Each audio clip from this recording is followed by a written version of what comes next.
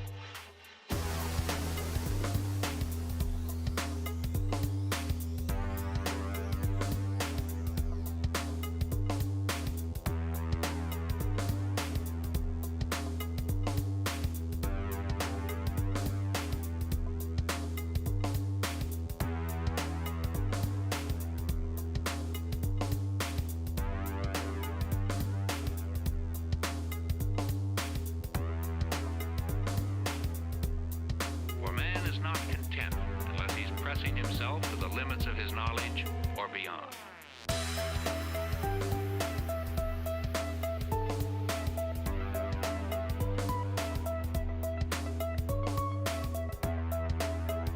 Beyond. Limit.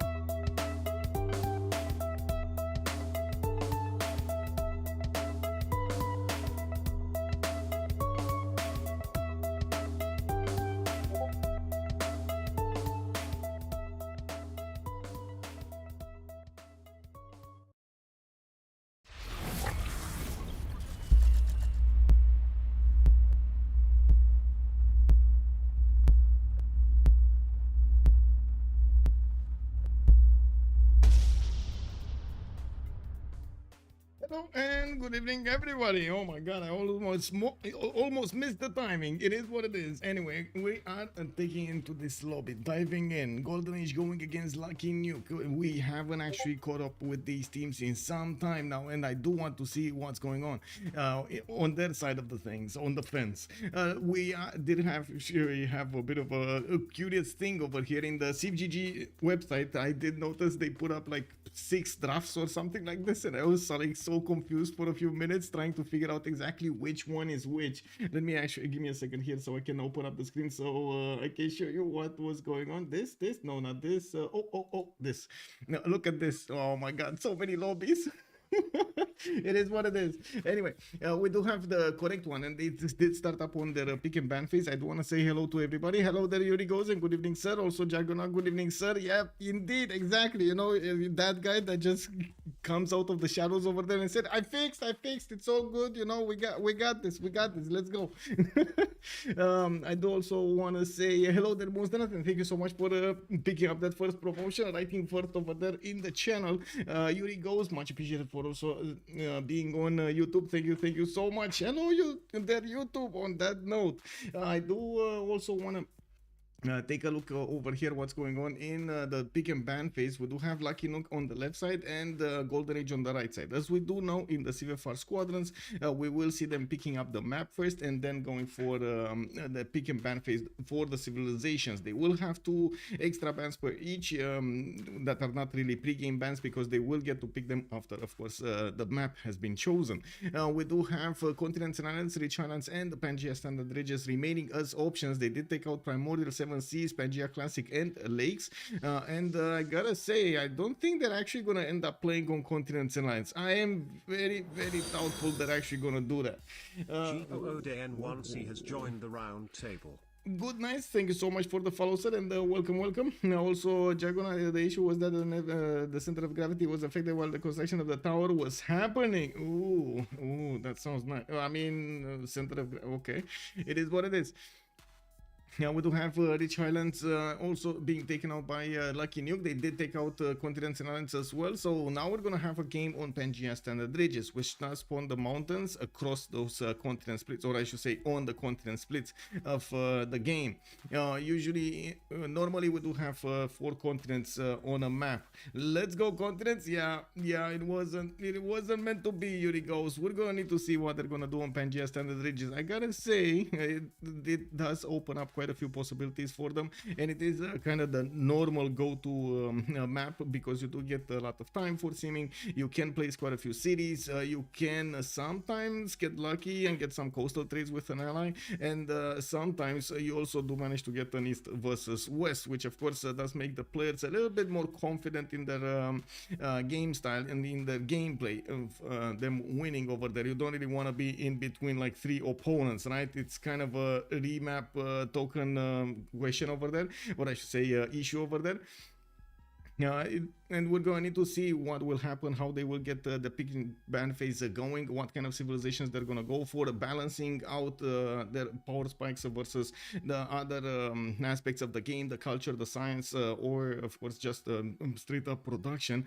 We do need to see what they're going to choose, and I'm pretty sure gold will also be an important factor in the game. We've seen multiple times, and that actually I received a comment earlier on Discord earlier this morning about the last game we've seen from the wildcard. They kind of put themselves in a situation they couldn't get out of because of the lack of gold per turn, and that was a combination of factors from the beginning, from the pick and ban phase, that just kept on adding up, and of course they got into that situation in which they couldn't really upgrade their units exactly when they needed to. They couldn't upkeep an army when they needed to, and so on and so forth. And that's actually one of the things that of course does come with I would say more and more experience, more and more games. The players do need to experiment these scenarios and see exactly what's going on, even if at first glance maybe a combination of civilizations does work well on paper. Well, sometimes in reality that's not gonna be the case. Good night, also sorry for off top. Which Winamp version am I using? Probably the last one. Yeah, I don't know. I've been using Winamp for like forever. I just don't really see why I would use ever the Windows version. It just, I don't know. It is what it is. Robbie, hello there, sir, and good evening. Alcohol Palette, also good evening, sir, and welcome. Let me actually take a look at the rosters over here. If we do have them in the lobby. We do Baptist with Jeru, Ranash, and the time to Klingsia. Well. That is another question that we need to answer, and it's a very good question. We do need to take a look at the channels here and take a look at their tags to actually see who is playing on which team, because yeah, it is what it is. Ranash is Lucky Nuke. So Ranash, Jeru, Gabzu, and Time to Throw are on Lucky Nuke. Yeah, and on the other side we do have Golden Age fielding today Baptist, Link, Orval, and Spilke. Orval and Spilke. We need to put up the vote. There we go. So they did pick up the map. Now they're gonna go for the for the ban phase, and as you can see, we do have Hungary being taken out. Babylon, Hammurabi has been taken out. Genghis Khan, also Mongolia, has been taken out by Lucky Nuke, or and on the other side, I'm not sure exactly why I'm using connection word from Romania, but it is what it is. Golden Age on the right side, we do have also Gandhi and Theodora, and Vietnam being taken out. Quite a few strong civilizations there. Two of them quite good when it comes to the faith. It looks like on the right side, Golden Age actually fears a little bit more the faith. Is there somebody on Lucky Nuke that is, I would say, very prone to going to pick those faith civilizations and get them going? Because there's still Khmer available. Are they gonna ban Khmer now? Is this an ongoing vendetta against faith civilizations here from Golden Age, or are they gonna stop at those two, Gandhi and Theodora? Can we have full screen? Yes, I can put it full screen, but if I do it, you're not gonna see you're gonna see my camera on top of stuff. Pebbleton, good evening, sir, and welcome. Like, wait, look, I used to actually keep it like this, and I actually complained a little bit that, well, it doesn't really match with the screen. You see? You're not gonna see the pics on the left, unfortunately. So that's why I keep it like this, so you get the full vision, and also also have the camera there. Yeah, I need to find somewhere to put the camera. Yes, it is what it is. Well, I do notice we do have so Sumeria got taken out by Lucky Nuke. They do have one more band to go. This is the last band before the pick phase. They're gonna have 4 picks to go for, and Lucky Nuke will have the first pick. This is important because they will set the tone for the game. While on the right side we do have Chandra Gupta being picked up by Golden Age as a ban, and Julius Caesar appears. Okay, so another face civilization showing up here. Oh my god. Okay. This is all full faith vendetta. I mean, you might as well take out Khmer. Why are you leaving Khmer in? If you take all of these out, you don't want to leave Khmer in, you know? He's just gonna do what the others could do anyway. Okay, well, it is what it is. Let's actually see. What do you think they will ban here? What do you think? What does everybody think they will ban here? Why no Basil the second ban? Oh, yeah, there we go. That's also a good one. Is it more important? It might actually be more impactful. Basil the second might be more impactful in the game. Not saying that he's going to have very good results in his Empire stats. I'm just saying he might actually be impactful in the game. Of course, with the tank mass fully run into somebody or 2 players, he can definitely do a lot of damage quickly. Oh, I think I need to put up, there we go. Hello there, Papas. Good evening, sir, and welcome. Ashwin, good evening, sir. Hello. Wine, yeah. I still have VLC even though I use NPC more often. Yeah, it is what it is. Winamp, like what a blast from the past is like seeing WinZip or a WinRun. Yeah, I mean, to be honest, they did try to put some more like skins on Winamp and stuff like that. And honestly, it's still like the default one. I still like it. It's fine. You know, why change something if it works? Whoa. We got a change up over here. Golden Age actually took a turn to the danger side. We do have Zulu being picked up by Golden Age as a ban, and immediately they're gonna Lucky Nuke did go for Macedon.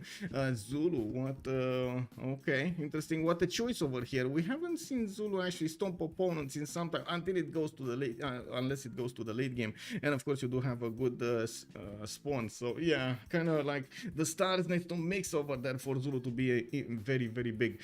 Golden Age here is gonna go for Rome, flexible civilization. Definitely can hold against Macedon. We do have another choice to go for next, and let's actually see what they're gonna go for in just a few seconds. Daniel Dingo, good enough mine head. Hello there, sir, and welcome. Has goal been changed in this mod? Yes, it has been. So for example, a quick change about goal, it doesn't actually get its culture bombs anymore. When on the mines, it does get them on the oppidums because it was a bit too much of a power creep of too many tiles being acquired for free, while others would have spent a lot of gold to get those. Yeah, gold full sim. Well, gold full sim, we've seen last time gold full sim, and it didn't win the game.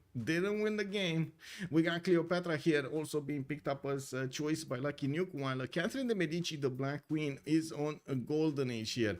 Okay, alongside Rome, I guess. Okay, let's go. Let's see who the last 4 bands are gonna be, and then we definitely need to see what are the last 4 choices. Good night. Why are you asking me about the version of Winamp? Is that are you using Winamp also, or is that like a curiosity you have? You seen it somewhere? You probably see it on my back. Yeah, you see it in the screen, right? Yeah, yeah.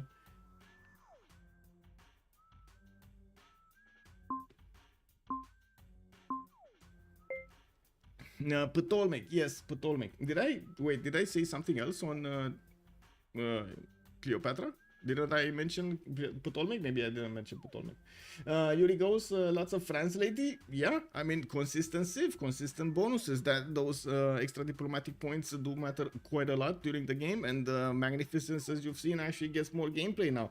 I still haven't seen her, you know, make the difference in the games, but we're gonna need to take a look as more players play it. We do have more data to collect and try to see what's going on. Oh, the Macedon pick. Yes, Robbie. Yes, it's happening. We're gonna see somebody getting stomped. I mean, unless we're gonna see Macedon being full screen somewhere, and that's gonna be a sad day. It is what it is. Can you imagine the pressure on Macedon trying to actually get up in his science and culture and his commercials when all of his people want to do is just ride horses and go towards their opponents? I mean, they built them. Why not take them? You know, it is what it is. Backline free C Macedon. Exactly. Backline free C Macedon. Yeah, we do have Montezuma being taken down by Golden Age, and I do see also Kree got banned, while on the left side looks like Cleopatra Egyptian has been taken down by Lucky Nuke. They don't want competition over here, not another Egypt. Well, I mean, there's still Ramses in the game. Not that it's preferred over both of these, but I guess it is the third Egyptian nation. Why are they not picking Ramses so much? You know, it is what it is. And well, we do have one more ban remaining, and I'm pretty sure on strategy standard bridges there are quite a few civilizations that would definitely impact the game here. Which ones are they actually gonna want to take out as an option from their opponents? This is where wait a second, this is Kree. Oh, Kree, I see. The last ban was Kree. They were afraid that it didn't go through, but it did. Okay, it's fine. So just a few names over here. We got Scythia, we got Scotland, we got Kublai's, we got Japan, we got still John Curtin, Basil II. There are so many options right now. The Persians, for example, are still both left open. Nader Shah and his brother over there, Cyrus. We do need to see. I actually stumble a little bit here in my speech pattern because of Congo being picked up over as a ban. Congo? Is there there must be somebody on Golden Age that really likes to play Congo, and otherwise I'm not really explaining this. There's some yeah, I mean, that's definitely some information over here we're missing, and I don't want to ask them maybe after the game if anybody's gonna remind me of this. Need a moneymaker. Yeah, they need a moneymaker. Ramses equals great culture, an easy turn, 120 culture victory if you're not worrying and if you don't get bombed. Yes. Orval's signatures pick 30. Good evening, sir. Bonsoir, monsieur. Thank you so much. There we go. We got the information over here. It is Orval's signature pick. I was smelling something is up. It came out of the blue over there, you know, from the forest between the bushes. Just a sneaky Congo got into the last band. Wow, okay. It is what it is. Anyway, on the left side we got the Lucky Nuke Lincoln, and I'm picking Lincoln, and I do see also Philip II has been picked up by Lucky Nuke Spain, while on the right side we do have Nader Shah and one last civilization that they need to go for. Is it gonna be Mubande? I don't think he's gonna go for this for the other Congo, right? He probably likes Nzinga. Nzinga is the good one. Let's see if Mobande is going to be picked up. Since the change, Mobande just didn't get a lot of attention. It used to be, after its release, it used to be extremely played. Extremely played. Like in 1 out of 2 games, you would see Mobande, you know, 1 out of 3 games. It was incredible. And then it got changed, nerf, change. And now, well, I don't know what it is anymore. I don't know. I don't remember. Anyway, we haven't seen actually the Koreans either for some time over here. It looks like they fell off from the preferences. Sejong and Seondok alike. That's quite unfortunate because we really like to see that gameplay. Anyway, it is what it is. We're going to need to see if BBG is going to come up with something or to actually bring them back into the spotlight, or maybe the players are going to start changing their preferences again. We do have Tamar being picked up as the last choice from Golden Age. combination, I gotta say. They're trying to match their names right now. Golden Age, you know, with Tamar, you want to be in a Golden Age all game long. It makes sense, total sense to have this pick. Let's check out the zero MSers. I hope we don't have zero MSers here. Okay, now I can actually do a few changes. First of all, let's change the map, and it is gonna be Pangea Standard SR. Standard ridges. We don't need to close the screen because we don't need the extra screen anymore. Let's go over here, and also I do need to put up the two predictions for how many remaps are we gonna have. Let's see how many remaps. 0, 1, 2. Submission period 10 minutes. We got enough time. It's fine, and I do want to do it on YouTube as well. Hello there, Jacob. Good evening, sir. Mastodon is exciting indeed. Yes, it is. Yes, it is. How many remaps? And possible options 0, 1, and 2. There we go. Build a poll, and it should be online. There we go. So now we do need to see what kind of civilizations each of the players will go for, and try to figure out what kind of priorities they're gonna have. By the looks of it, time to throw is gonna go for Cleopatra in the highest slot. That also puts him with the highest priority when it comes to the great people, to those great merchants in particular, and probably later on in the writers. We do also need to see what Linxia is gonna do with Rome. Of course, being a flexible civilization, it kind of can do anything. So we do need to see why they picked up Rome over here so high up in the choices, since, for example, Tamar would actually need to contest some great people. Maybe they do believe that, well, Cleopatra being over there so high up, it doesn't really matter if he's a 4th or 5th or wherever it is to contest Cleopatra. We do have Baptiste also going for Nader Shah. Ranash is going to go for Abraham Lincoln. Orval on Tamar. We got Jeru on Philip II. Gabzu is going to be the one with Alexander, and I do see Ola Que Tal Amigo on Catherine de Medici, the Black Queen. Wait, who is Ola Que Tal Amigo? Who this? Ola Que Tal Amigo. Oh, that's actually his name. Ola Que Tal Amigo. That is actually his name. I'm sorry. I thought it's maybe something else, you know, like he named his Overdose. Oh, there we go, Overdose. There we go. I was remembering something because I'm pretty sure he used this name before, and he had a different name on Discord, and I was confused. Now I'm guessing Egypt will be slot 1 for the great merchants. Yeah, it is. Gabzu over here actually took a turn, a big turn. Wasn't Gabzu a big simmer? Wasn't he the one with the picture at his profile with the I would say the orange that he with the monkey and the orange that he was getting from somebody from a car? He really wanted to how to say sim in the game, you know? And now look at him. He actually picked Alexander. This is a big surprise for me. Wait, is everything okay over here? Because I was, oh, I see the stream a little bit delayed with a few seconds, and I'm okay, it's fine. It is what it is. So on the left side we do have Golden Age here. Started off with Catherine de Medici. We're gonna go and take a quick peek what's going on over the lands of her, if we can find her. Oh yeah, okay, top right corner we do have Ola Que Tal Amigo with the settler that needs to choose a location. They're probably playing with BCY enabled on balanced, so it's gonna be the same. Let me actually double check this. Yes, it is capitals only and balance, so he's gonna get the 2-2 base if he settles there, or try to go for the Citur style to try to get that extra amenity. Now we do have him also with the scouts towards the southwest, a good river network to expand into, but I do believe he will have a bit of a problem here. Macedon is going to be very close to him, southwest of his capital, not that far off. There's a highway of flat tiles moving from the like spanning from the southwest to the northeast, and I do notice they will probably meet each other, sending units in towards each other here. Well, we do have a bit of a question. Where is the continent split? This is the continent split. This is not bad for France. If it does manage to withstand the initial attacks and try to get to guards, this is not going to be bad.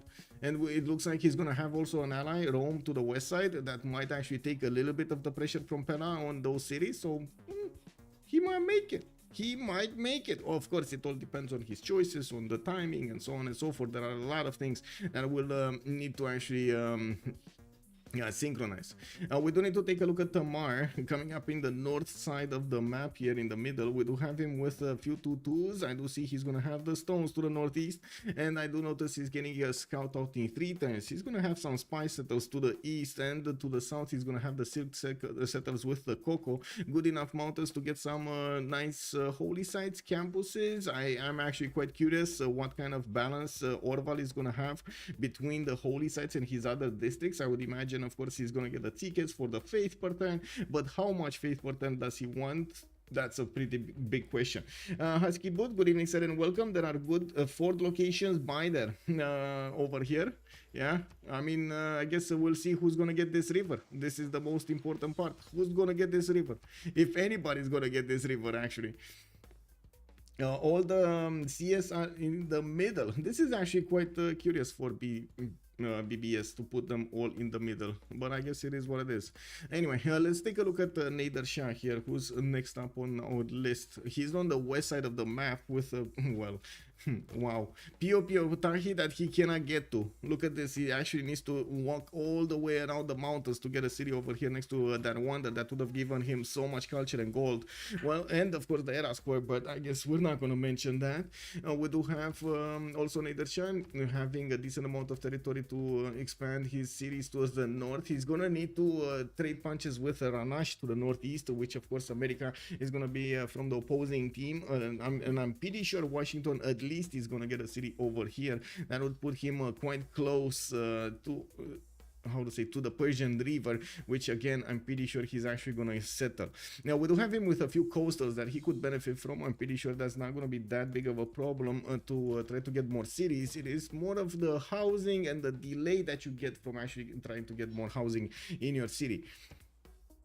We do have to take a look at the Rome. He was to the northwest of Macedon, and yes, I do see that Rome is going to get the scout out in 3 turns. We do have him with a warrior expanding his vision towards the west side, towards Bologna, while I do notice he's going to have relatively safe cities in the southwest. Since there are quite a few city-states, he's probably not going to care that much about protecting these cities over here. Definitely one next to the dice tile, another one here, maybe on the maze.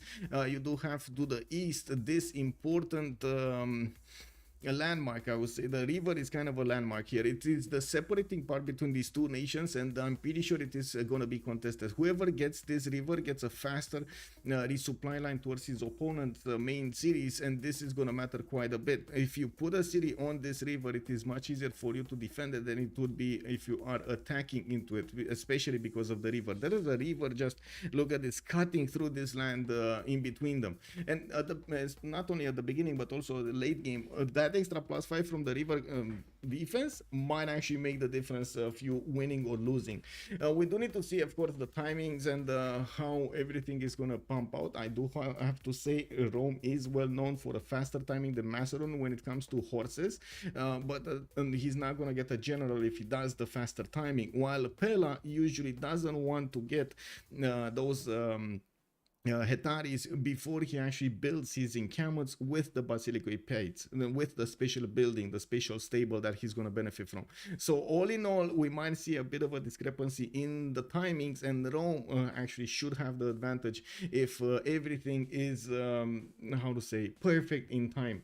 Washington has all the natural defense. Yeah. Wait.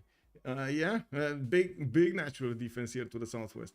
Big. Let me see Macedon here and see his options. First of all, amazing campus to the west side. He's gonna need bronze working. He's gonna get bronze working anyway, so not a problem for him. I do notice he's also gonna have pretty good cities to the west side and to the southeast east side. This is gonna be a lot of territory for him to back settle. He's also gonna have Jeru over here to the southwest to try to trade with, and again, this is gonna be a safety zone for him, allowing him to focus his efforts towards the north and not to the south.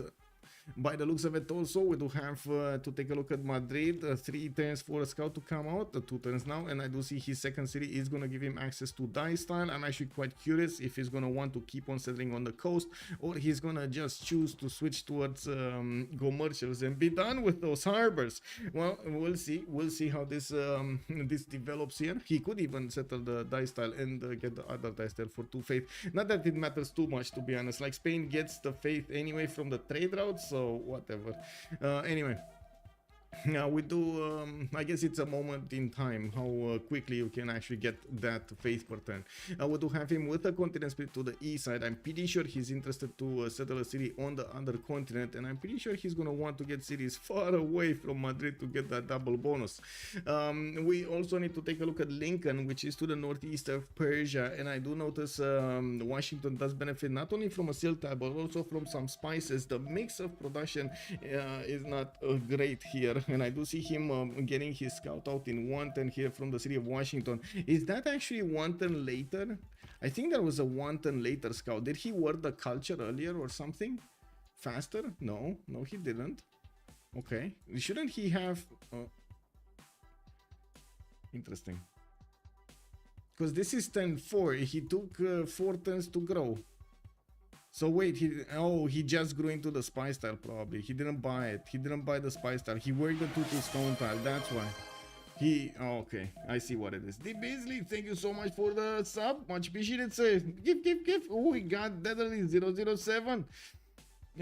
Welcome, sir. Washington has... Oh, I did read that. Let me actually put up my chats on the west side, on the left screen, because I didn't actually see everything here. Okay, there we go. Looking at also Ranash here, he's gonna have strong settles to the east side, giving him a lot of gold potential with so many plantations to improve. West side, easy choice to actually get next to the silk and the stone tile. And Orval just disconnected. It is what it is. Well, I hope he's gonna get back and not disconnect again. Wait, where was Tamar here? Okay. Anyway, we need to take a look at Cleopatra. That's the one civ we didn't actually get to. We got Rakedeto on quite a few floodplain tiles. I do notice he's gonna have his quite a lot of stone tiles actually. 1, 2, 3, 4, 5 quarries, while he's also gonna have access to some cocoa tiles and spices to the north and east. Actually, wait, these are 2 continents? No, this is one big continent with spices, salt, cocoa, and silk. Okay. Nice. And that's a very rich continent.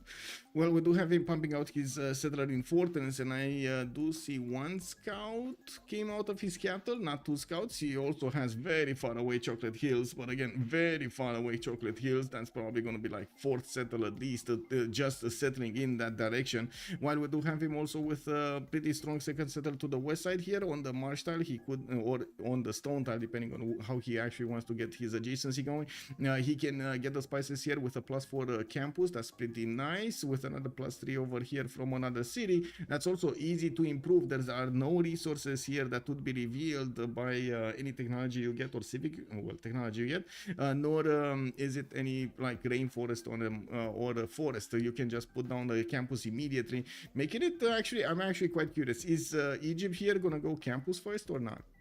Or is he gonna stick to his commercial opening or something else? I mean, I guess we've seen also Stonehenge opening with 1 holy site, even though we haven't seen that in some time. Still, commercials are preferred. Links here on the relobby. Oof. They're gonna go for a relobby. Okay. Let's pull up the links.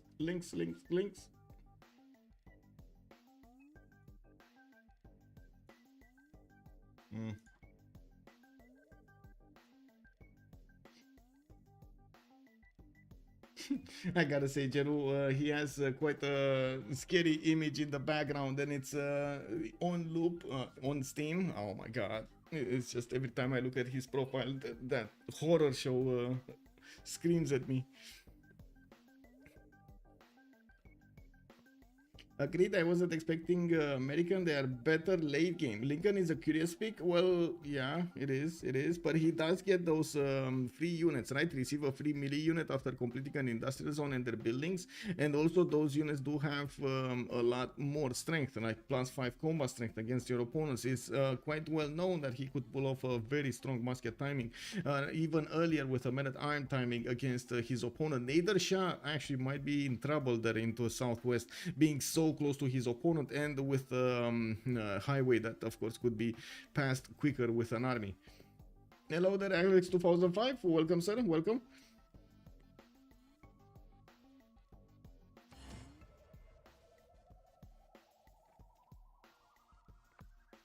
I think we have ping to everybody. Whoa, whoa, whoa. What is this 1700 second ping?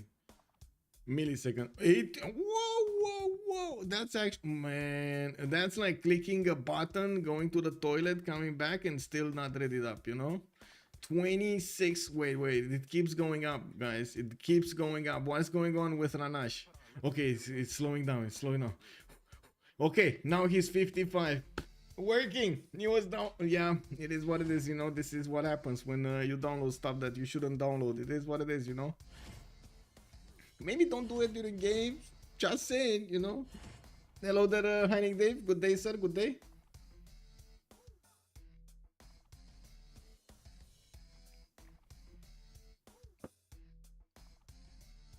Yeah, good evening. Macedon is being played. Yes, Alex to Fonza 5. Yes.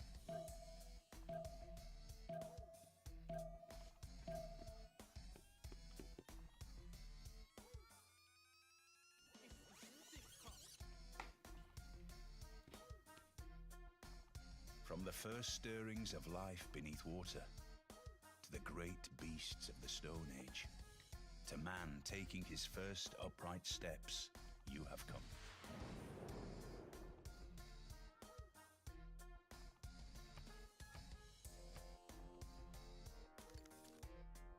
Okay, so we were talking about Washington here, and I wanted to actually give you an idea of how fast he could actually get to Mashhad with a unit coming out from Washington. If you take a look over here, yes, and assume that he's actually going to pop those units out from his capital, he does have, and that's not going to happen, it's probably going to be from the encampment. We do have 1, 2, and taking into account also the extra movement from a general, right? So 1, 2, 3, 4, 5, 6, 7, 8, 9, 10, 11, 12 turns to actually get to Mashhad from the capital. And I'm pretty sure it's going to be faster with the roads already able to get those units here. I would imagine actually there's going to be a contest on this land. The rice tile, for example, and this 1, 2 will probably be Washington City. So he's going to have another one here somewhere. I'm not convinced if he's actually going to try to fit 2 or keep one big one. And using that one city on the rice tile, he could definitely just get his city towards gets his units towards Mashhad. Mashhad also can close this choke point to the east side, but we've seen it before. Players just don't close their chokes at time, so you might actually catch them with their pants down if you actually get those units there at the correct moment in time. Now, of course, the other way around it would be through the west side, and that would mean taking care of a city probably from Persia that's going to be much closer to the American borders, next to those deer tiles. And I'm assuming, of course, this map is going to be chosen, but there is quite a strong possibility this map is not going to be chosen. I don't think they will get another good setup, and by good setup I mean actually having Macedon going against the 2 civilizations that could withstand Macedon, Rome and Catherine de Medici. If the roles are changed and you do have Gabzu going against how to say, Orval or Baptiste, that's going to be a lot of pressure on the civilizations that would definitely want to prefer to do something else. We'll see how this develops here. Actually, I do have to say also Orval will have quite a few bonuses from those walls, but they do not completely stop those Hetaris. Very strong, but not completely stop them. It takes quite a bit of time to get Tamar rolling with his units. Is it really America that will be the one pushing Persia and not the other way around? It feels like Persia could just settle over the choke and get a route, get a road. Yes, that could also be an opportunity. I would definitely say that needs to happen, as in Persia needs to defend this. And yes, I'm pretty sure getting also the foot in the door over here after the mountains is going to be important, not to mention benefit from all of this territory here. Now, this is a good city. This is a good city.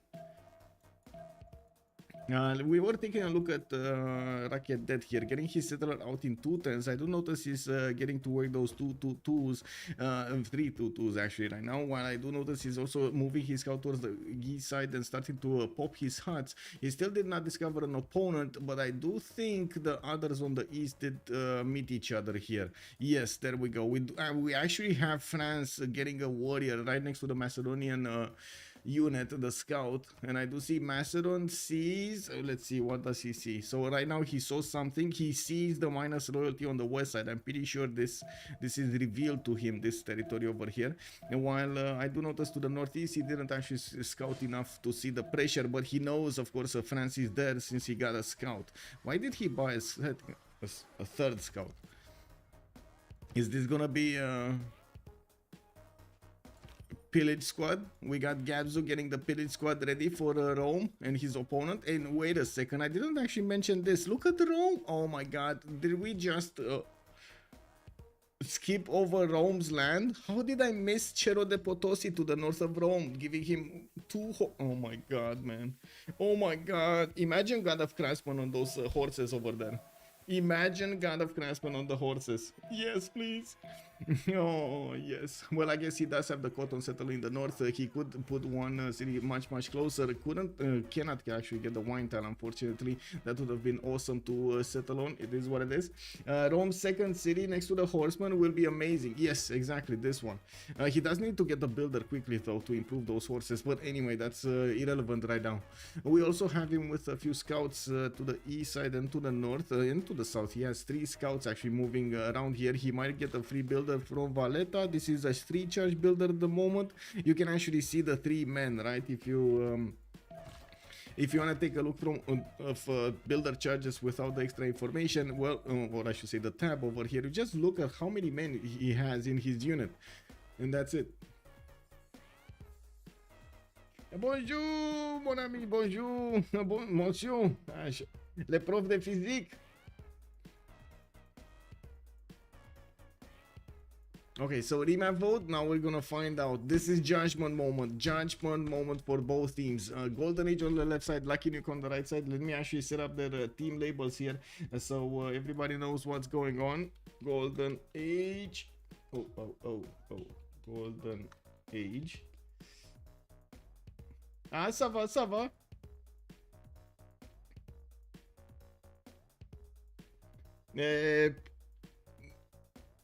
Mon préparé à cast les jeux ce soir. Good evening, Team Archer. Good evening, sir, and welcome. Alex 2005. Those sword styles are actually 3 base. They're amazing. Wait, right side we do have a Lucky Nuke. I need to finish this and stop searching through my mind of French expressions and words. We do have a remap. It looks like Ola Ketalamigo, Orval, Linksia, and Baptiste did choose to remap this. We do need to see if we're gonna have Lucky Nuke with a map of their own. But I gotta say, this is actually quite interesting that they chose to remap this with Macedon being next to France and Rome. And Rome benefiting from. Did he see this? I'm pretty sure he saw this, right? Yeah, he saw this. He knows where to go. Wait, why did they remap this? Oh, is this why they remapped this? Oh my god, is this why they remapped this?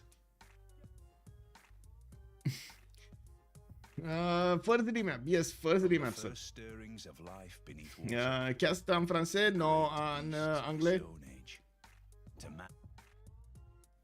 Steps.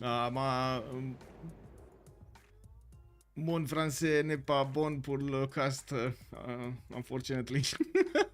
It is what it is, and it's fine. You know, there are quite a few French casters. It's fine. I don't want to compete over there in French. It's all good. It's all good. But I do want to have the knowledge of translating as much as I can, and also carry a conversation if I go to France. It looks like I went to France like what 3 years now, so yeah, I do want to have the ability to try to communicate.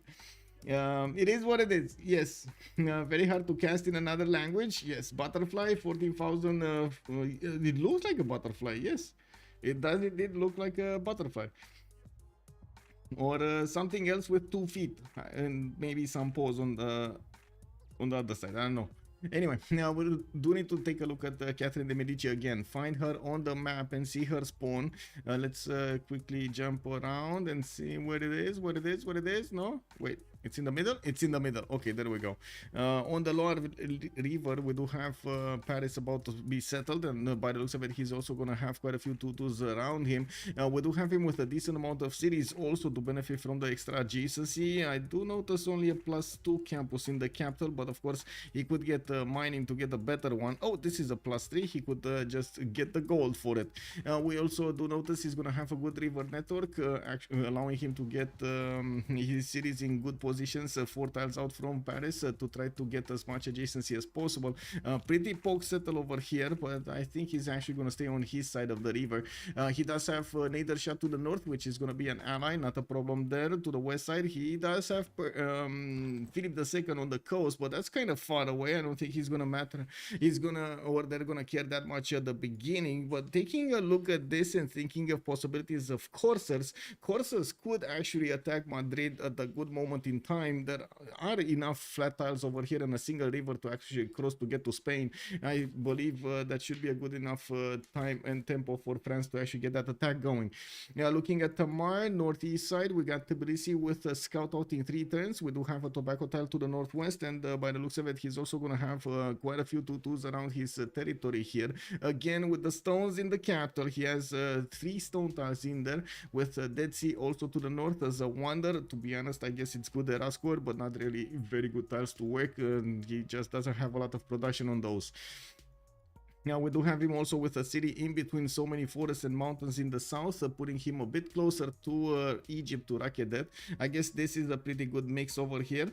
Let's see what's going on here. So this is gonna be, they went from Macedon being against 2 opponents to Macedon and Lincoln being against Rome. I mean, you know what's gonna happen, right? You know what's gonna happen. Macedon can keep on pushing against Rome, ideally, and keep Rome busy, while Lincoln gets his men-at-arms with the +5 and then kills Rome. Or muskets. He could even wait for muskets and kills Rome. Oh no. Well, okay. I hope that scenario is going to be avoided. Now, we do have Rome over here. No, Nadershot to take a look at. Where is Big Nader? Nader is here. Looks like Mashhad to base, wander to the west, Mount Sinai, and I do notice he's going to get a scout out in 3 turns. Has a sheep tile to settle there to get the tiles from the Mount Sinai, but I guess he's not going to get... Ooh, this is a much better settle, and this is faster also. This is fast also, like 1, 2, 3, and 4 to settle on the aluminium tile, getting the spices, the 1-3s over here afterwards. Yes, yes, yes. With also a +5 campus to the west side next to that geothermal fissure. There are 3 continents next to the capital of Persia. And I do notice he's also going to have another amenity settled to the north. That's going to be the cotton tile. Yeah, we do have him also relatively close to Rome to actually set up coastal trade routes in the north. Rome will have the benefits of Krakatoa, giving him the extra science and ability to get on that coast. That's going to be nice to trade with Mashhad. Of course, I do have to say Mashhad, Persia, internal trade route civilization, prefers Magnus over international trade routes for a long time. It only works, those external trade routes will probably only work after Wieselbanken. That's where they are okay, comparable. I wouldn't say better, but comparable. Now, Dead Sea is good for adjacency, plus for holy site and boost to astrology. Alex 2005 makes a very good point over here for Tbilisi, and yes, I do have to agree, both of those bonuses are going to be nice. We do need to see again how much Tbilisi is going to want to invest into that faith generation, into the holy sites, into everything. They have +5 strength on the home continent. Timo Archer, the where you're talking about America? Do American units turn into +5 infantry late game? Yes. The unit that he gets for free from his industrial zones, yes. But remember, America has been changed. Like even Teddy has been changed in this version. It's not as the Teddy you know from the normal game. Also, if you go to France, send me a private message. I can host you in Nancy. Oh, thank you so much for the invitation. Much appreciated. Thank you. Timo Archer is +5 regardless of continent. Yes, yes, on America. Anyway, looking at Gabzu here, we do need to wait. Did we? Yeah, we did talk about Rome. Looking at Gabzu, he's gonna be to the south of Rome with Pella. He's also gonna have Paris to the west side, while of course Rome is gonna be his direct north and probably the easier target between the two. He's gonna have a few cities to settle. I mean, I was trying to take a look here if he can place two, but I'm pretty sure only one will work. He does have quite a few good tiles there for tiles to work, but I wouldn't recommend trying to fit two cities here. Now we do have him with the rivers to the north, and I'm pretty sure he's gonna want to settle them. Not amazing tiles, of course. The tiles it's pretty good, but all in all, he's gonna be needing quite a bit of food, and we do have him without that many chops. And when I refer to chops, I'm referring to the hills plus the forest on them, or the rainforest on them. He doesn't have a lot of these. Hard building those hectares is gonna be the name of the game, and we do need to see how much again he's gonna invest into this, if he's gonna go directly for encampments and getting the buildings, wall of stone, getting drums of war, and so on and so forth. There are quite a few options in the game that help you specialize in getting that army towards your opponent. It's Macedon, he can just ford or settle. Yes, exactly. That's probably what he's gonna do here. Looking at Spain on the west side, he does have a continent split between the red and the white continent, and I do notice Madrid is also gonna benefit from a reef tile, a 311 fish, while he does have a plus 5-6 campus. Oh my god, actually more than one. He has one in the capital here with the 3 mountains, the geothermal fissure, and the 2 rainforests, while he also has another +5 and another +4. Oh my god, this is perfect for Spain. Jeru is also gonna have another settle with fresh water towards the south, where there is a city-state that Fez blocking other coastal cities. This is actually quite a bad city for him. He needs to take care of Fez somehow, take it out of the board here so he can settle more. And we do have him with a few cities to the north, and I'm pretty sure he's gonna want to get cities on the east side. That's gonna put him closer to Persia, not that it matters that much, and also France to the southeast, which of course we did talk about earlier, that France might want to do some sort of aggression over here against Spain to slow him down from simming and getting the goal to his teammates. Looking at the Ranash, we do have Washington. Oh my god. Is he gonna ask? He lost Pop, right? He lost Pop. Is he gonna ask for the free remap? Yes, he's gonna ask for free remap. It is what it is. This is it. They got a free remap. They got a free token out of this. Actually, wait, it's Lucky Nuke, right? Oh, yeah. And he's saying that he lost a Pop.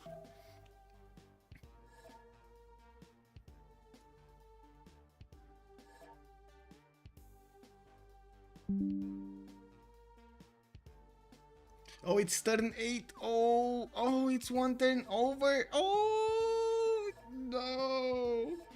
Oh my god. It's turn 9. It's turn 9. Yeah, it's turn 9. Turn 8, as in that's the threshold, I believe. Let's see actually if one of the referees will. Oh my god. He gonna be mad. He gonna be mad. Wow, forest fire stopping his settler from getting trained over here in the city of Washington. And it keeps on raging. Wait, okay. It's fine. They're gonna remap anyway.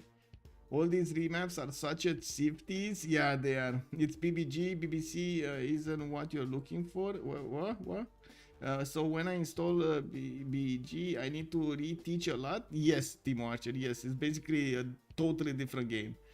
Yeah, it's if I would have to say it in a phrase, it is a rework of how the game works to allow it to have a competitive environment. While the initial game was more realistic with challenges with survivability and so on and so forth that you would face, in reality the competitive environment needs something else, needs a totally different balance of how everything works there. Man taking his first upright steps. CFTs.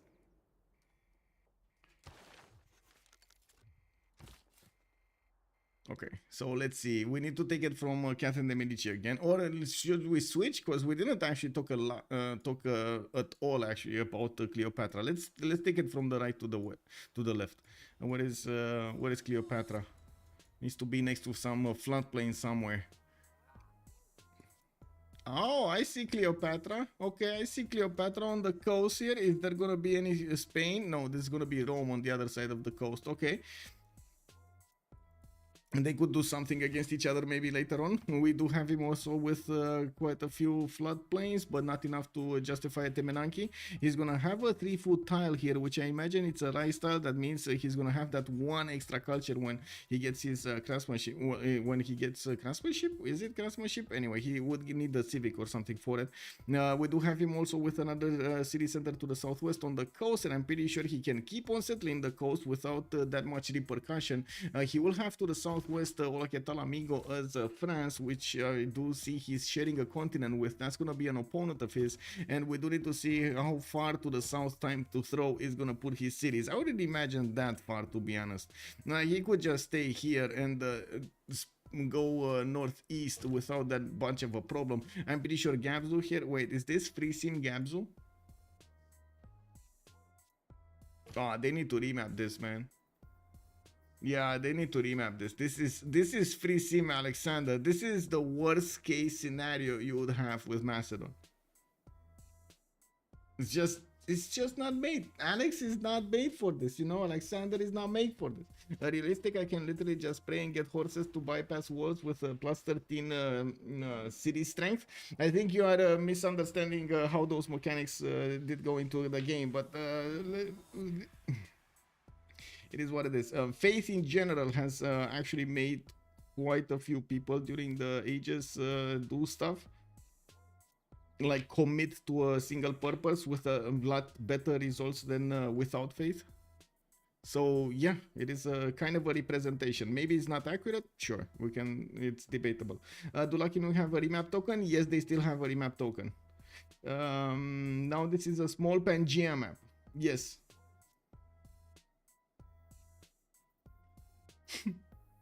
Herson won science. I mean, you can win it with everybody. You can win also culture victory if you want with Alex. I've seen middle student do it like what 4 years ago. He was doing it with every civ. He didn't matter. Like it didn't matter. He just got drilled down that perfect build order that you need to have.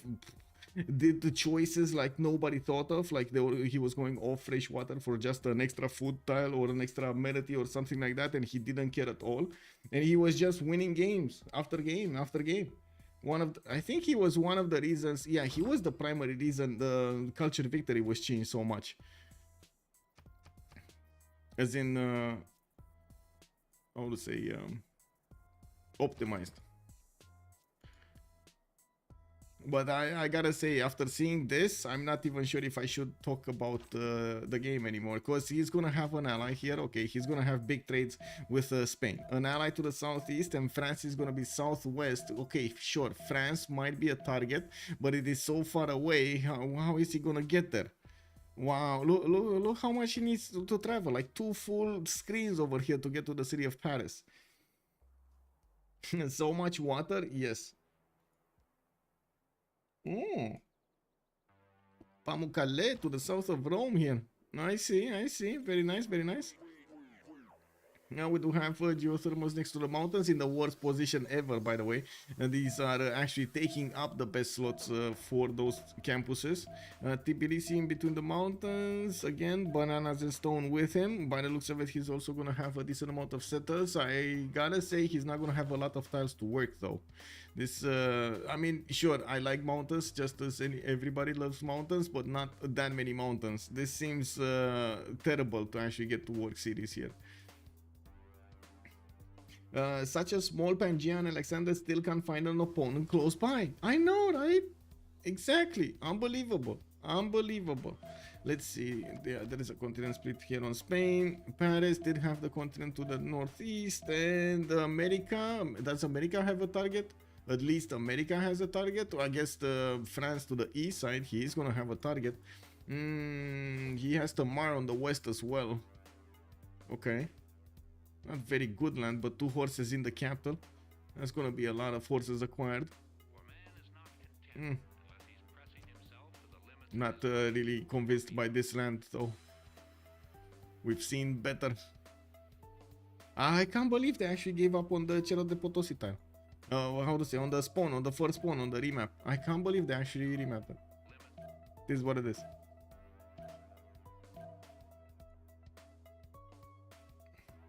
Legendary Lama, hello there sir and welcome. What is this bad map? It is what it is. Also good evening Urek, hello there sir. Sir Slashington, good evening sir. Hell yeah, first time catching a stream. Just got into Civ6, found you throw potatoes. Love what you do. Thank you so much sir. Thank you so much and welcome. How is Potato doing? I haven't seen him in quite some time, but I guess I don't really have time to watch his movies, but I definitely try sometimes to take a peek over here, at least at the thumbnails, you know, if I don't actually have time to watch the full movies. How is he doing? How is he? Are Golden Age the ones that remap the first map? Yes, sir. Yes. These are the ones. Wait, Cerro de Potosi spawned again in a different position. Well, that's a very good banana tile. A 3-3-3.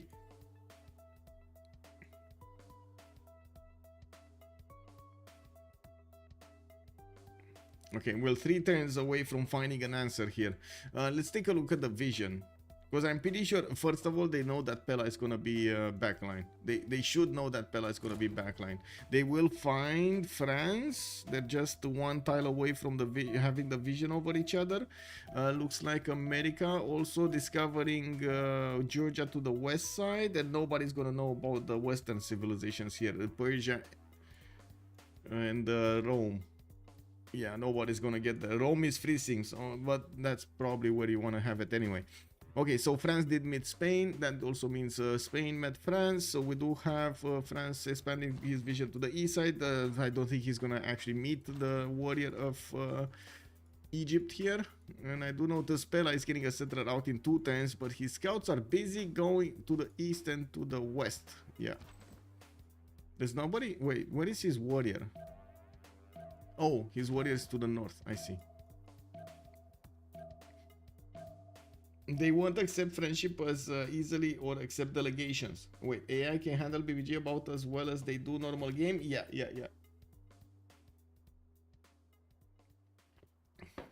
No different from a non-BBG deity AI. I mean, it just uses the game bonuses differently. The logic behind what it does is the same. It just feeds new numbers from BBG.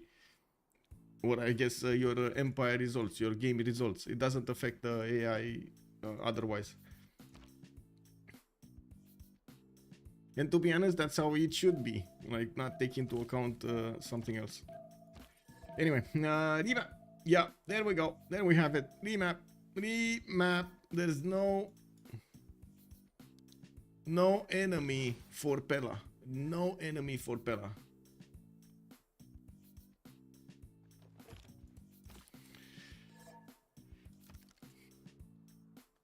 This is also going to be the 3rd and final remap. There are no more remap tokens available. Whatever happens next, happen next. And let me finish up the prediction over here. Choose an outcome. We had 2 remap tokens being used and 2 remaps of call. Of course, somebody's going to get quite a few points. Let's see. These are actually... Wait a second. Do we have high rollers here? Do we have high rollers? Let's see the high rollers. Unless we have a technical. Okay. Yeah, unless we have a technical. Indeed. What is the level of the teams? I believe they're Division 2, but I can double check. Give me a second. I need to actually find the correct channel in which it has the link. Yeah, they are Division 2 from CivFR Squadrons. Team Archer, some small changes, but it's not like they turn stupider that they already are. But you can also use real strategy and late game AI for a better game if you want to keep playing single player. Yes, I would really recommend actually trying to play in the multiplayer community if you want to get good at the game. It does help you get better much faster, and you also get answers to your questions much faster. Having access to people that would explain why you would need to do something and when you need to do something. Also, Harry93, good evening sir and welcome if I didn't say that. Anyway, okay, so I do want to finish up on YouTube as well the prediction. So both remap votes are wrong. Remap to 3 remap. Well, no, because I only count I cannot count the technical remaps. That would put way too many options. So it's 0, 1, or 2, or how many remap tokens have been used, or how many remaps did we actually have with remap tokens. It looks like action. Well, I guess you guys voted over here. Last minute voted. I see how it is. Voted past the time. Well, it is what it is. YouTube is of the opinion that 2 remaps should have been. So yes, yes, I do that with my friends without BBG now. I see. Destroying a human player is much more fun than the AI plus plus. Okay, so let's take it from the left to the right again and see how the civilizations will have their lands around them. We're also going to need to take a look a little bit more in depth at their strategic resources, and by the looks of it, France over here is definitely going to have a good one.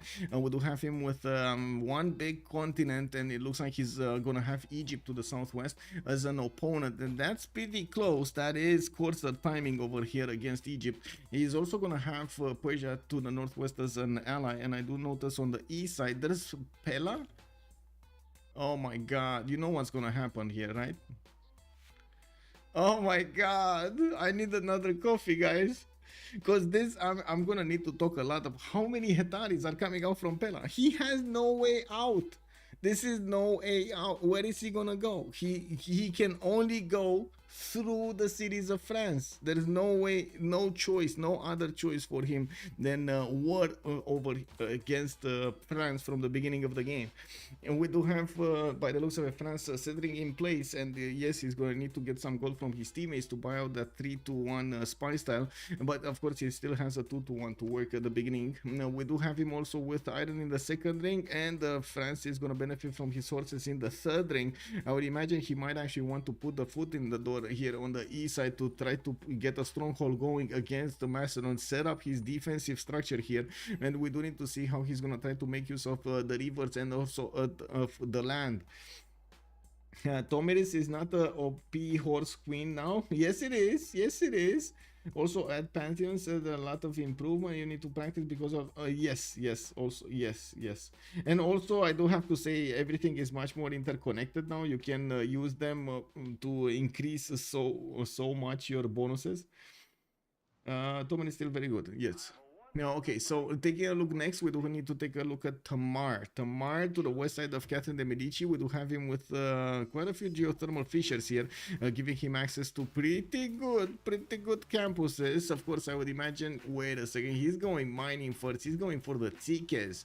We do have Orval here with a scout coming up in 3 turns, and of course, he's going to require masonry for the Tikes. So he does need to open up mining first and then go masonry. Well, I do notice he's starting to explore the territory to the southwest, has an ally to the northwest, and I do notice an opponent to the southeast, but pretty far away for him to actually be worried. I don't see anybody to the southwest of his, so I'm pretty sure he's not gonna need to get that much done over there. Has an ally to the northeast also, that's Nader and I do notice Tbilisi here popping those scouts out. Will work at the beginning, the 3-1-1 spy style. I see. Okay, interesting. Well, we do need to see if these numbers change. No, he's actually working the spy style to grow at the same time as he's training his scout. We do need to see also his strategic iron tile in the second ring, in the first ring actually, in his capital, while the horses are going to be second ring to the north. Both of those strategics are quite easy to acquire, and I'm pretty sure they're going to be useful on his ally here on Catherine de Medici to defend himself. Looking at Nader Shah, we do have him on the backline from Catherine de Medici, quite far away to the northwest, but still might actually get to interact a little bit with the Macedonian army with a few units of his own to try to help out Catherine de Medici here. I wouldn't really call this ideal territory for Mashhad, to be honest. It's far from ideal actually. It's very barren when it comes to these forests on the hills, and quite barren in the forest otherwise also. Well, I guess they're not using the forest balancing option, you know. I haven't seen this anymore in the games. Yeah, it is what it is. We do have him getting the scouts out in one, and I do notice he's also gonna have quite a few 2-2s around his capital. This is probably a match made in heaven.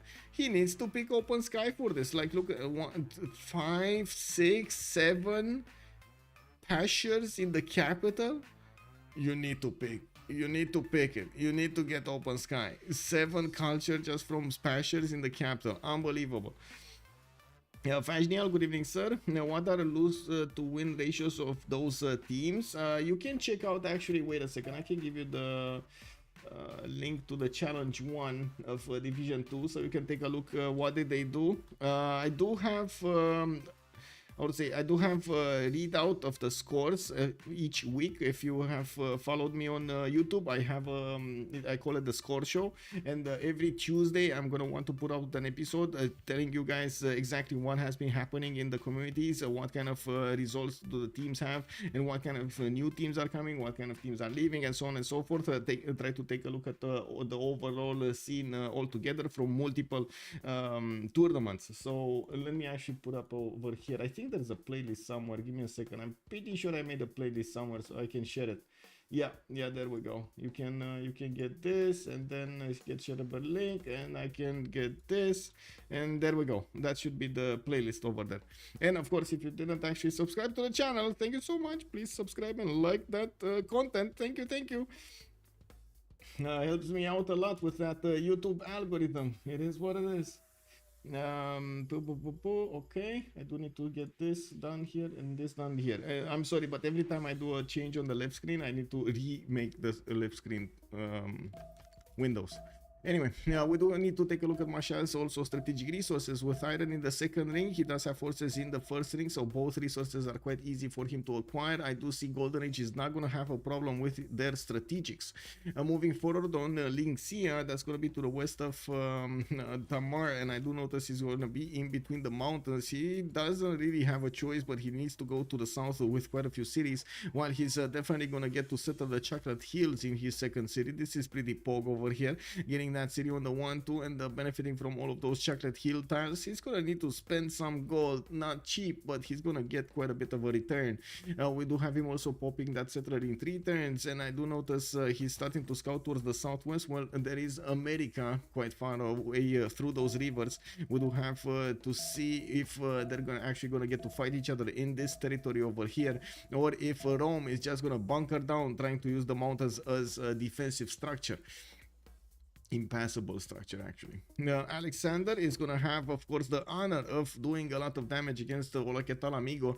We do have him already meeting France, and he knows he's going to need to put the foot in the door as quickly as possible. He knows also his own peninsula. There is no choice for him then to go west and south, and by the looks of it, of course, he's going to get that settler out in 1, and we're going to need to see him his choice here. I do notice Paris actually is late on the settler. Oh, I see. Of course, Pella went only 1 scout, and France went 2 scouts. That's why. Okay. Now we do have also the city of Pella benefiting from an iron tile on the east side. That's gonna be in the second ring. I don't see horses anywhere. Are those horses underneath his city center? I'm pretty sure those are horses underneath his city center. Of course, opening up bronze working. Both of them are opening up bronze working. Immediately after Catherine de Medici saw where Macedon is coming from, he realized that he's going to need to fight his opponent, and he clicked on that bronze working technology so he can get the generals, the encampments down, and make the projects for the generals. It's a mod that allows to delete all notifications with 1 click each time. Wait, Trinidad is the name of the trash can. Oh, maybe it was. It will be added in the next season. Okay. I mean, to be honest, you might add that functionality in one of these mods, because I really am scared of having way too many mods running around the community. The more mods you put, the more instability chances you're gonna have between the players. In the teamers, it's not that big of an issue, because I see a lot more discipline when it comes to how to say the players handling their mods. But in the free-for-all games, I don't know, man. They're actually getting to like 6-7 mods now, and yeah, it is what it is. Anyway, and it does not cancel deals or other important notifications. Okay, well, in my opinion, it's kind of a useless mod because like it takes just a few a few clicks to clear this out. But sure, I mean it definitely can be useful. We do have like a Talamigo to the going to the northwest towards the Eye of the Sahara, and 222 over here working for him. I do have him also getting another settler out in 610s, while already Macedon is moving forward, settling him. I don't have to mention like a Talamigo is wary of sending a settler towards the east side directly into Macedon's face, but again, I did mention also Macedon will take his time getting those units and his infrastructure up before he's actually going to go on the offense. And look at the greedy Gabzo. He's going for the spice and the ivory settle. That is indeed his best settle that he can go for, but we do need to see if France is actually going to get a whiff of this. It doesn't look like it. It doesn't look like it. Actually, France is getting back. Yeah, we do have Jeru also on the western side of the map over here, with Spain actually getting some settlers going. And I do notice we do have him also going inland, not on the coast. He could have actually gotten the cotton settle, but not a lot of fresh water next to. We do have him also with quite a few rivers to give him the fresh water adjacency. You can actually see it over here.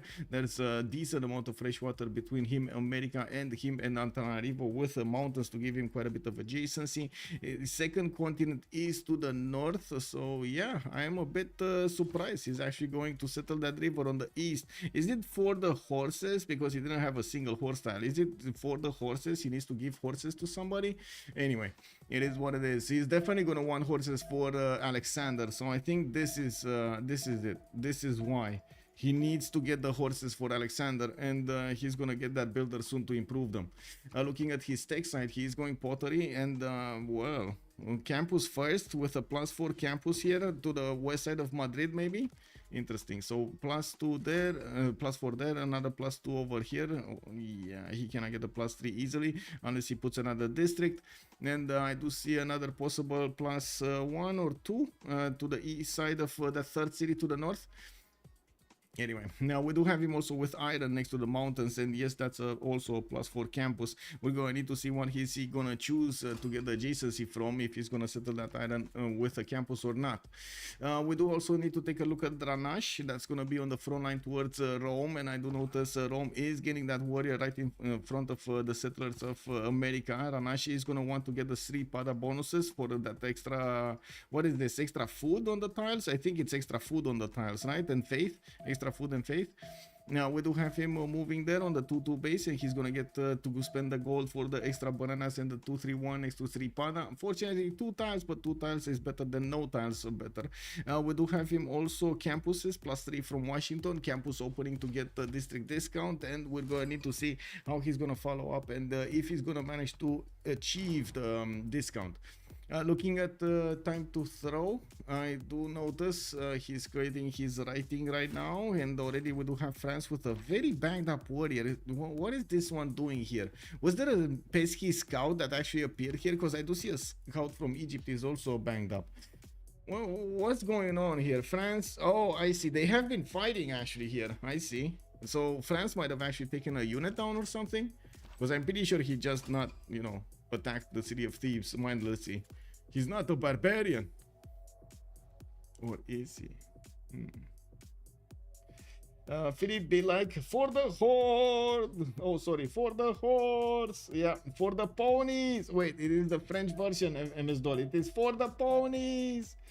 Surrounded by plantations, insert Akira meme. yeah. Alexander doesn't have a lot of 4 tiles himself, so it makes sense. Yes, I think it does make sense. And look at this big city. Methone already is 3 production. Wow. Well, I do see France is also going to get that extra science, which is going to help him discover those technologies he desperately needs. I'm actually quite curious what kind of unit is he gonna choose, but I would assume he's gonna go for horses here. While Gabzu did manage to get his wait a second, did he? He's going for archery right now. Okay, direct horseback. So did he discover or not? I don't see a single encampment. So did he discover or not his encampments, bronze working? Or is he waiting for an ally to this? No ally is going to boost that. Kick. Did he get it? Did anybody watch if Gabso got his bronze working yet?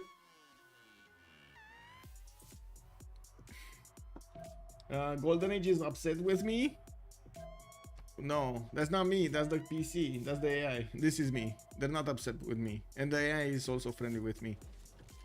Ching! You know, I did an effect with one of those. You know how in how to say it, in the video clips you see that star popping from the spark. You know, from the teeth. Ding! Yeah. It is what it is. Anyway, let me take a look here. We do have time to throw, right? To the southwest. He did manage to get the rice improved, and I do see this time around he's gonna have a lot more resources to actually improve 5 of these rice tiles, and I do see some olives in the southeast. That's not gonna matter. Another rice tile to the northwest. So a decent amount of culture that could be gathered. He already got irrigation and started improving his olives, and I do notice he's starting to also get his monuments. He's not investing into the ivory though, and this tickles me senses here. I would imagine he does want the extra production to optimize his opening count. This is the opening tempo in the city of Thebes. Also interesting, well, I guess he does want the extra culture. That's why he's going May Stars to the southwest, has access to a geothermal, giving him a +5 campus here. Not bad, not bad. I was initially thinking, why is he not going here? Much better production and food, but to be honest, here, okay, sure, he's gonna have a 1-3, and he's probably gonna need to switch that 2-2 from the northern city, but well, the extra culture is going to be nice from the beginning. And I got my answer. Macedon did not actually finish bronze working. He moved a little bit away, and it looks like he's coming back on bronze working in 4 turns. While I do notice he's finishing up his monuments to get a lot more culture. He's going early empire, and the third city is already moving to the west side. A bit of a question mark, where is he actually going to settle? He definitely wants the fresh water, and I would imagine this wheat tile is going to be his choice of a settle to have multiple 2-2s around the city center and not need to actually buy out any time, spend any gold here. On strategic resources, we do have Racketed benefiting from a horse tile to the northwest, and I do notice his iron is a third ring out in the west side. That's a bit too far off. Etemenaki has been put down by Time to Throw, and I'm pretty sure he's going to be very happy trying to get Lady of the Reeds and Marshes. That's a lot of floodplains that he's going to get the extra production on. Not to mention the science with the improved farms on it. And we do have him also getting another builder, and I do notice Persia is going to get in to sniff around the city and see if that slinger is gonna throw poop at him. We do have encampments coming up from Paris and Lyon and Rouen, a 3 encampment, you know, casual opening. This is basically standard opening against Macedon. If you don't do this, you're dead. And I do see Macedon here actually getting his trader out in 2 turns to create also the pathway from his cities. I would imagine Methone is gonna be the start point of that trader, so he could actually get the units much faster through the forest. Now we also do need to see where is he gonna put his bronze working his encampments down. I'm actually quite curious. Yeah, there we go. He's going for the wheat.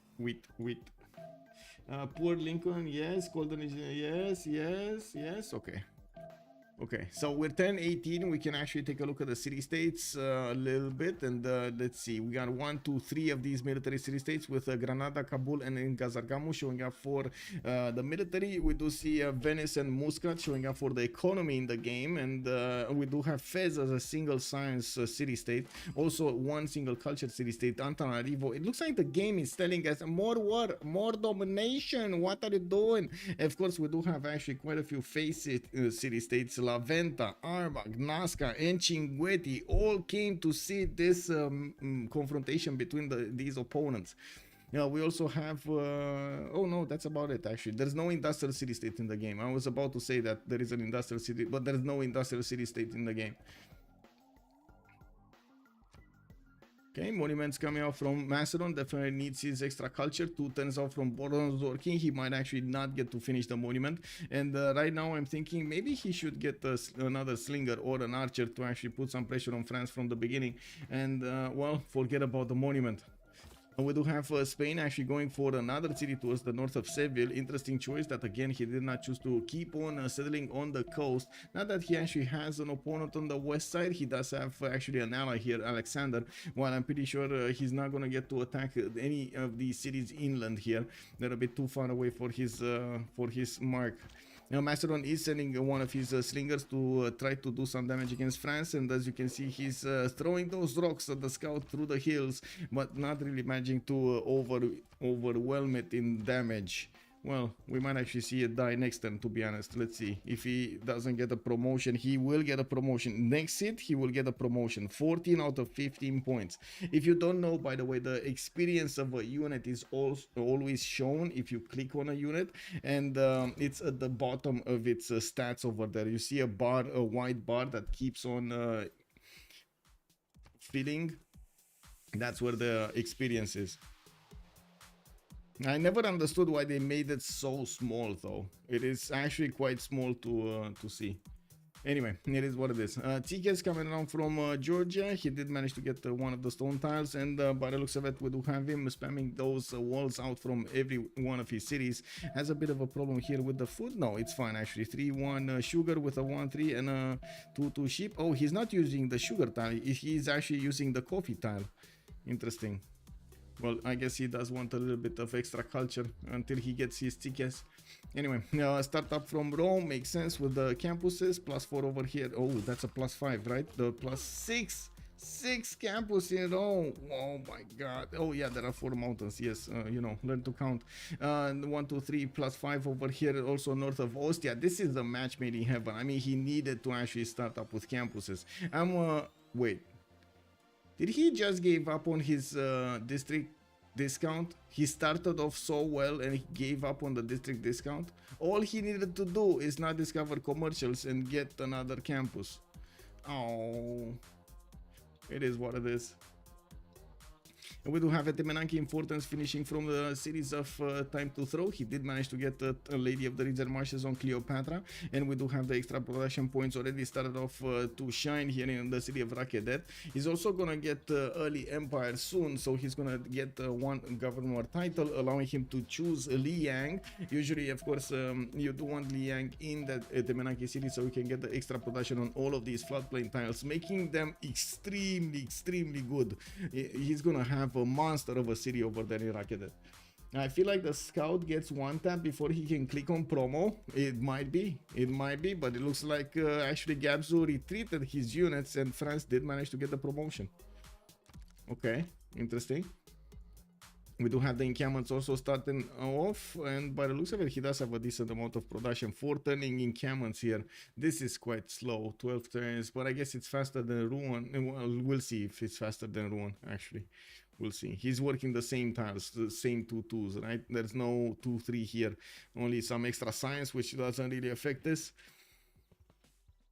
Oh well. Now we do have also Moksha establishing the city of Pella for the extra culture, and of course we're going to see how many points he's gonna get. He went for initiation rights. We might actually see something that we haven't seen in some time. Macedon going for monumentality in the first round, which usually you do want to go for drums of war now, especially with the war bonuses, but having the ability to get some faith from building the units and also converting that faith into builders and settlers might actually be quite valuable here for Gabzu. You chop more units, get more faith, chop more and get another builder, chop more units, get faith, and so on and so forth. It's a circle, a never-ending circle of bonuses. Time to Throw is such a funny name. Yes. Yes. Good evening, Colorado. Hello there, sir.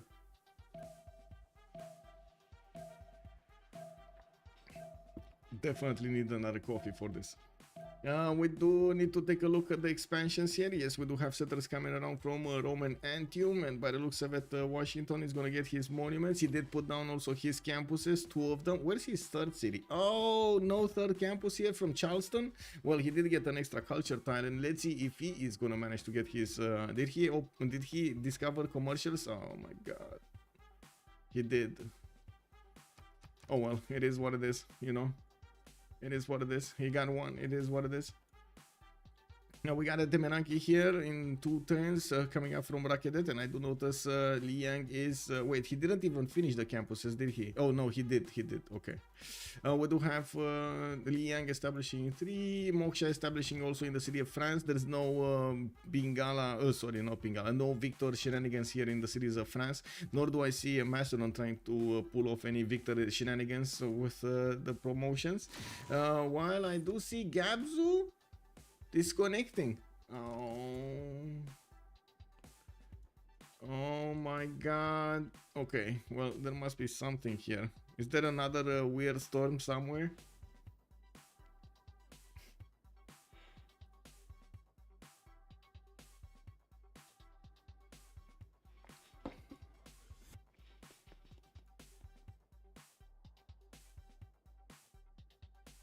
Ooh.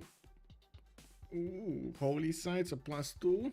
The first holy site in Tbilisi. I do see another holy site here in Poti, so he did start off on his holy site building. Persia did manage to get 4 cities, and he got Kumasi actually quite early with his units. Very nice, very nice. I'm not sure how many died there, but yeah, he did manage to get an extra city.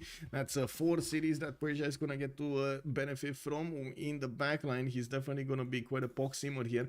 But again, the land quality is a little bit lacking. I'm pretty sure he's gonna want to settle that ivory in the south and probably put, well, might actually want to put another city here towards France. I would imagine he will need to negotiate the placement so they can share this territory, the forest and the hills. Southwest, I do see 3 campuses. Wait, Spain did get 1, 2, 3, yes, and he's going, check this out, he's actually going for this. Wait, couldn't see in 2 turns. When is he finishing this one? He's not finishing this one, guys. Oh no. Oh no. So right now the ratio is 1 district discovered, 1 district type discovered, 1 campus built. He won't get if he discovers currency, it will change into 2 types discovered with only 1 built. So yeah, no more discount. He said something before he left. Parel. He said Parel. There is this is a no discount challenge for everybody. Yes, Alex 2005, basically.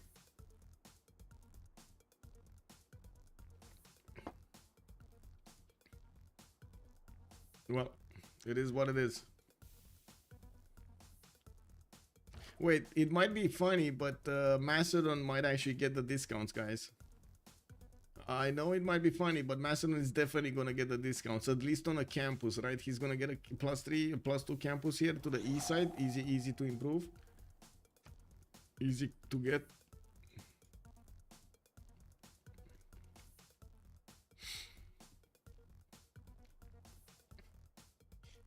Timo Archer, can someone explain me this discounts? Yes, there is a mechanic that allows you basically to catch up in the game. Well, it was meant to allow you to catch up in the game. There's 2 numbers that you need to keep in mind. First is the district types that you have discovered. That means if you discovered in the civics or techs, entertainment complex, barracks, encampments, campuses, commercials, theater squares, all of those are district types. How many you have discovered versus how many districts you have built in total.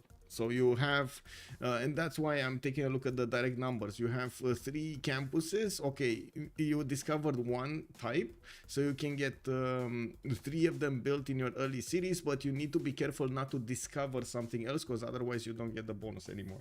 That's the problem. You need to pay attention and play a little bit on the waves with the technologies and the civics, so you get the perfect timing for those district build orders. That sometimes is a bit too much of a sacrifice though for the discount that you get, but anyway, it is what it is. It's a commitment.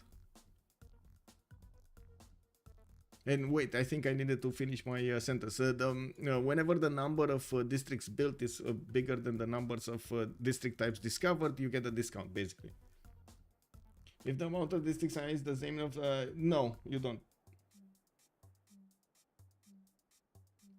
Needs to be bigger, stronger, faster. Or at least I don't know, actually. That's a good question, Alex, 2005. I know I said it with such conviction, but I'm not so sure now, right now, thinking about it. Like, trying to... I don't think I know, how to say, a scenario of that. No. Okay, we got a team plus here. From both teams? Ranash? No, that's one team. Ranash and Gabzu. They're on Lucky Nuke. We need to see Golden Age starting off. Oh, I think the Destroyer has arrived. Oh, she's gonna be popping in any second now. Any second now. She's been very, very rude in the last days. Very rude, I gotta say.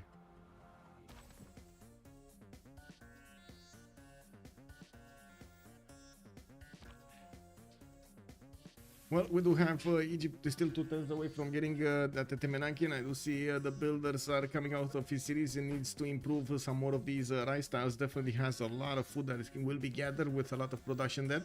And we also need to follow up the information on Macedon versus France. Looks like France already is starting off on his slinger spam, getting archery next turn, while I do notice Gabzo is gonna go for iron working in 3 turns. Whoa, this is actually quite an interesting commitment here from Gabzo to go towards iron working. This will allow him to get Hypastis, which is a strong unit, especially against cities, but it's kind of a late unit usually, and of course, because of the lack of iron on your team, you don't really want to go that way unless you fully commit with Drums of War, and he already opened up with initiation, right? So it's kind of feeling like he should actually get monumentality. I don't know, it looks like it's a bit of a mess over here. One of the other uses of faith, for example, if you don't go monumentality, you might just get enough faith to buy a build, general or writer, for example. They're 450. There's reasonably enough faith generated with units to get to 450. So districts get more expensive with more districts discovered. So any district will get more expensive with more since the discovery of so you discover the district. Let me actually, I'm trying to actually phrase this in my mind and I'm failing. So whenever you discover a district, it starts off with default production. Whenever you discover other technologies or civics after that discovery of a district, it will increase its cost per each technology and civic. So you increase your civics and you increase the cost of districts very, very quickly if you have a lot of science or culture at the beginning of the game, and the players are trying to somehow balance that to not grow that fast, but also get those district discounts, and try to balance out in their minds if it is worth to get the district discounts over the direct stats, and of course if they have enough production to actually make up for the discount. Yeah, they get more expensive with every new tech civic. Yes, discount is an on or off thing. You can either have the setup to get the 40% or you get nothing. Yes, basically, Alex 2005 is very correct here.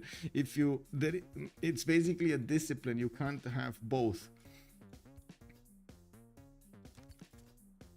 Like, you cannot have your cake and eat it too, and it's quite a commitment, especially at the beginning of the game. But anyway, let's see. We do have a few more governors chosen. Magnus is establishing in the city of Rome. We do have Washington getting Magnus, and I probably will see Magnus here in Madrid. We do have Tamar going for Moksha, makes sense. Extra culture faith. We do have Kumasi, or I should say Mashat going for Magnus as well.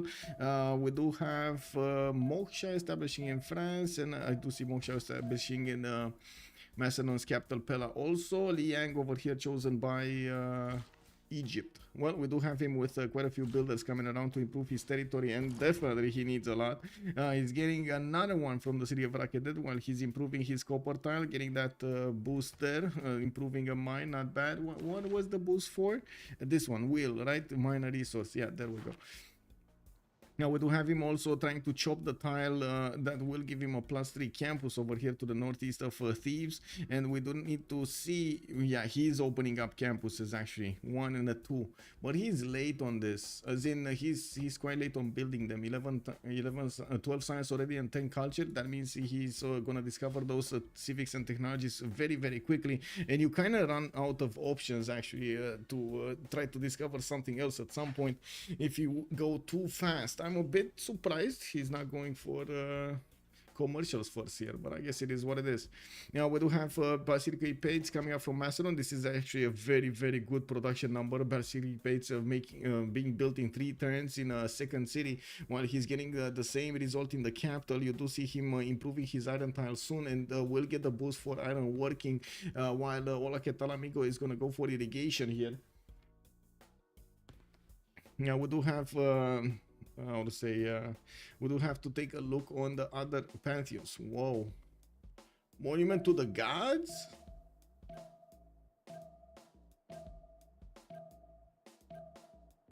This is a very underused pantheon. This is the one that gives you the production towards wonders throughout the game, right? But it's not all wonders. Isn't it only ancient and something? And monument, 20% production towards wonders. Okay, it's not only to ancient. Okay, I mean 20% production doesn't sound that bad, but is it that important on Georgia? I guess he really wanted that. He really wanted that, you know. Georgia is making right now 16 faith a turn, and we do have him only on 6 science and 9 culture, but that's kind of normal for a faith civilization, to be honest. 16 faith a turn is going to allow him to catch up relatively quickly. Okay, horseback riding in 3 turns from Linxia. It's not like he can. Well, he could try to go against America. I doubt that he will. And he's putting down his commercials. I do notice the first one. Again, no district discount. He didn't get the discounts here. That's a 6-turn commercial that he's building in Ostia, and this is a 4-turn commercial in Antium, in a city that he is working 331 tiles. That's a lot of production wasted there. Anyway, it is what it is. We do have to see what's going on. We do have the iron improved here on Pella, and I do notice archers are starting to come out from France.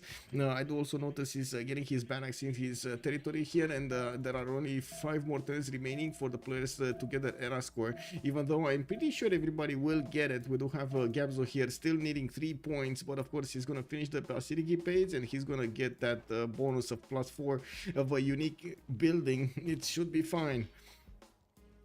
Wonders Pantheon was so bad, so it got buffed both in percentage and to help with wonders. Thank you so much, Nutria. Yes, ++. It makes sense. It makes sense. Yeah. When you accidentally send a message with only 1 word, kick. Okay, no God of Open Sky or even Pastures. Wait, yeah. Oh right, This was a match made in heaven. He went City Patreon Goddess. Interesting. I guess he wanted the discount anyway. It is what it is. Well, commercial hub investments already starting to come out from his empire. He will have Zankian as the next merchant, and he's gonna get that, while he is gonna get a builder to improve all of these pastures. I gotta say, a builder earlier would have been amazing for the capital city here of Mashhad, to get all of those extra production tiles on the sheep tiles, especially over here. Wait, is this a non-freshwater city? This is a non-freshwater city, Susa. Is he preparing to put another city in the tundra, maybe? This is very surprising that he got this. Mostly because it gets capped at the second population. It cannot grow into the third one, or it grows extremely slow. Unfortunately, whenever the city is going to run out of housing for your population, it's going to put a lot of penalties on your city, not allowing it to keep growing with using the same tiles, and this is actually quite a problem. Maybe you don't immediately notice it as the problem, but I do have to say more population is better if you can manage it. The new golden era delegation is very good for Macedon. Yes, it is extremely good for Macedon, because he's gonna get all of those extra iron points on his empire, and I don't think he's gonna receive a lot of help to get the iron points. You do see that he went for Hypastis first, right? So he has already the upgrade button on the Hypastis. He needs the iron and the gold to get it, and you do see he only has 4 iron in total right now, and nobody on the opposing team has iron. Only wait. Where are the horses on France? How are they not making horses?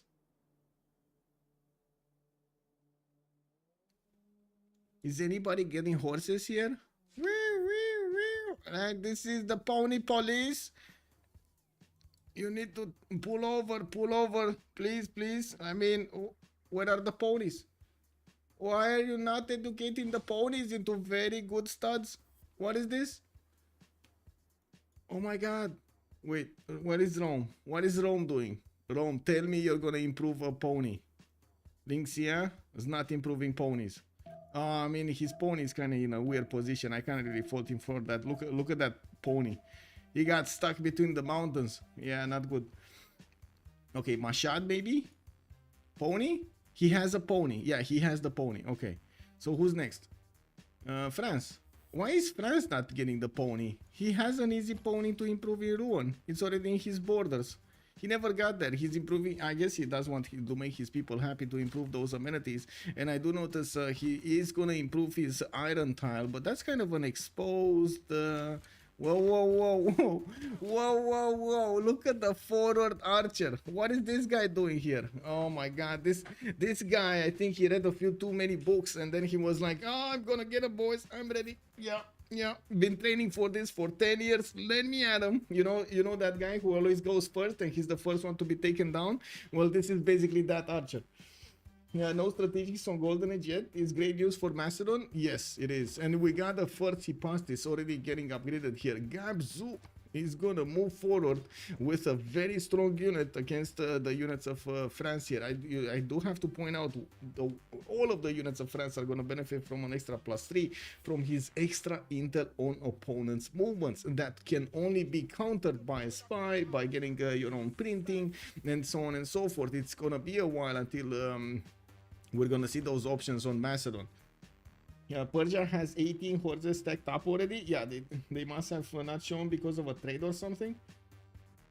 Bye, France. Magnus already calling it out. Bye, France. Bye. Sergey, good evening, sir, and welcome. Machiavelli, good evening, sir. I would like to congratulate every Frenchman with... wait. Whoa. Let's not do this, Machiavelli. Oh my god, I stopped at the correct moment. Come on, Machiavelli. Magnus, yeah, bye, France. It is what it is. I don't really want to comment on that subject. It is what it is. People are doing what people want to do. We need to live it. Now we do have traders coming up from Thieves, and yes, Pingala is establishing in that city center. Yes, I do also notice his campus came out of the city of Thieves, and I do see Uno is going to get that +5 to the west side. We do have Etemenaki finished, so he's getting all of these beautiful upgrades here on his tiles, the extra production, the culture, the science. It's all amazing here in the city of Rakedet. We also need to take a look at his total production here. I'm actually very curious of this number. 49 points of production. Actually, he's the most productive one, even more than Baptiste, which is on 4 cities, soon to be 5 cities. No, it's just 4 cities. Okay, well, it is what it is. I do notice he's also building the pyramids here in Kumasi. One more turn until the Golden Age. We do have gaps of getting the points. Everybody in the game actually did manage to get the points over the threshold. We do need to see Macedon getting another one of these going. While he's getting his encampment training project from his capital, he is gonna get that general. Yeah, this definitely is gonna happen here. We do have France also trying to get there, getting a project of his own while he can chop it next turn. I do notice he got his government plaza to the southeast of Paris and putting Magnus in the northern city of Rouen. Well, we're gonna need to see how things will evolve here. Definitely the Hipastis is gonna be a much harder target for the archer to attack into, while I'm pretty sure also when those Hetari come out from Macedon, he's gonna get that pressure on his opponent with them. Horseman riding in 2 turns, military tradition in 1. He already discovered the maneuver card.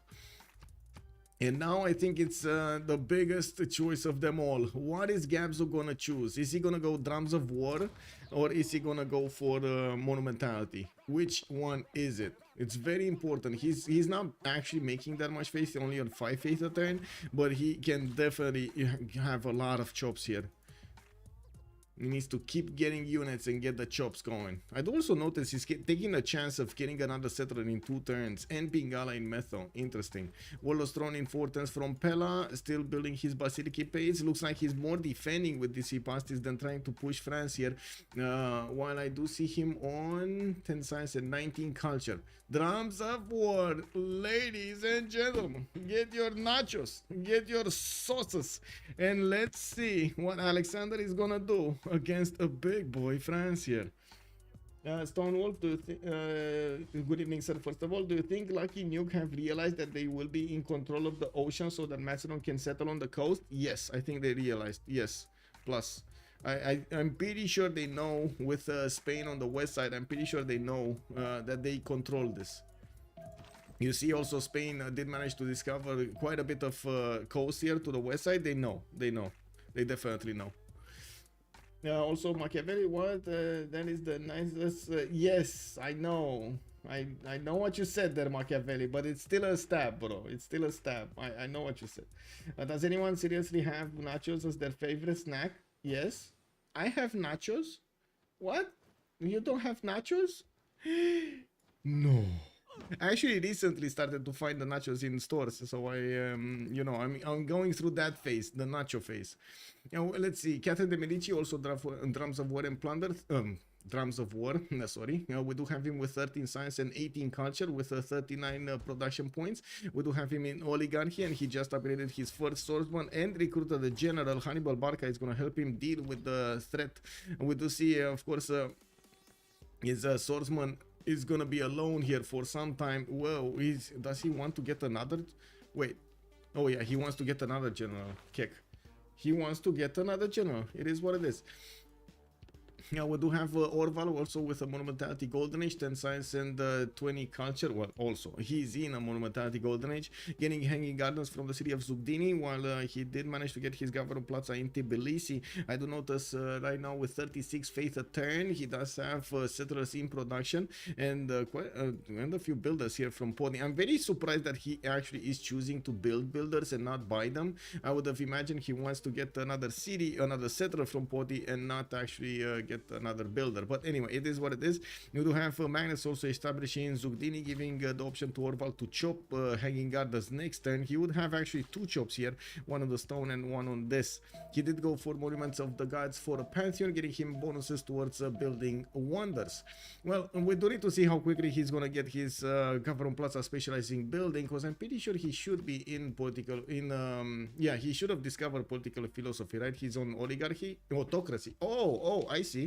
He's in autocracy, so he is trying to get all of the bonuses for that wonder. Yeah, there we go. It switched from 5 to 3 turns. Yeah, he's gonna get it quickly. This is massive, by the way, for his empire. So much housing and extra fertility on your cities. And there we go. He's chopping it out with Magnus, and it's only one more turn or a sliver of production. We do have also Leader Shah, working 3 turns in the north, getting his granary in the city of Susa, and... Thou shall be knighted primer, Colorado. There we Thank go, you. almost forgot it had ended. Thank you so much, sir. Thank you so much for the prime. Much appreciated.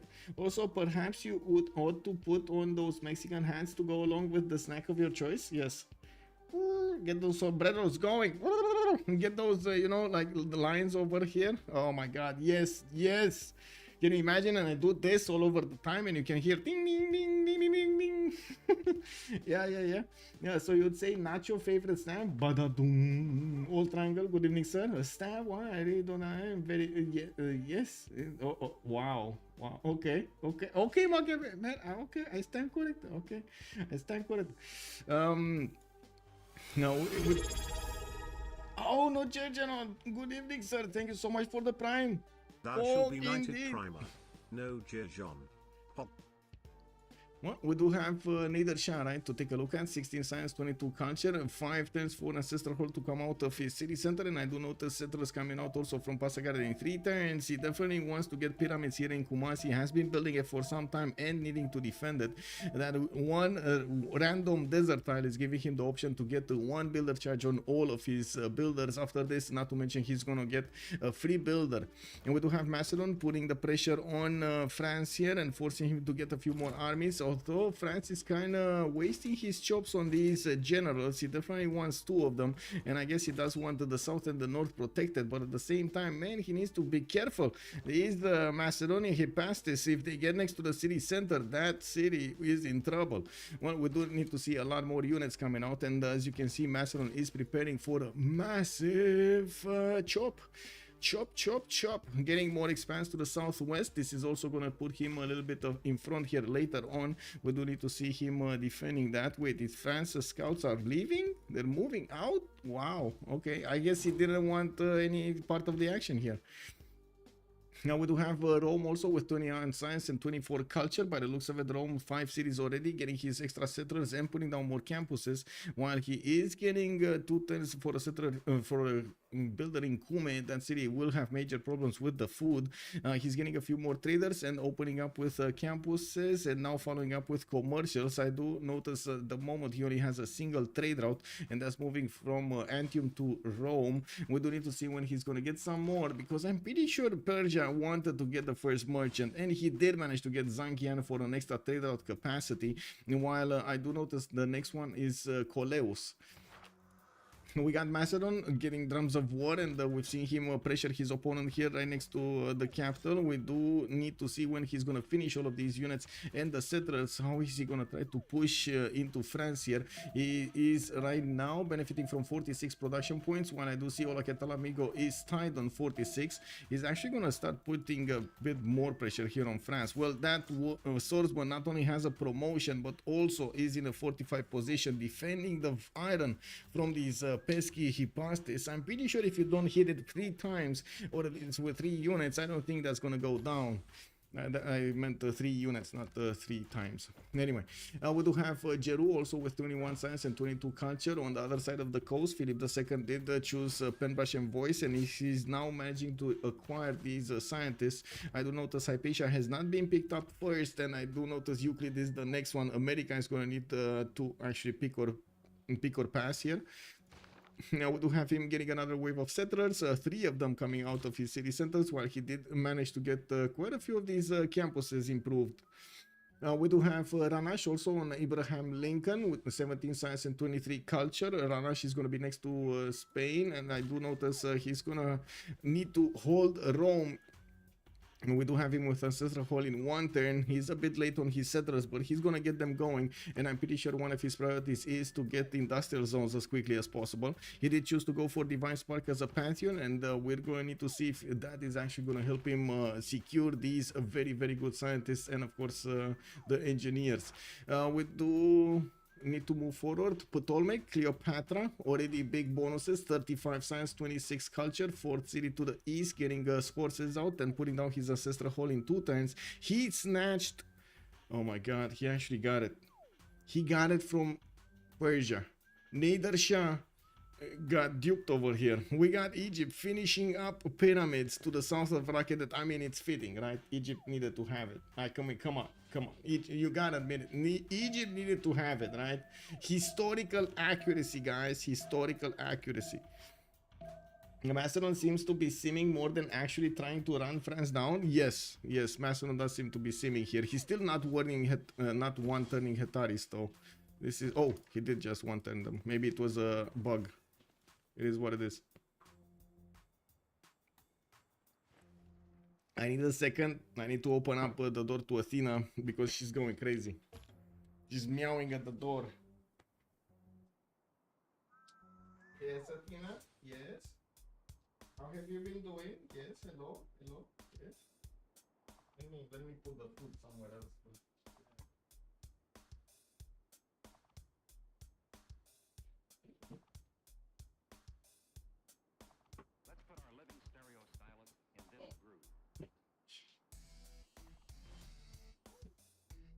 There we go. The little kid is here. Okay, so Retirees are coming out of the cities of Macedon. We do have him with builders that could help him chop, and I do notice Pingala has established there in the city of Methone. Every time he actually pops out a unit right now, he's going to get a science, and that is going to be very important for him to keep up with Olekatala and even try to make more science than him. We don't really have right now that big of an economy on either, with Gabzon only 6 points of GPT, while Olekatala is on 12. It looks like also Orval is going to have 12 points there. Come on, not that. Oh my god. Okay, it is what it is. She's exploring again. It is what it is. Well, on the western side, it looks like Euclid is gonna start off on his discoveries here. Aliabata is gonna be the next one. America did not choose to pass this, so yeah, neither Hypatia did show up here. Looks like it might actually be the last 30-point scientist that he's gonna get. Yeah, looks like. Okay. Where is more Hetari? Where is more Hetari? Okay, 2 more Hetaris coming. I mean, this is look at the unit spam. The unit spam, I think it started. We do have him with those Hetaris actually having the ability to move forward. Now we do need to see when they're gonna cross the rivers and how quickly actually France can get units to block this. With the city of Aigai, he could actually hit the city of Lyon using these floodplain tiles next to the river Loire. I think it's Loire. We learn from history, don't we? Yeah, I mean, some do. I would say some do learn from history. France doesn't do a magic all over again. Contrary to popular, it was quite effective. However, in the wrong place or not long enough. I mean, they couldn't really have predicted that their opponents are, their, I would say, neighbors are gonna get attacked and smashed. You know, they did what they could on their side. Now it was up to their allies to do something on their side, and they didn't. The old triangle, thank you so much for the prime. Thank you, sir. Well, we do have Macedon here still needing to get his attacks going. Man, Athena, ce dorești? Okay, she wants the thing. I see. Okay, take the thing. Come on. Come on. Come on. There we go. Come. Yeah. Go. No? Okay, you don't get duped like that anymore? Okay, I see. Yeah, she got bigger. She knows more. Okay. Well, we do have a few more archers also coming out from Alexandropoli, with Magnus establishing in that city center soon. He's going to have the ability to chop a little bit more efficiently. We don't really have the Setaris moving out of their borders at the moment, while he's going to go for machinery in 8 turns. We do need to see when he's going to start pushing. This all of this time is actually giving France a bit of a respiro moment to get his Wall of Stone built and also get more improvements going. Finally, he's going to get his horse down. Now we do not. We do have Olaketal managing to get iron. Orval is getting iron. Baptiste is not. While Linxia is also getting his iron turn here. Is this a foreign settler from Rome right in the face of an America that is gonna get the free units? This kind of looks like that, right? This is Rome. Linxia actually putting a settler right in the face of Rome. Hey. Look, take this. You see? Yes. Okay, I do see bats are coming out from the cities of Rome, and yes, I do notice we do have him getting his markets out. He is getting a heavy chariot from Antium, so maybe this is the start of him spamming those out. We do need to see if that's gonna happen. Pingala is also establishing in the southernmost city. Okay, Hetaris are starting to cross the river to the west of Methone, getting in the face of an archer, and I do notice he can push back the general from that swordsman, so he doesn't get the extra +5. That swordsman is way too strong for these Hetaris to push through, while Macedon is gonna need to get a second general of his own. It doesn't look like he's flexing his muscles here anymore. Well, somebody else did get a general. Egypt did manage to get a general. Very interesting that Egypt actually got a general here.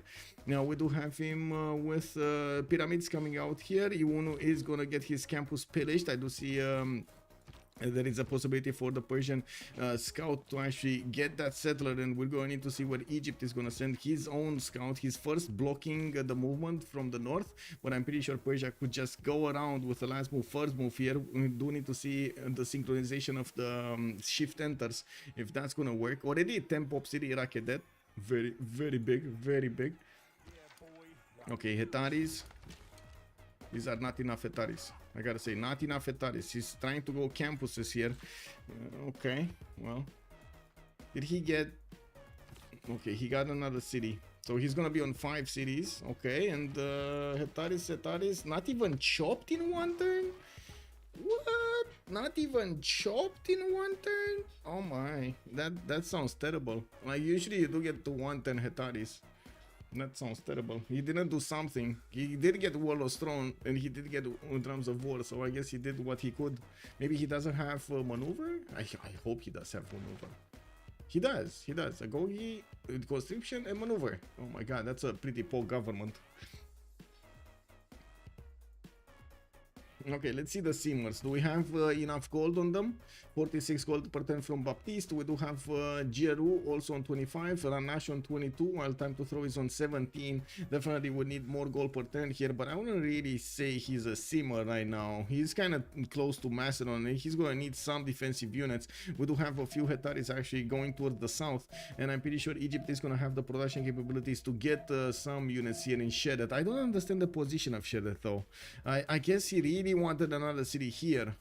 He really wanted another city in between all of his other cities, because Shedet, I mean, it would have been much better on the main style for the defensive posture against Macedon.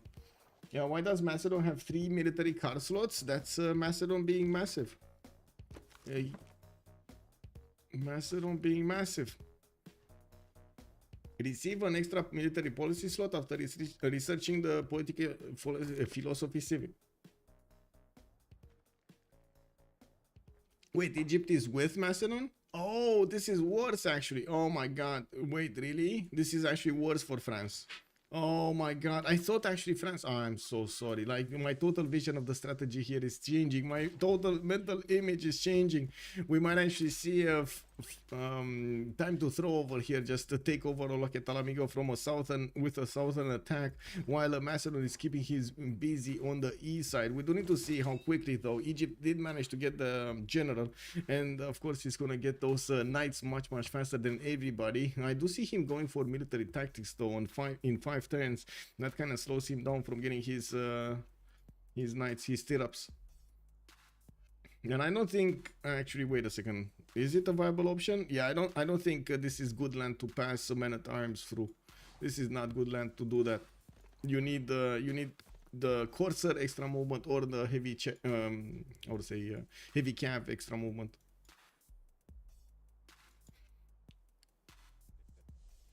Anyway, let's see. Rome, audience chamber of his choice. Marcus Licinius Crassus for some free tiles. Did we have Hypatia yet? No, still no Hypatia yet. Looks like they're starting to pass Aryabhata around. In the first great engineer, we do have Isodor of Miletus giving them those extra bonus points for the production. Georgia did start off on his great writer challenge. He did manage to get Oracle, and he's gonna put Pingala in that city center, getting him a massive boost of writers.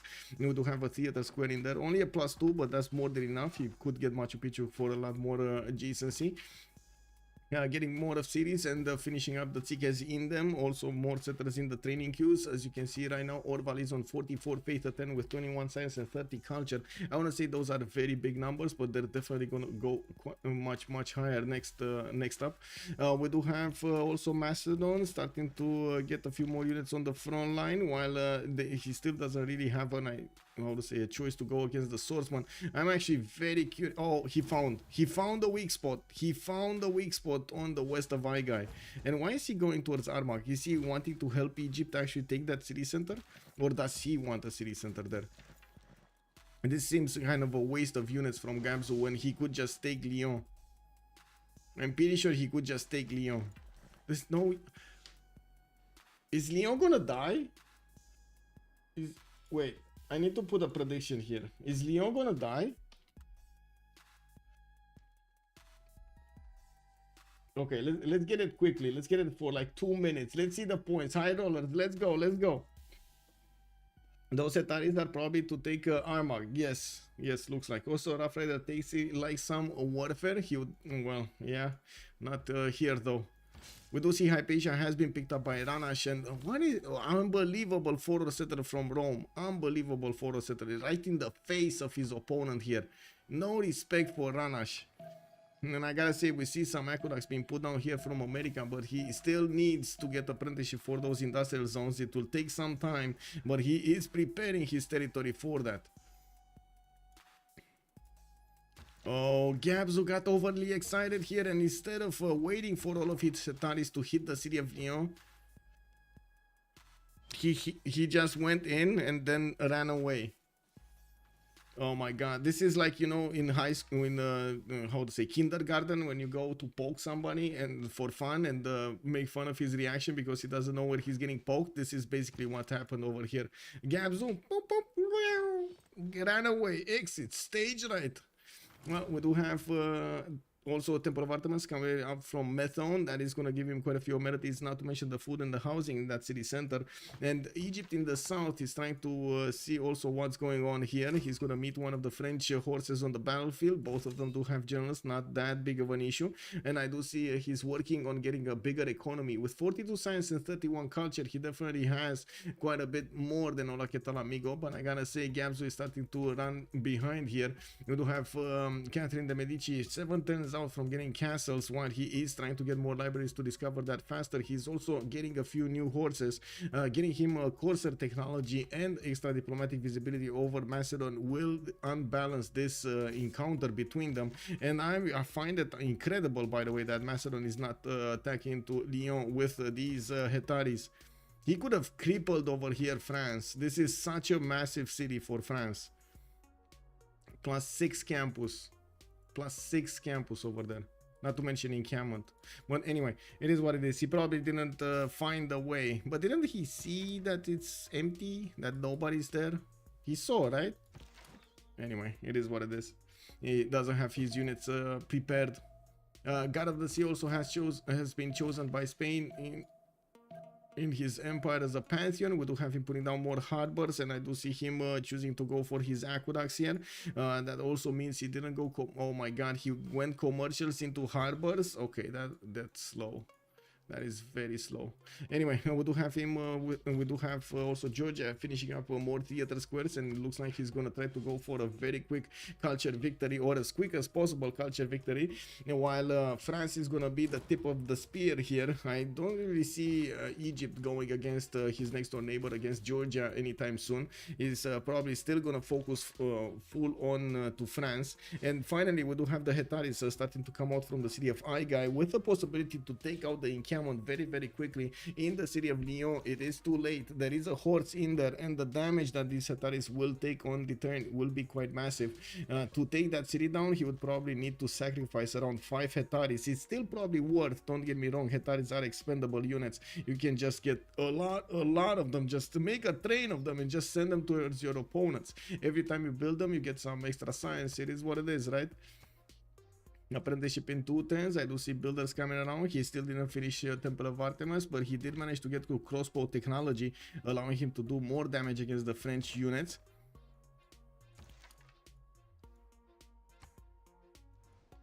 Is he gonna try to go massive? Yes, I think so. I think so. That is kind of look what his empire setup is looking like.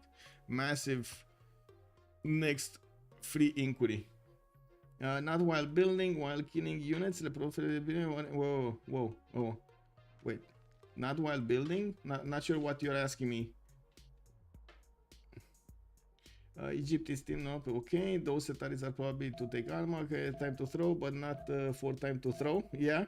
Yes, and he should be. All of the Rough Riders fought in the Spanish-American War, didn't they? Die in the near future. Macedon is trying to just poke France and not commit in the war. If he can do it, should work well. Well, yeah, let's see. Because it looks like he gives more time to France, and because he gives more time to France, France is scaling and able to defend himself.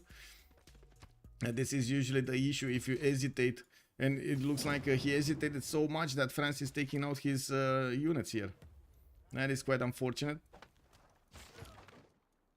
Macedon did manage to get another general, but that's Timur. That's not one of the correct units. He's gonna get also apprenticeship next turn, and he needs stirrups for the knights, for the extra unit technology.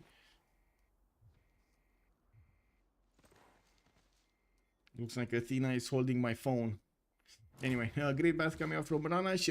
He's starting to get his industrial zones, and yes, I do see that Rome is getting knights right, heavy chariots right in front of his face, with also Governor Victor establishing in that city of Puteoli, trying to get more defense and maybe even some promotions. We do have to see how quickly Washington and how many units Washington can get out here. He does have a bit of a problem with the population in his city centers, and we do need to see how many of these cities he did actually wait. So, for example, in Charleston, he shouldn't be able to get an industrial zone until he hits 7 pop, right? That's quite a long time. At least St. Louis can get an industrial zone. New Orleans will need 4th pop. No, he didn't actually make a district. He didn't commit to a district in New Orleans, so probably that's one. And he did manage to get the first +5 unit here. Yeah, first +5 unit.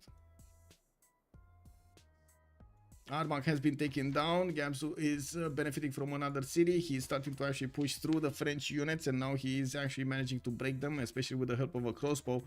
We do need to see if Ola Ketalamigo is going to stabilize this with castles. He first needs to do a lot more units, and he's starting to turn the horses out of his cities. We do have Macedon also getting a few new crossbows and pushing in France with all his might and power here. And we do have multiple archers and the crossbows that can attack into that one single source one, even though I kind of believe he's gonna switch it last second here with another one. Oh my god, Athena, stop clicking on my mouse. Oh my god, look at her. Athena. Hey. Pe cine facem aici? Yes. Okay, we do have Magnus established in Alexandropoli, allowed him to get a few new chops, and of course crossbows already are on the way towards the west. Macedon is trying to get through the north as well as trying to see what's going on next to the city of Lyon. We will have Egypt also needing an army, because I'm pretty sure French units, if they're not gonna need to do something against Hetaris on the east, they could just upgrade into courses and try to do some poking at Egypt's territory. We do need to also take a look how quickly they're going to manage to get their golden ages. In 7 turns, there's another age start in the medieval era, and we do have Ola Ketalamigo still going dark, while Orval is going to get his golden age points already, 66 out of 58. We do have Baptist 37 out of 42, and I do notice we're also going to have Linxia on 56-66. That's 10 points out from actually getting the golden age options. He still needs to get quite a few of them here. We got campus is coming from Achillea. I do notice industrial zones. That's going to be an easy +6 over here next to the city of Rome, with Magnus in that city center, allowing him later to get that vertical integration going.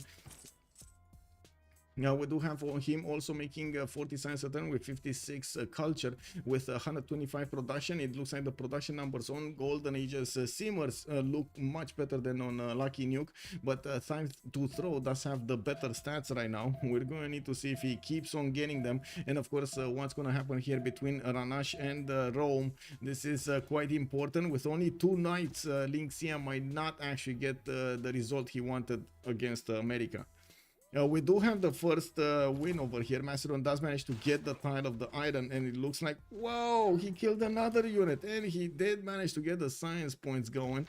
And of course you do see the other Hetari being put down on that tile. Castles in 2 turns is very, very close for France getting his courser, and the extra spy ability that he's gonna have against France here, against Alexander. We do have stirrups coming up from Gabzu, and I do see he's getting another encampment training project while he is training more crossbows. He's gonna want to upgrade as many of these Hetaris into knights as possible. Egypt is getting pretty huge. Yes. Didn't Macedon already have knights upgrade button on Hetari? Not yet. Next turn. Stone Wolf also, good evening, sir. Oh, I do need to check something. Okay, we're fine. I think we're fine. We are fine. Yes. Who got Temple of Artemis? That's a good question. Let me see. Not here. Where was it built? Wait, wasn't it in here? Yeah, here. Who got it actually? Got it. Oh, it was here, built in Persia. Persia is also getting big. 2, 4, 6, 8, 9 cities here. He's also getting big, trying to build more commercials. Getting his aqueducts for the extra production and housing in Susa. I don't notice he didn't really set up his empire for production centers. Like you do see he doesn't have that many of these setups like you've seen. Wait, let me actually show you a good setup. Not this one. Where was it? Not here. Here in Lincoln's territory, I believe I saw it, right? No, he also doesn't. Well, I guess this one is a big one, and I guess this one gets some bonuses, but it's not that big. Okay, Knight's able to go and attack the city of Cincinnati before it gets a unit, and yes, he doesn't have an industrial zone committed there. He could try to get one when he hits the 4th population, but already the Knights are there and able to attack into the city center. While some of these swordsmen are actually getting out of the cities on the west, they will need to scramble to get into the defense of the city of Cincinnati, which is trying to get an industrial zone in 5 turns. That's a long time. We do have this one. As you can see the setup, but this is not really ideal either. Like the aqueduct would have needed to be here. Anyway, it is what it is. Did Rome do something? Yeah, Semi did something here. He got some points. He definitely has some +7 industrial zone with another +6 industrial zone. That's pretty pog in my book. Okay, is Gabsu getting knights? No. Already not yet. More of these Macedonian crossbows are coming onto the field, and he's starting to get right next up in personal with the French cities, but a bit too late, unfortunately. We're going to need to see him upgrading these crossbows, promoting these crossbows, and managing to get the extra points of damage against France, while of course he's going to get spied on pretty soon here.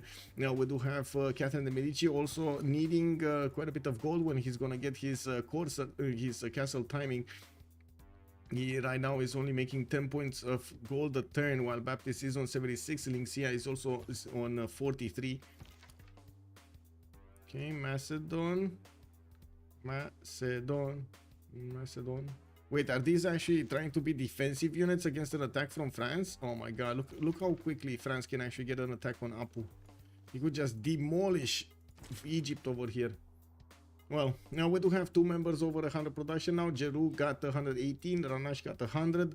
Looks like in the era score points, gaps are going dark. Jeru is gonna try to go for a golden age, but he requires 11 more points. Ranash needs 10 more points, while time to throw is 55 out of 63.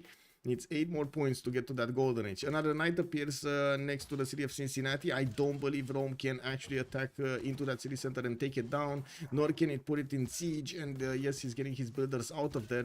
He would have needed at least another knight here to put that city under siege. He needs to have another one here on the 2-1. So this attack, even though it was well meant, it looks like it's over before it started. He only got a builder, a 2-charge builder. And that's about it. Well, unfortunate. Spain had a setup. Let's see. Yeah, there we go. This is the perfect setup. Spain actually has a setup. You can get 2 industrial zones between 2 aqueducts. Yeah, this is the one and only. I see galleys coming around. Wait, he didn't actually build boats before? Wow. Okay. What is happening in the city-states? Who's keeping what? Fez is being kept by Gabzu. We do have Fez actually being kept by Macedon? Whoa.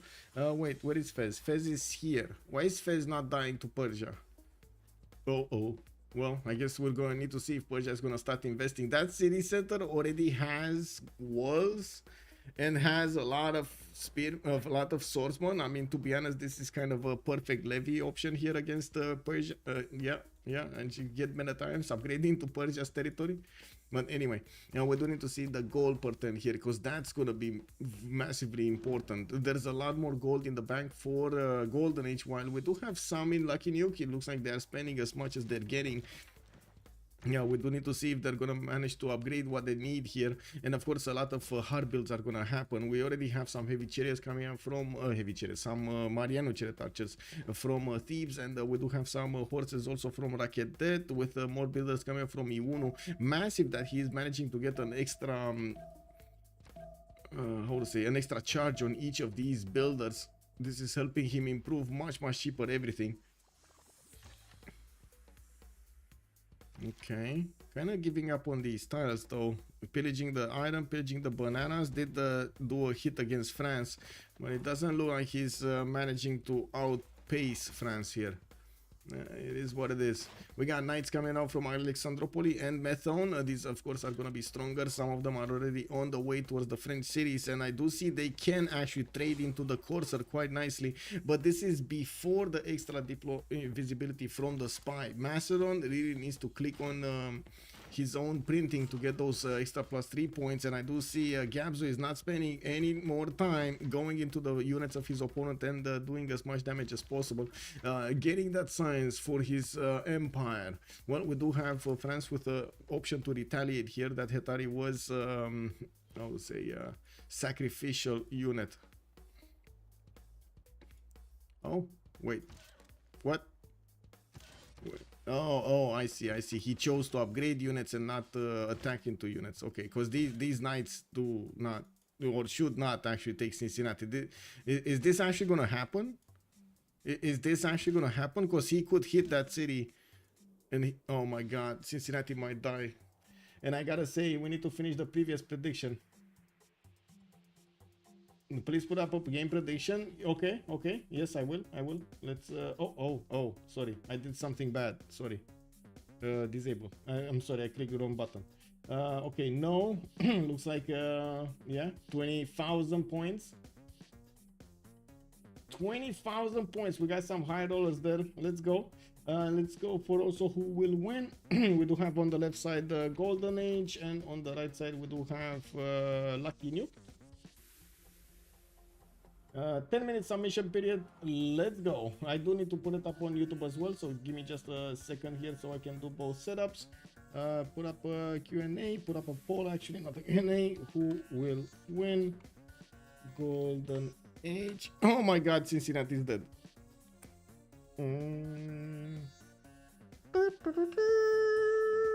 Oh my God, that city's dead.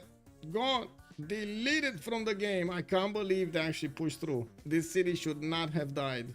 I cannot believe the knights were allowed to do it. Like, you've seen the damage counters. These units definitely would have done the damage against the knights. But that city's gone. Dead. Yeah, not gonna be back. F, big F. Yes. Okay. Let me finish this on YouTube. Lucky Nuke. Yep. Start the poll. So there you go. Welcome back, Athena. Welcome back. Hello. Hello. Yes. No, she just wants to stay here. Have us in the vision, you know. Okay. Well, Cincinnati looks like it's gonna be taken last second over here, or at least a little bit before, so he can actually raise the city. He's probably worried that the men-at-arms and the horse is gonna attack, but to be honest, they do not have enough movement to do that. He might as well just take the city right now and delete it, raise it to the ground. Not to mention set up the shift enter so he can get those units out of there. Table. Massive attack from France into Egypt, and it doesn't seem like Egypt is ready for this at all. We do have Egypt with castles coming up next turn, and he's gonna get his own horses into Corsairs. He is gonna need to hard build quite a few of them. Thank you so much for the follow also. Yes. Yasushinu, good evening, sir. Welcome. It's dead, but it costs 3 knights. Look at the unit count difference. Maybe America can push for Puteoli after. Yes, I think so. Let's see the production here. Oh, Lynxia going for settlers. I see. Well, that's not going to allow him to get reinforcements in Puteoli anytime soon. And with men-at-arms already upgraded and 60 strength men-at-arms, that's going to be quite nice. Where is his general? And oh, he never went for a general? America? Well, he never went for a general. Yes. Okay, there we go. City got raised. That's the first victim in the game. And we do have him going behind enemy lines here in the city of Charleston to get the pillage on the commercial. He keeps on doing damage against Ranash. Did we have any more movement here? Macedon getting the knights in, and it does look like all of the French units did go towards Egypt. And now, of course, he's gonna need to fend off coursers here from Egypt. Definitely, France has the upper hand here with more damage on his own units because of the general. And I don't think they have enough gold, do they? They do, but it's on Ranash. Time to Throw doesn't have enough gold. Well, anyway, he's gonna get the ancient walls next turn and in 2 turns, and by the looks of it, he should be able to withstand a few more attacks here. Can this one go here? No, he needs the upgrades. He needs to upgrade. If he doesn't upgrade, he's not only gonna lose these units, but also gonna lose the positioning, and will not able to stop the pillaging that's gonna happen from the coursers. Well, that came at the sacrifice, though. Macedon is managing to push towards the city of Paris, and even though ancient walls are going to go up in 1, of course, he's bringing catapults on the way with more knights coming in. This is going to be a danger for Persia also. It doesn't look like France is managing to get new units out, and this is actually quite surprising. I would have expected him, especially in the face of all of this Macedonian army, to start building more units. Well, we do see him with a decent amount of coursers here, which are taking damage every turn from multiple crossbows, while the Knights of Macedon are pushing directly into the borders of the city of Paris. He's quite confident the walls are gonna hold for a decent amount of time, but I guess he didn't see the catapults yet. Okay, pillage, okay. I see one single knight got taken, by the way. The other one is still alive and kicking. I don't know how they didn't take this one down, but they didn't. So yeah, Linxia will need to pillage the commercial and then run off. Go somewhere else. He could take a builder, for example, from the southeast of Los Angeles. Kick. Okay, more knights coming in from Rome. He's getting his intelligence agency. We do have one more turn until the next Congress, until the next era. Dark Age for France, Golden Age Orval, Baptiste, Golden Age on Linxia, not a Golden Age, not a Dark Age either for Gabzu. And we got him on a normal. Jeru did get his Golden. Looks like also Ranash and a Time to Throw did manage to get their Golden Ages. Hey.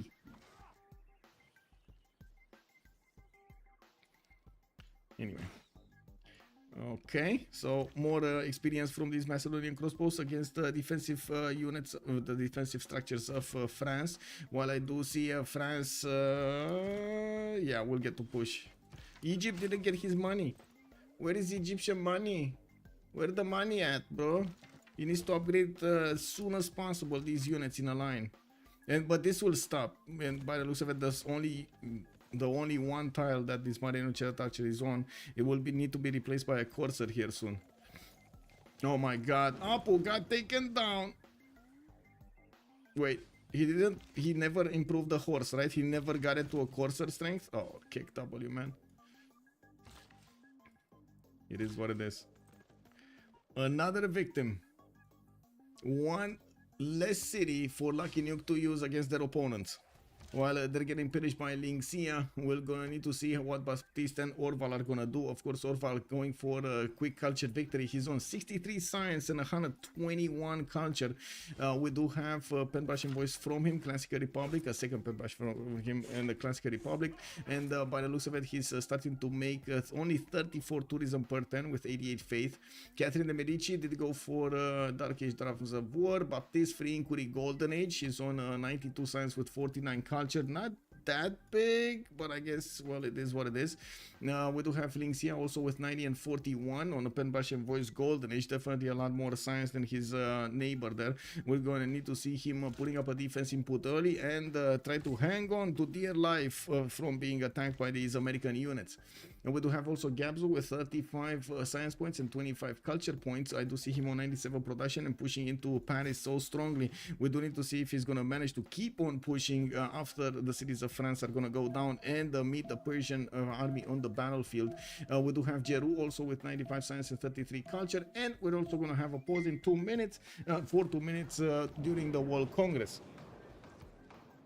I'm gonna leave you here with in the very capable hands of Athena, or I should say in the paws of Athena. Be careful. Give her cookies. She's gonna be fine. 2 minutes and we're coming back.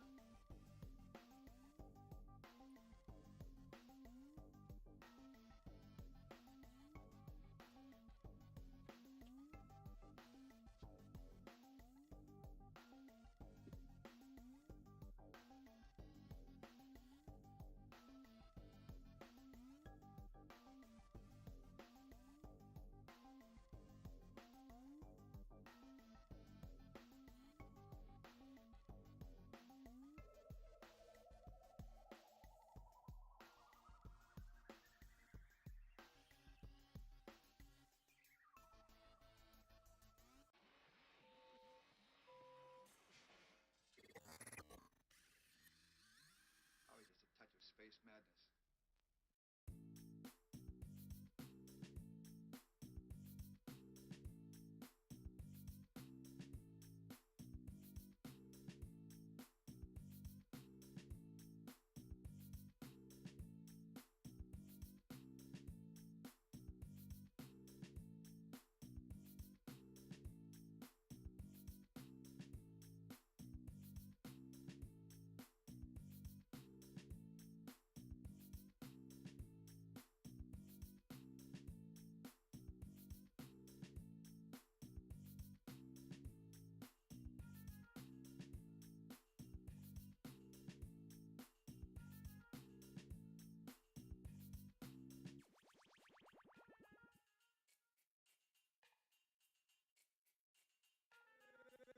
Gangsta boogie.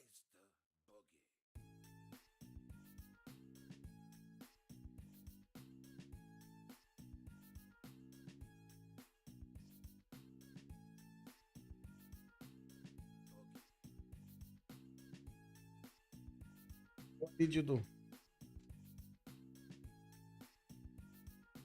Okay. I guess she was fine, right? She behaved. I hope she behaved. Fortuna Rip, hello there, sir, and welcome. It's dead, but it costs 3 now. Okay, that's a smart move. My Rome go behind to force America units to go back and prevent an attack. Yes, yes. Okay, so Paris is getting hit by catapults, and it look like Macedon is starting to acquire more tiles. They're even pushing from the south to east. We will have the first city taken out from Egypt, and Egypt looks like he's going down under here with the corsairs able to take Thebes quite quickly. We do need to see if France is gonna choose Akhetaten or Thebes. It's gonna be quite hard for him to go against Raketet, but that's not impossible either. There is a Corsair that's coming out there, but too late in 2 turns, unfortunately. We do have also, to take a look here, more knights and catapults coming around from the Macedonian cities, while in the World Congress we did have Mercury granting no amenities, Monarchy gaining a wildcard policy slot, and Philip II getting 2 Diplo points. Looks like Nader Shah also, let me actually take a look here, 9 cities, 44 population, Linxia 6 cities, 45 population, and Zuver Lesik, thank you so much for the follow, sir, and welcome. And wait, a Golden Age easy dub. Let's see, well, Golden Age over here did some moves. A lot of goal pattern from Jeru and Baptiste. Both of them are actually relatively close in science, and exactly on the same amount of production out of their empires, 163, while we do have 156 on Linxia. He did manage to jump up over 100 science, and he has a lot more culture than Ranash here. We do need to see if he's going to manage to get a good defensive force against an American counterattack, which I'm pretty sure is going to come out at musket timing. I don't think America should push before that, but to be honest, right now, Ranash, I'm not sure what he is up to. He's getting a few of these pikemen and mixing them up with men-at-arms, which I'm not sure if it is the correct thing to do here. I would have imagined a more concentrated force and not a defensive. This looks like more of defensive force than an attacking force to me. The positioning of the units and also the lack of a general here does give me that readout, even though his units are majorly overpowering his opponent, Linxia. Not to mention, I think even his production capabilities should be on point there. Oh no, he's actually quite low. 119. Wait, how am I desyncing? What? randomly desyncing in the game. Wow. Did everybody desync? Was this one of those turns? Everybody started desyncing because of something? You know what I didn't get, right? I didn't get my coffee. Well, it's good, guys. With it just takes us 15 seconds to resync. It's fine.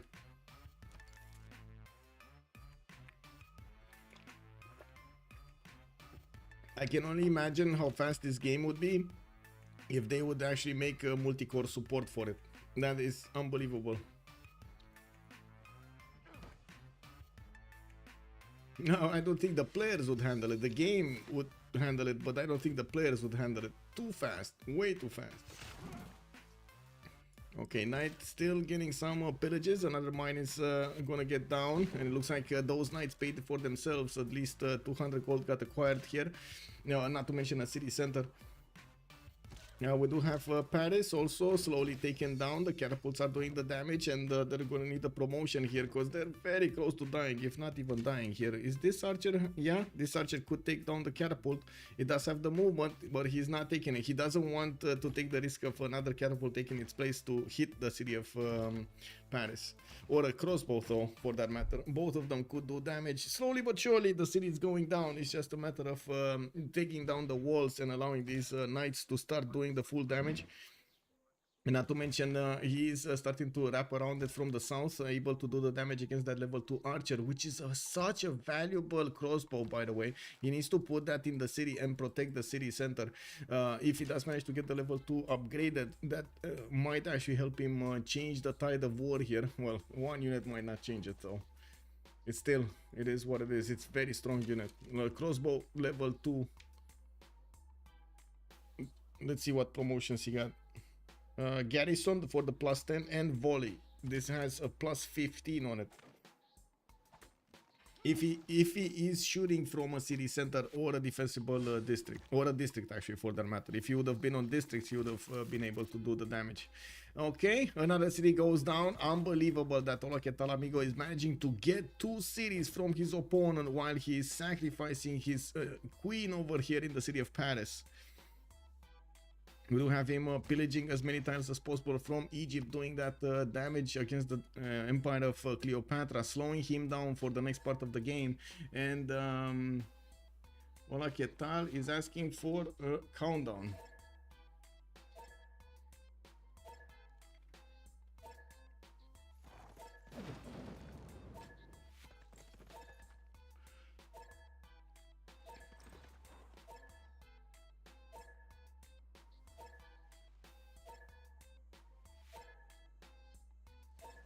There we go.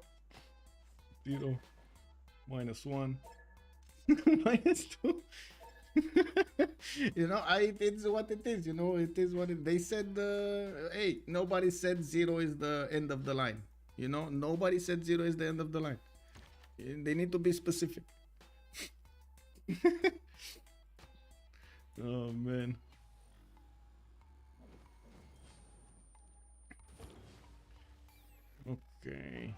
Okay, let's actually see what's going on here in Paris, because this is quite important. It looks like Macedon is managing to get those units right behind the defense of Paris, and crossing that river forward with more units is going to allow him to attack the city center from multiple sides and put it under siege.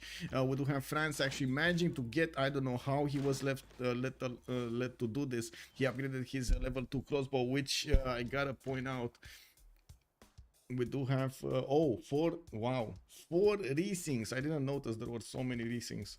Anyway, we do have the crossbows here already doing 55 damage, and not in city center. They would be on 65 damage, guys. That's a 65 damage crossbow against a unit. That is why I'm saying it might actually turn the tide of war, because this city is getting to incredible damage.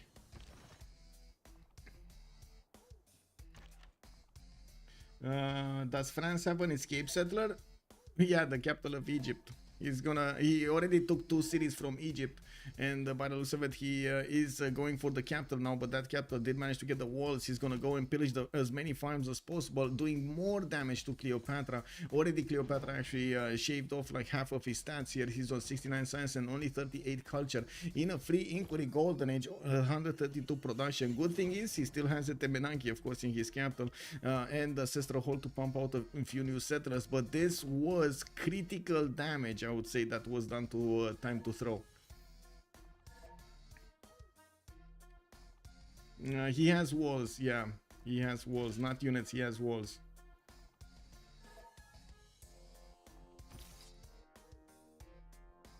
They're talking about the relobby next turn, not this turn, and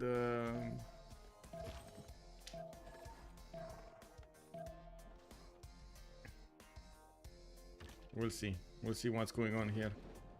Gabs was making a bit of a pun, and I'm not sure what he's saying here. Do we want the moves on the turn? It's hot. Lol. Okay.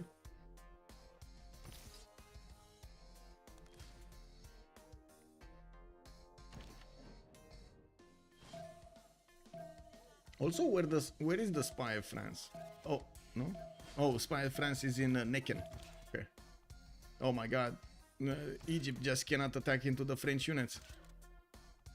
When is his printing done? In 2 turns. When is... oh, never. Oh, no, ¿qué tal, amigo? It's 1 turn divine, right? Okay, walls are gonna be quite heavily damaged here by the catapult. It looks like Paris did manage to get the Corsair upgraded there in the capital city, getting a bit more defense. It would have been so nice to have a heavy unit there from the beginning.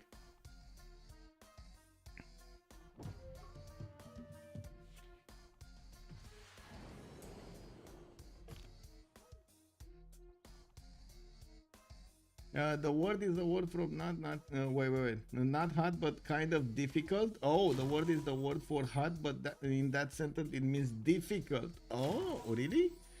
Really? Hot and difficult are okay, interesting.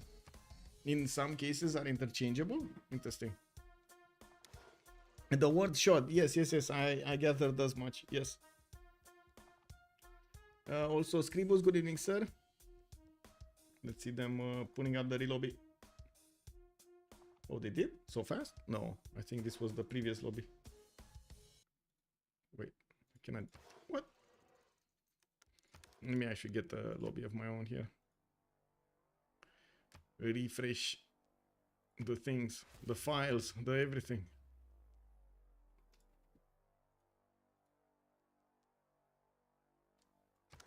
Okay, this is weird. Error joining? What?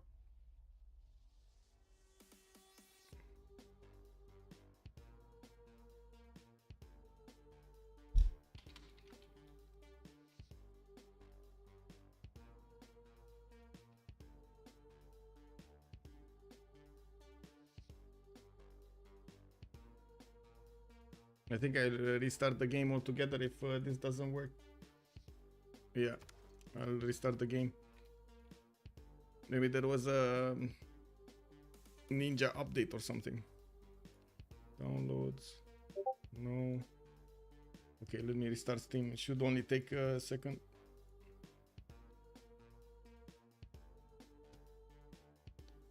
Okay. Well, a few seconds. Yeah, no problem, no problem.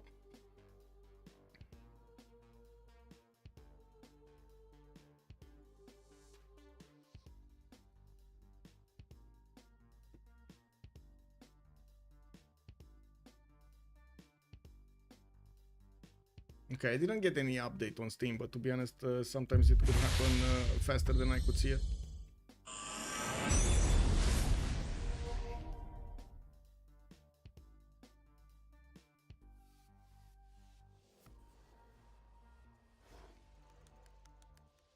Okay. Okay, it's worked. Fixed it. Or at least I hope so. Yeah, connecting to players. There we go.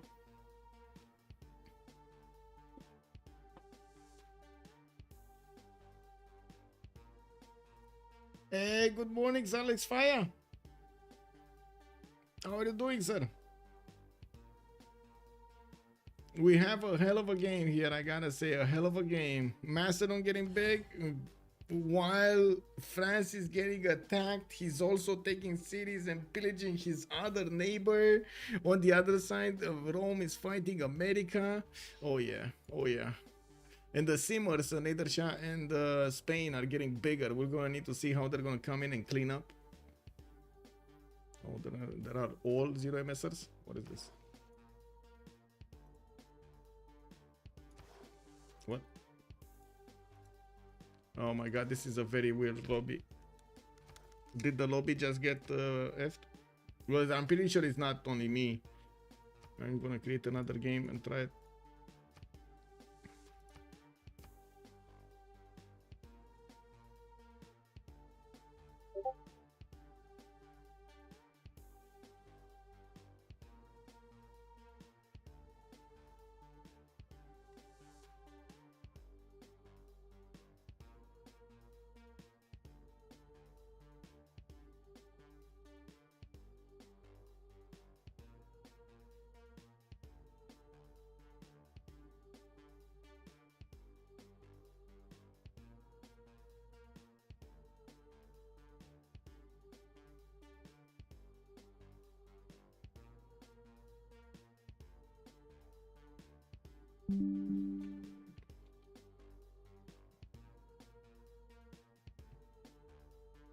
Well, are we getting in or no?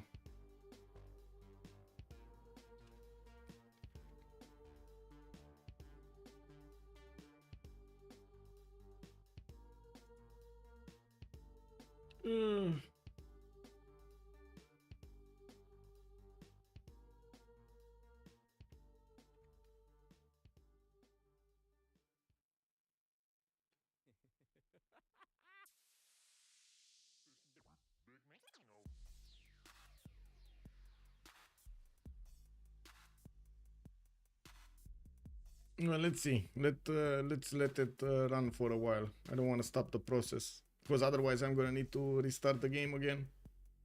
It might be faster to restart the game again. Huh.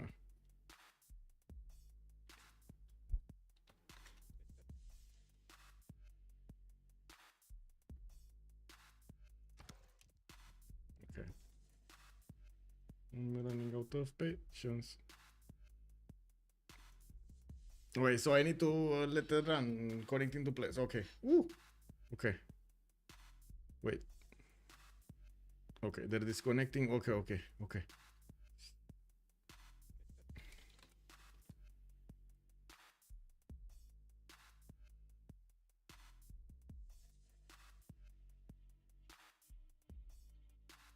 Yeah, maybe it's better that everybody purged the previous settings and we're going on the save from only the host. Maybe that issue with the desync is fine.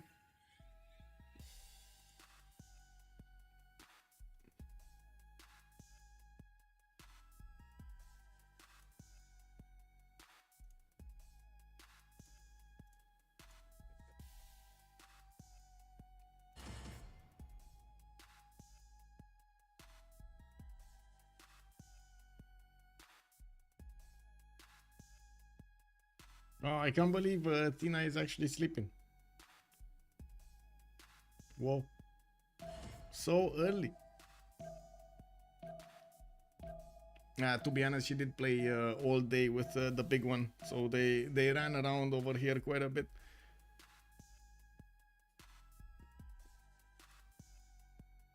Who is winning so far? That is a very interesting question. I would say Golden Age is ahead, but there are a few options that could be played out by Lucky Nuke to try to get back in this. But unfortunately, I have to point out Time to Throw because he is losing a lot of his stats over there. He's gonna have a hard time coming back into this, and not a lot of production to work with. 131. He dropped down to 131, losing 2 cities here, especially his third city on the east side. That was critical for his empire health.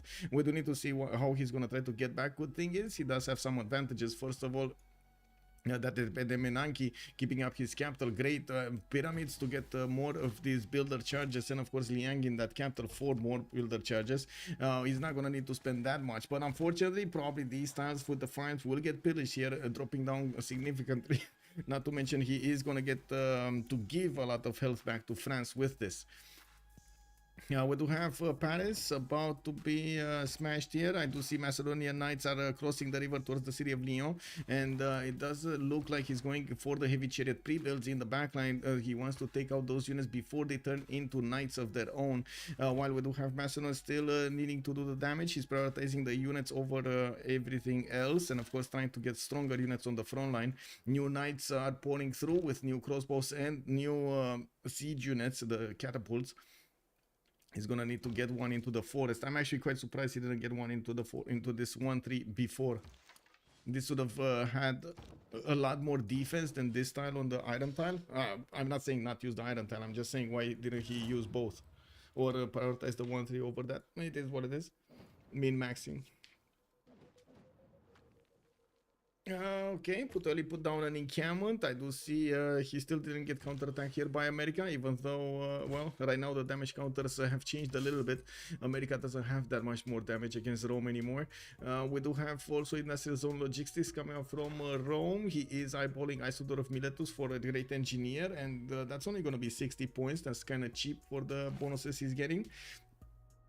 Spain on the west side is pulling down as many of these campuses as he possibly can, and he is already on 141 science with 40 culture only, giving the city parks also for the extra science and culture and the amenities in his city centers. We do have him adding a few more trade routes to his empire and starting to put Liang in the city of Valladolid. He did get his setup going with industrial zones over here between Seville and Toledo, pretty good ones. We got a +7 here and a +6 over there with already 270 production. Well, we're going to need to see if he's going to manage to outsim his opponent here or direct counterpart Persia. Well, we do have Persia at the moment, only 130 science with 64 culture, but he does have more production than Jeru on 191 and 159 gold per turn.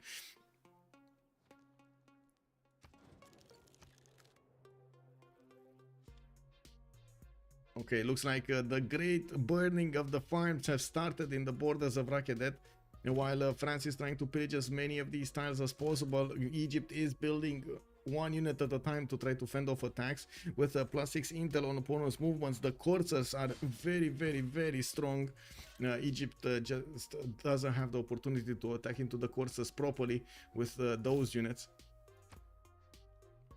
He won't say Golden Age is ahead, but that's because he refuses to accept it. Wait, I did say. What do you mean? Alex 2005. I said it. I admitted it. What do you mean? But there are chances for Lucky Nuke to still get back. And I think it all depends, first of all, on how fast Egypt can recover.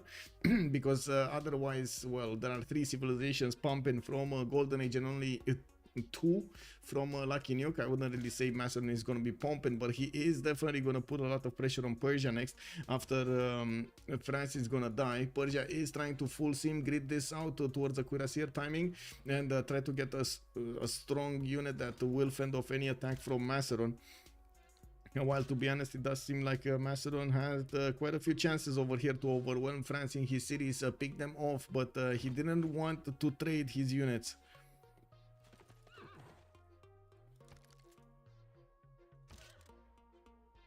Oh my god, this crossbow, this one crossbow, man, this one crossbow is unbelievable.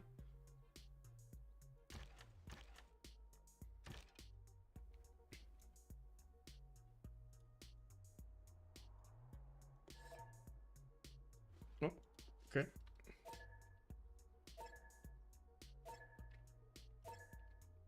Getting the timer going.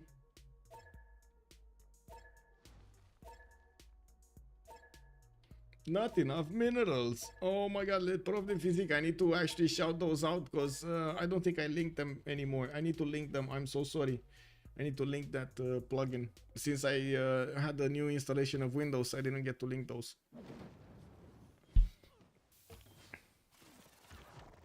Okay, so Egypt trying to stop over here the movement of these French units, and I do see him putting one of his courses on the front line. Well, he did manage to take down one of the courses of his opponent, especially since he didn't have general bonus. And I do see Ola Ketalamigo is retreating. He will lose the city of Paris, and by the looks of it, alongside with that level 2 crossbow, we do have him next turn losing the city center, while also he's gonna lose the encampment. He's gonna flip to Macedon. And yeah, even the archer inside is gonna just get deleted. Now we do have Macedon also getting a few more victims here next to the government plaza and the campus of his opponent, while he did manage to recruit a few new generals. He has El Cid, Timur and Hannibal Barca. He did keep on building his courses, and in the total tab he does have a decent amount of science with culture acquired throughout the game. Not that bad for only 38 science and 25 culture a turn.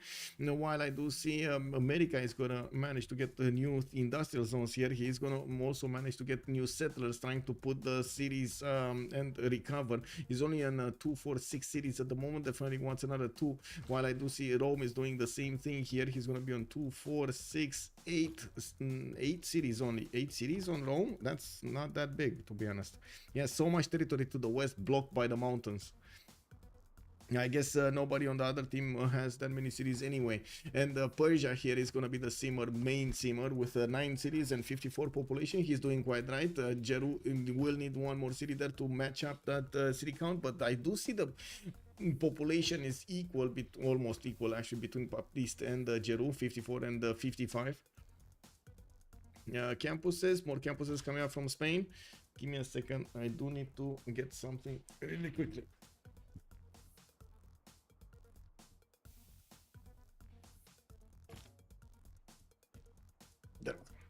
Good. He could move the crossbow out. He could move the crossbow out, but he didn't. He's actually gonna lose it there. Unfortunate. He could actually move it to the south or something. Okay, doing more damage.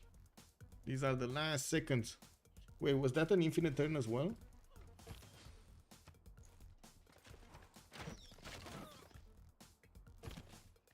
Well, definitely France is not going out without a fight, and he did move out the crossbow from inside of the city center, giving these Macedonian units another target. I do notice the moment these knights from Macedon are now moving, and we do have the full retreat of the French units coming back to their territory, followed by these Egyptian units doing the damage against them. We do need to see if Egypt is gonna switch right now to getting his units, his cities back, or he's gonna try to keep on pushing against France. We do have France with another spy. Antoine is arriving in the city of Rouen, and he could deploy towards Macedon. Now we do need to see when he's gonna plug that in. Unfortunately, he chose to attack Cleopatra, did major damage against Cleopatra, but at the same time gave up on his capital defense, or I should say underestimated the Macedon's resolve here. France is now dealing with a very angry Egypt. Yes, he could move the crossbow, but yeah, well, he did. It's fine. And let's see, is Ola que tal, amigo?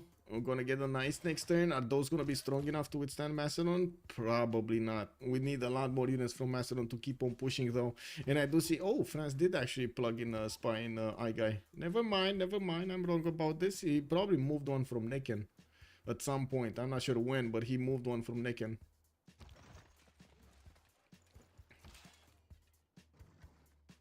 I always wondered, is the science, this total science number with the extra science that Macedon gets from building the unit and acquiring the science from killing units? I don't know if that's going on. Does anybody know here? Do we have any modder that can answer that question?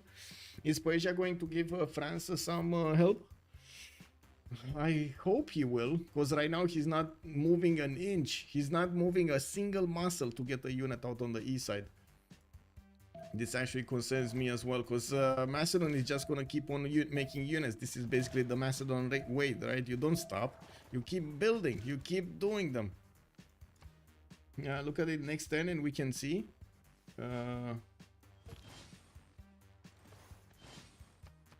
Look at what? Oh, in the total tab, 853. No, I don't think it's getting it. No, it's not getting those numbers. So Gabzu should be way ahead of his opponent right now. It's only getting the passives, the passive science. Where is he in techs? He's 21 techs, while Jorge Amigo is 19 techs. Yeah, he's ahead. He's ahead of his opponent. Hello?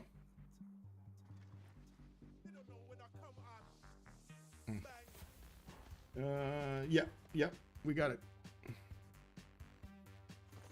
I had a little bit of a brain fart there. It is what it is.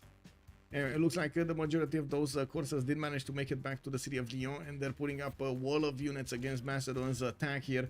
While we do need to see him getting a few more crossbows, we're going to need to watch what Egypt is going to do. Still building up his courser count and trying to go for calves here. He's going to try to finish this with the calf technology, and to be honest, he could actually just go towards Tushpa instead of going towards France, where already France is kind of dead to Macedon.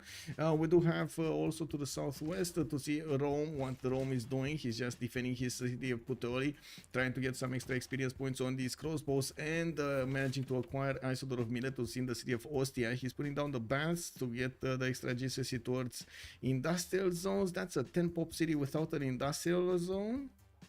Well, okay. Well, I guess he didn't lock the production in. It is what it is. We do have universities here. He's gonna get also his diamonds. I do see a 210 spy in Antium, and quite a few new builders coming out from his territory. 69 has joined the round table. Sulky Boy 69, hello there, sir, and thank you so much for the follow.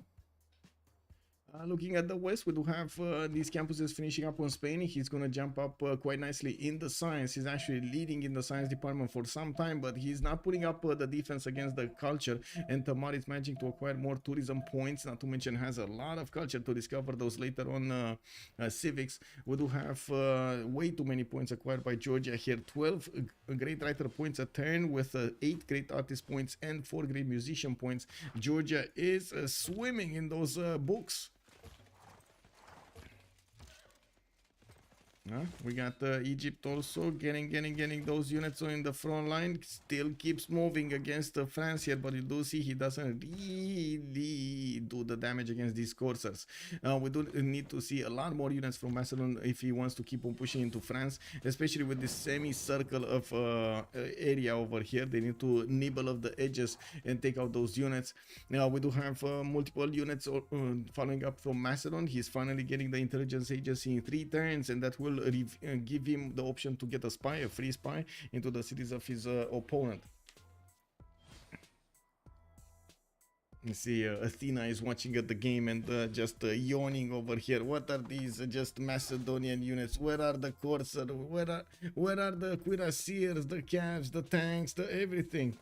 Yes, Athena, that's it. Yes, we're helicopters. Oh man, if they would have let me in the game, helicopters were my specialty. Yeah, it is what it is. What can I say? She likes helicopters. It is what it is. We do have universities coming up from Rome, and yes, he's going to need quite a bit more science. He's only on 128 right now with 89. I do see him keeping up his advantage against Ranash, which is his direct opponent, and not to mention in the production capabilities of his empire. He significantly has more production, 210 versus 164. Yeah, while Orval is on 102 faith, he also has 158 production in his empire on 2, 4, 6, 7 cities at the moment.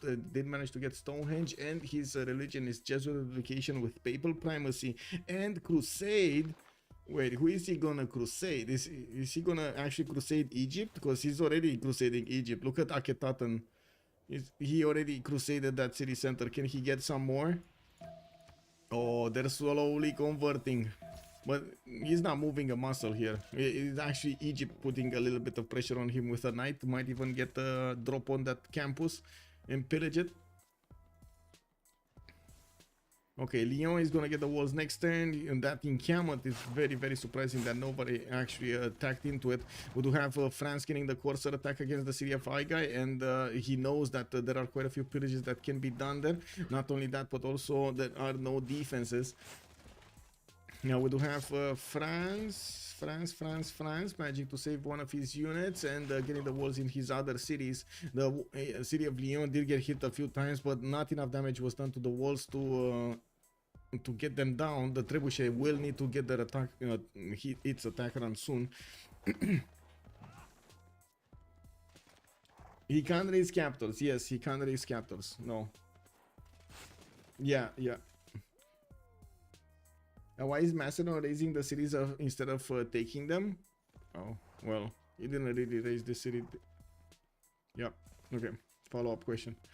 Okay, Nader Shah getting Colosseum in the 2 turns in the city of Susa. Nobody contesting that Colosseum. There could have been maybe a contest here on Spain, but it doesn't look like he chose to go for an entertainment complex. Which I gotta say, I'm a bit worried about his happiness level. He cannot get the +3 going, and that is gonna be a problem later on. While I'm pretty sure already we do have +3 over here from Nader Shah, and he's gonna get the ecstatic bonus. We do have Baptiste right now, 165 science with 91 culture, 233 points of production, while I'm pretty sure he's gonna get a lot more science. You can see how many of these campuses are coming out of his empire. He's gonna quickly go for the libraries in them and get them bigger, get that number bigger.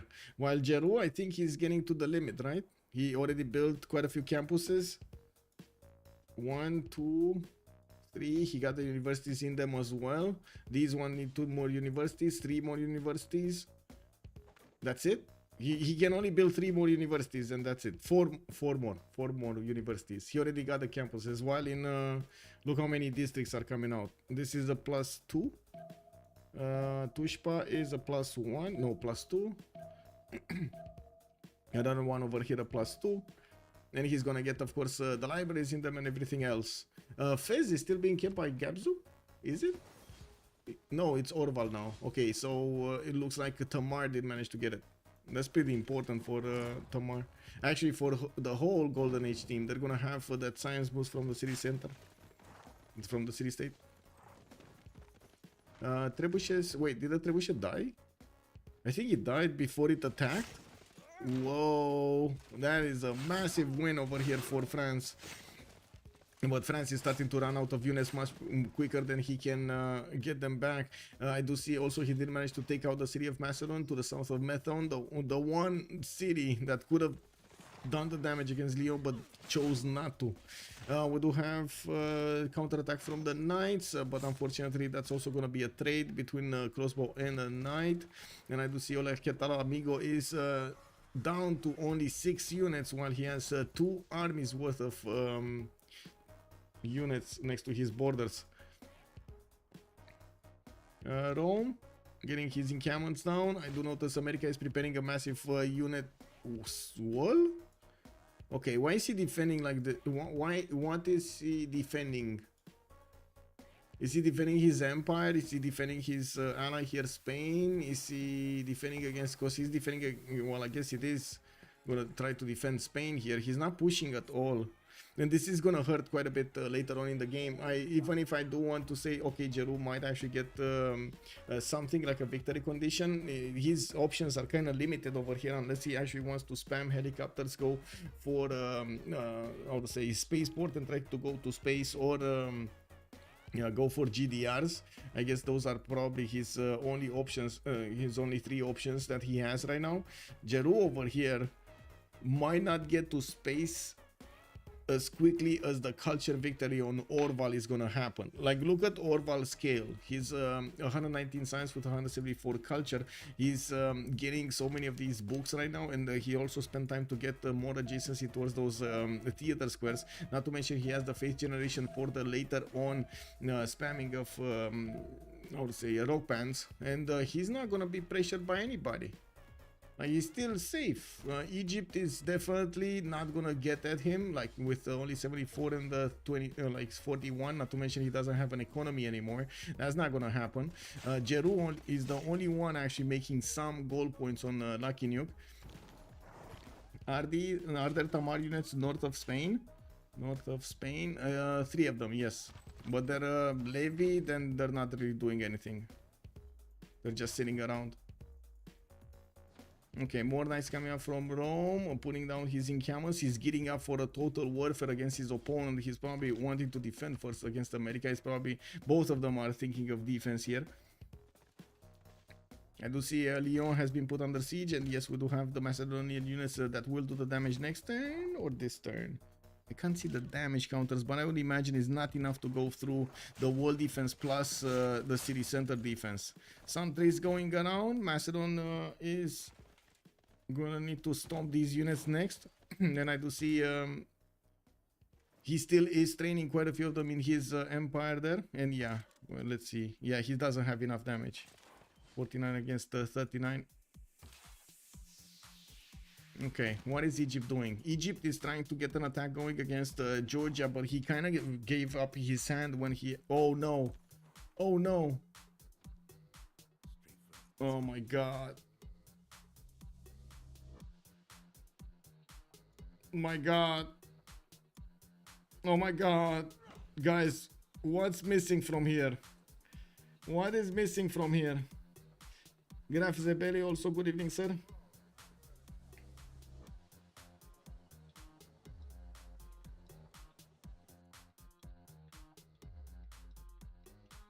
Hello there, Victor. Good evening, sir. Welcome, welcome. Good morning, I should say. I clicked Lucky Nuke on prediction when I tapped in. Now I'm forced to cheer for them before I see the game state. I see your audio and the chat is different from your older VODs from a few weeks ago. Takes time, so we're getting used to. Yes, I'm sorry. I'm gonna need to take... No, there's no GMC here. There's no GMC here.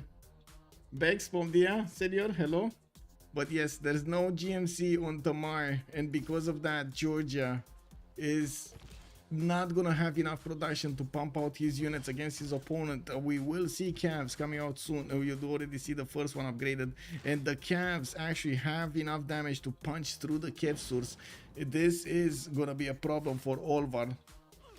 The walls, of course, are gonna stop the units from actually doing or taking cities, but he can just keep on pillaging, and there are so many tiles that could give so many gold points to Egypt.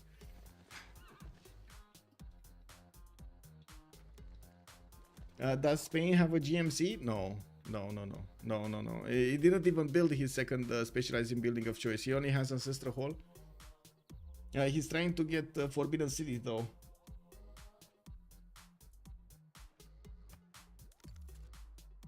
Okay, another city has fallen, the city of Lyon, while we do have only Rouen and Rennes. It does look like France did not manage to get a safety settle, and that is gonna be unfortunate. Can we get a safety settle for him? Wait, no.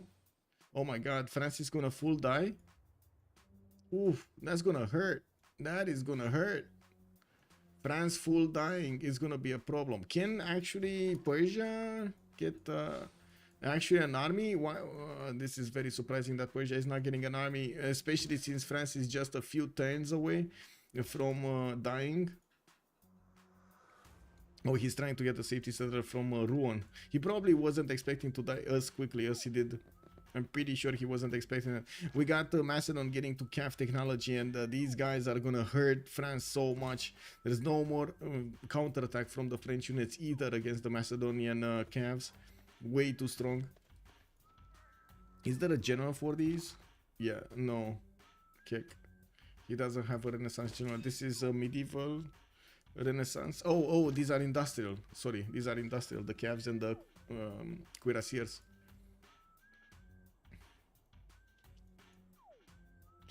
Yeah, so maybe not. Spain doesn't. No, Spain doesn't have a religion. Actually, the only religion in the game is on Tamar here. Neither Cleopatra got a religion, neither Spain got a religion. I guess it wasn't really mandatory on Spain to get a religion. You can play it without. It's not like he has anybody to go against right now. Tamar might be a prime target, but that's later on. Oh wow, the city of Rennes is gonna die so quickly. Doesn't have a builder to chop, nor does he have the tiles to chop. We do have Macedon still needing to do at least 2 more attacks against that city center to take it down with the camps. While I do see Macedon moving towards the city of Rouen borders, and I don't think he actually saw the settler. But Kabul is over there in the north, being kept by Ola Amigo as a safety net. We're going and also giving him the bonuses for those upgrades, making those units much better. Okay, Rennes is being taken down. Okay, France lost his last courser that took out that Macedonian city. And I think Macedon is quite happy with his endeavor here against his opponent. We also have only a few caps getting upgraded and being sent to the lands of Egypt, while Egypt is getting pillaged over here by the corsairs. Not Egypt. Georgia is getting pillaged by the Egyptian knights and corsairs. We do need to see how much damage he can actually do in how much time. But he just found out the secret of Tamar. No GMC. No GMC. What is going on? No GMC on Tamar. He got greedy, wanting to actually keep as many city-states as possible, roll those points in of influence, but unfortunately that also takes away from his defensive capabilities. I love Tsageri position with those lakes. Tsageri. Oh, this one. Yeah. Yeah.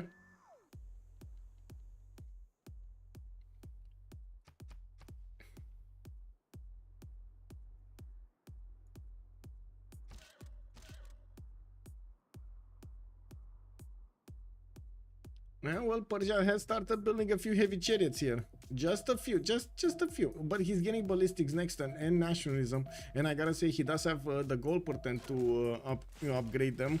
He has 270 gold per 10. While it does look like he's gonna have strong units over here, I gotta say the Cavs are gonna be same technology tree than the cuirassiers.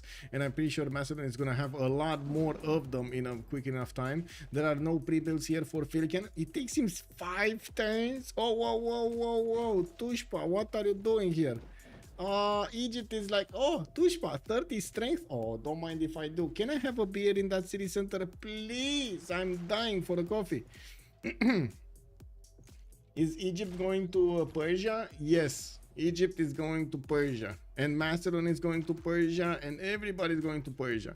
While France is trying to get his safety settle out to the north, he only has a few tiles possible to settle here. He might actually just settle non-freshwater and be done with it, but that's still gonna be in the reach of the Macedonian units. We do have also Macedon sending a galley to the north to discover what's going on there, and I do see the first cuirassiers are starting to pop out from Persia. Well, we do have Egypt invading the city of Persia from the south, not being bothered by the encampment in Tsageri. While I do notice a few of these heavy chariots from Georgia did come out to play against the corsairs, doing quite a bit of damage, but also taking a lot in return. A lot more knights coming out from Rome. He will want to keep on pushing against America. I would say this is impossible to push now. America is just bunkering down and is not going to allow his opponent to push him whatsoever. We don't really have that much of a technological advantage here from Linxia, and I would even say that he might actually get pushed. No, he's not going to get pushed. These muskets just don't have the damage, man. It's just too late. Way too late.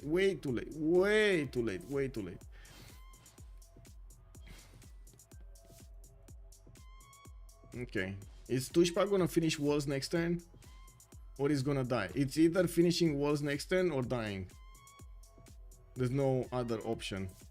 Like, maybe he could save that city if he moves this immortal here and like denying an extra hit.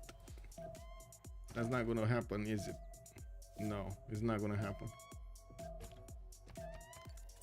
Okay, Rennes got taken. Rouen is the last city remaining here for France, while he has that safety settler moving towards the north. We're gonna need to see if he's gonna manage to put it down. 5 more turns until this medieval era is gonna finish, and Tushpa did manage to get the walls.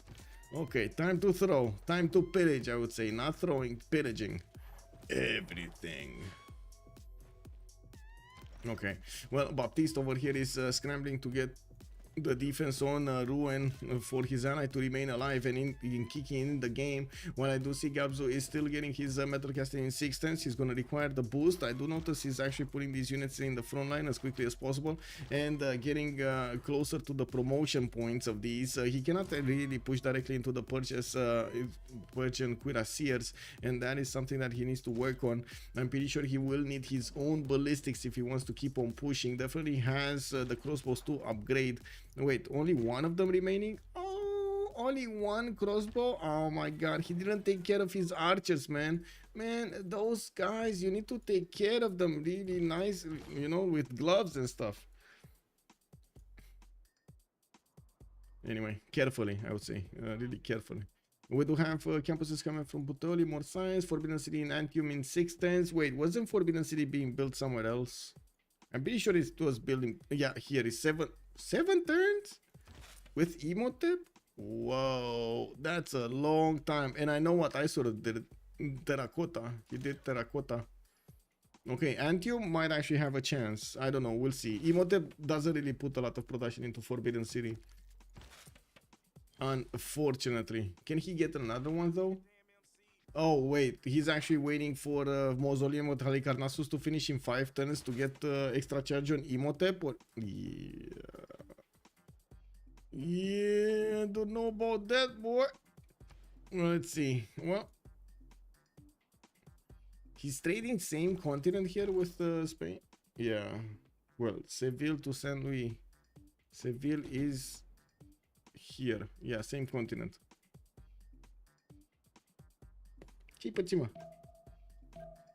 Oh, ai avut un vis rău? Ok. This is what it is. Hai, stai cu mine.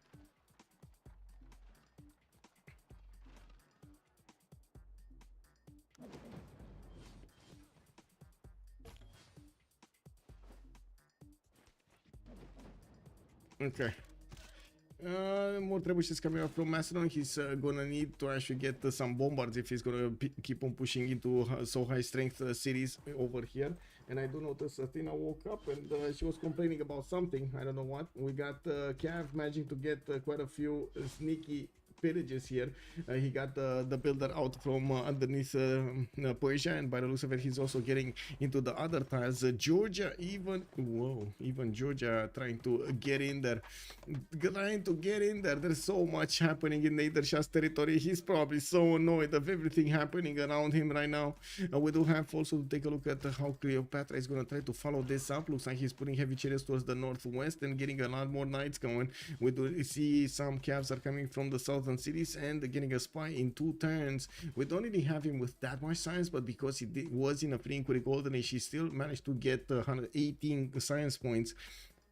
Olvar definitely getting bigger, and he's getting out of control here with 172 science and 228 culture. He has 68 gold per turn with 179 points of production and 118 points of faith. But I gotta say, doesn't look like at the moment he's shining in production.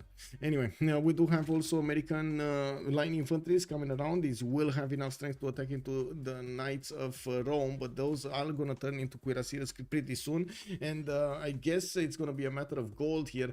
We do have Baptiste making enough gold for his for himself, and I think also for his team. And actually looking at this golden age does definitely have an advantage when it comes to the gold per turn. Ranash and Gabzu are both negative, while time to throw is on 32.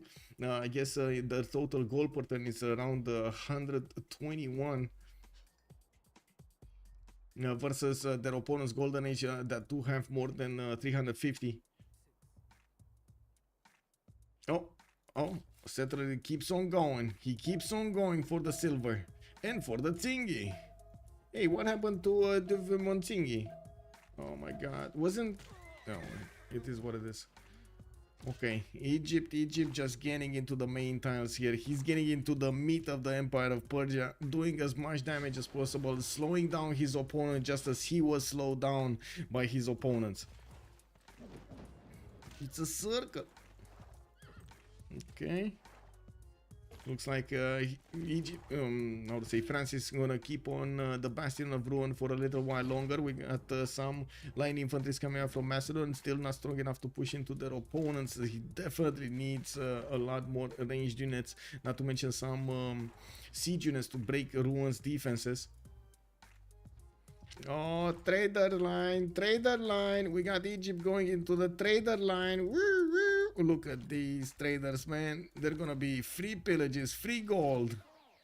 How did they get in so quickly? Wow, they're running everywhere. Oh my. This is like letting loose a lot of rabbits in your house. They just get everywhere.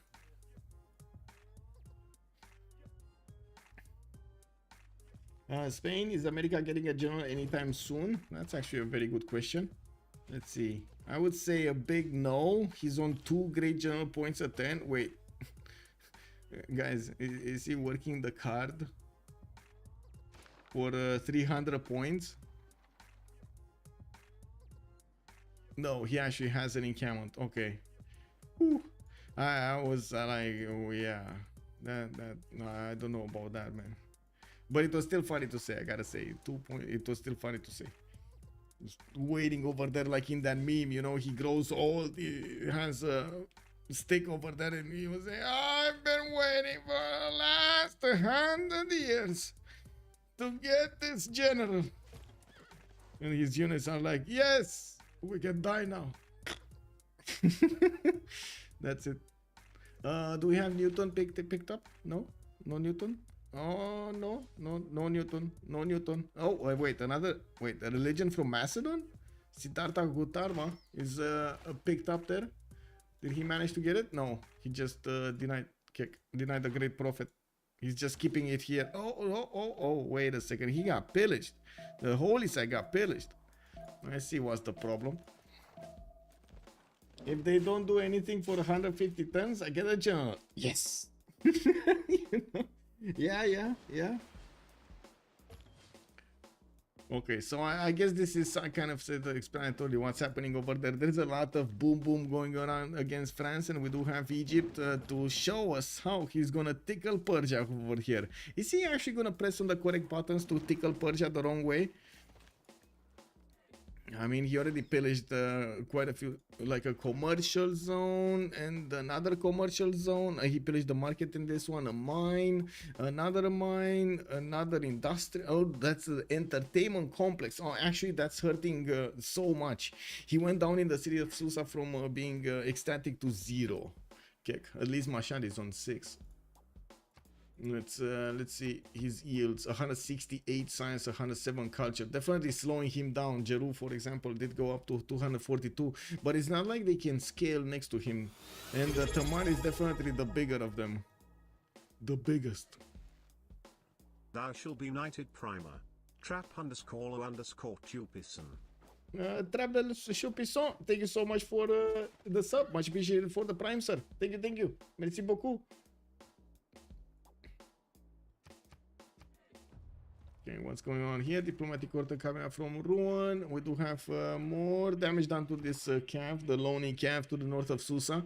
While yeah, it keeps on moving, so it pillages. He found a coal tile next to Hamatana that he only knows about, of course, the I would say the mine. While I do see Persia still needs to get a few stronger units to defend on his east side. He started counter pushing or getting some units to defend Ruan.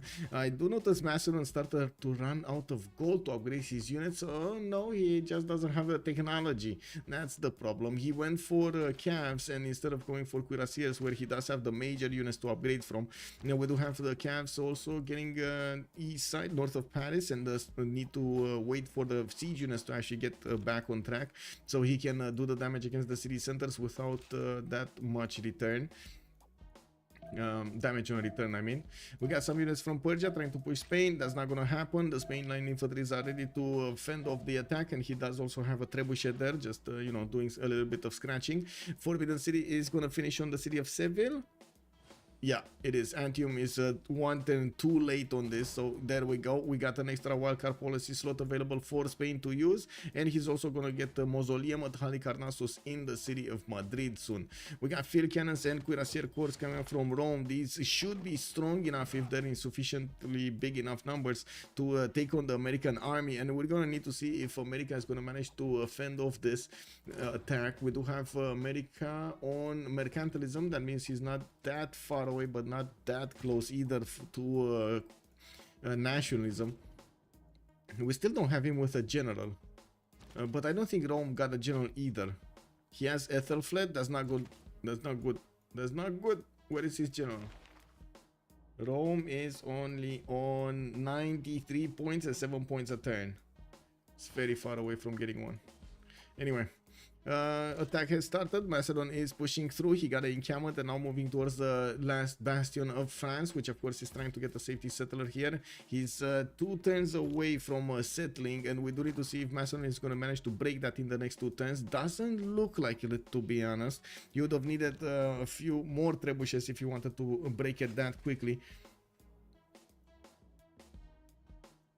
And there is a bombard coming up from the city of Paris in 3 turns, but again, that's a bit too late. What's going on here? Okay, another 2 calves have been taken down. It looks like they stopped the bleed here in the cities of Persia, but at what cost? Linxia is gonna get his industrialization in 2 turns, while I do see Ranash is gonna get in 2 as well. Gabzo is 9 turns away from ballistics, but the more units he's taking out, the more science he's acquiring from taking out those units, and of course closer to ballistics. He's getting closer to ballistics every time, and every time. Tick tock, tick tock, tick tock. That's just Macedon being Macedon.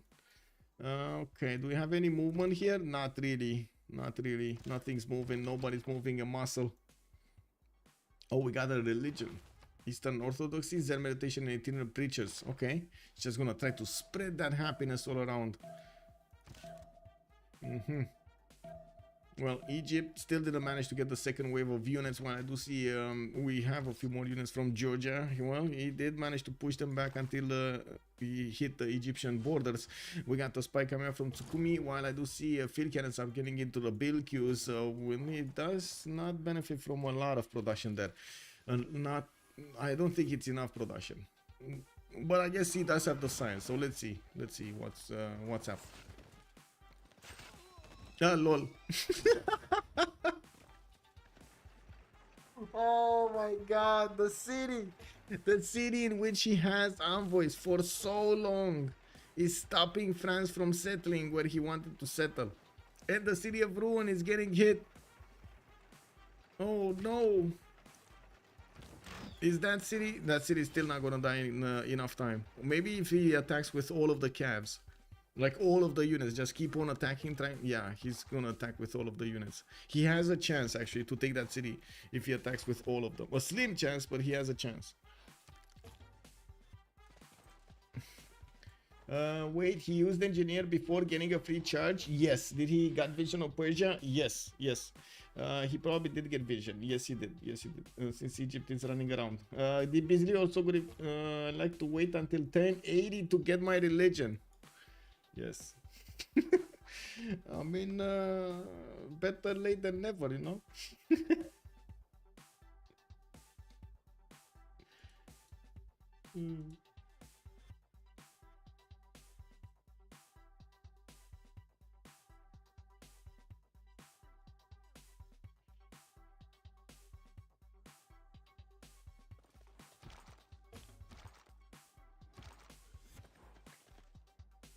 Yeah, he definitely needs to hit that city, and hit it now. If he doesn't hit it now, that other settler is gonna settle. Well, I guess it all depends on Kabul, what Kabul wants. If Kabul, the life of Ola Ketal Amigo is all in the hands of, well, not anymore actually in Kabul, but it's not. France actually levied this city, so he moves away the swordsman. Kick. Oh my. Hit it! Hit it! Wait, is it enough damage? It might be enough damage. Let's see. Oh, World Congress. Okay, in 2 minutes, we gotta pause for 2 minutes and then we go for the next one. Let's go preserves here. Ooh! We got a +5 Congress, boys! Yeah. Okay, coming back, 2 minutes.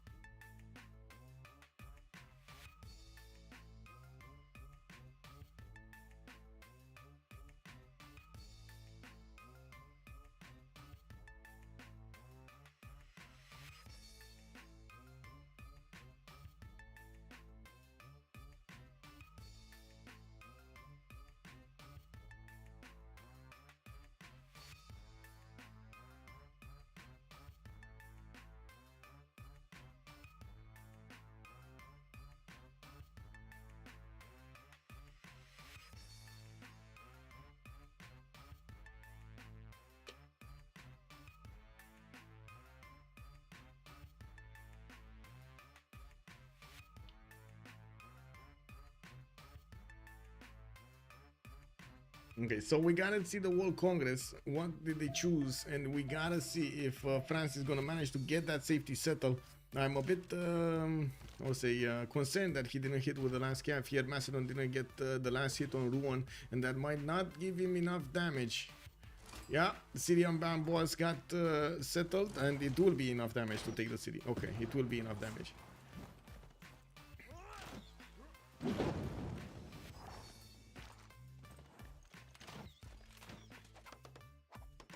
Okay, more science, 4 turns away from ballistics. We do have industrial zone getting 100% production, and I do notice towards that district, of course. And melee units losing 5 combat strength. That also will open up the doorways to Rome, for Rome to actually start to get into the American defense. We do have the field cannons actually starting to move first with 73 damage against the 70 defense of America. You can imagine that's a bit too tough for his opponent to handle. We do need to see what his cities are going to do, but it looks like it's going to be industrial zones, while Baptiste is struggling to get his even factories done. Oh my god, he's going to be outproduced so hard in the next part. He's going to be outproduced so hard here. 135 science, while Lynxia is on 211. We got 72 culture versus 61. Okay, they're not that far apart from each other there, but it looks like the economy is definitely telling a different story. Minus 78 gold a 10 on Ranash, while Lynxia is on 68. We do have still Ola Ketalamigo staying alive, keeping that military alliance bonus against his opponents, and will need to bunker down in the city of Amboise. We do need to see if Persia is going to manage to keep up the defense against Macedon, since Macedon has only one target in his mind: make units, destroy opponent, make units, destroy opponent. We do need to see also if Orval is going to manage to get that juicy tourism going. Only on 89 on 1073, that is not that big. Even if he did manage to get a lot of these writers, he just couldn't acquire the direct tourism from them, or enough tourism to actually put that much pressure on his opponent. Only 7 out of 40 at the moment acquired in the Empire. We do have him also on 188 culture turn. Looking at Egypt, he's putting a few more units to the northwest, lost his free inquiry golden age, and now he's down to less than 100 science. We do have actually also Ranash 157. Okay, that's not that bad, but now looking at how much the damage of these coursers do, that is a problem. That is a significant problem, especially since I see level 2 field cannons here. Like, these are gonna eat these American line infantries alive. Slowly but surely. He needs a lot more though, a lot more of them. Okay, well, we do have Jeru also with 150 gold per 10. That's not enough for his Empire health. Unfortunately, he definitely needs a lot more, and he's recognizing this, putting a few more commercials, getting those traders that got finished back on track, and doing the rounds. One, I'm pretty sure he's gonna start switching to external slowly. We do have Jeru also with 312 production, but I do see Lynxia did manage to get to 389 and Baptiste to only 278. Well, Spain over here is out-simmed, but now I do see him getting his factory, so maybe it's just a matter of a few turns difference here between them. To be honest, I think it is a few turns difference between them. I guess the question is, will Lincoln with Philip II and Alexander manage to get back on this? Because Egypt right now, to be honest, the only job Egypt should have is to get economy. He needs to put down more cities, get the commercials, get economy. If he doesn't get the economy, I don't think they can keep up with the necessary needs. Like, first of all, they need to upgrade the Macedon against Persia. They need the tanks on Macedon. Otherwise, it's gonna be way too slow to hard build the tanks to attack into his opponents. They ran out of the pillage options that he had, taking away the gold from his opponents. And in the bank, they only have like maybe 1,000. That's like what, 3 tanks upgrades, 2 tanks upgrades. Yeah, 3 normal tanks. 4, I think 4 normal tanks actually. Yeah, 1 turn too late. Yeah, Persia has training units for 3 turns. Is brutal. 11, yeah, this is not enough production here. He's getting a wave of campuses trying to pad those science numbers, and of course that will help him out quite a bit. And I gotta say, Baptiste here has a chance, especially because of the economy of his opponents, to withstand this next wave of attacks.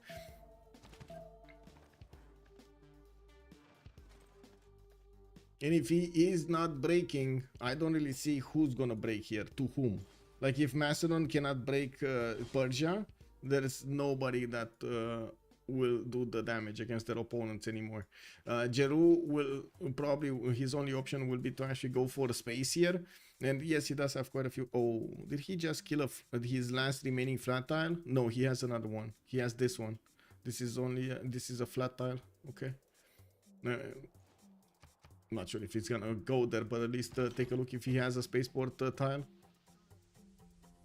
I don't really see Rome moving towards his opponent, to be honest. He just wanted to see what's up and then got out of the borders. We do have quite a big defense here, a lot of line infantries. You could only break this with a lot of field cannons, and he just doesn't have the numbers. He wasn't really prepared to poke his opponent properly. We do have quite a few units from Macedon going towards the north. They can do a lot of damage against these levied French units, and they do probably know where France has his last remaining bastion. No, they don't. They don't know. They just saw France has a few units in the north, but of course he shouldn't be that far away. Oh wait, they might actually know. Wait. Yeah, they should know, right? It's this. You see with the 8 lens, if you press 8, was the loyalty lens, you can actually see where France's loyalty is pushing the loyalty into Kabul. So this is Macedon, this is 3 cities from Persia, and this is Catherine. You can actually see it where it's coming from. How to fix map pin bug? ICQQK, good evening sir. Do you mean the freeze of the pin? When you pin it, the game freezes? You're referring to that bug? Or which map pin bug?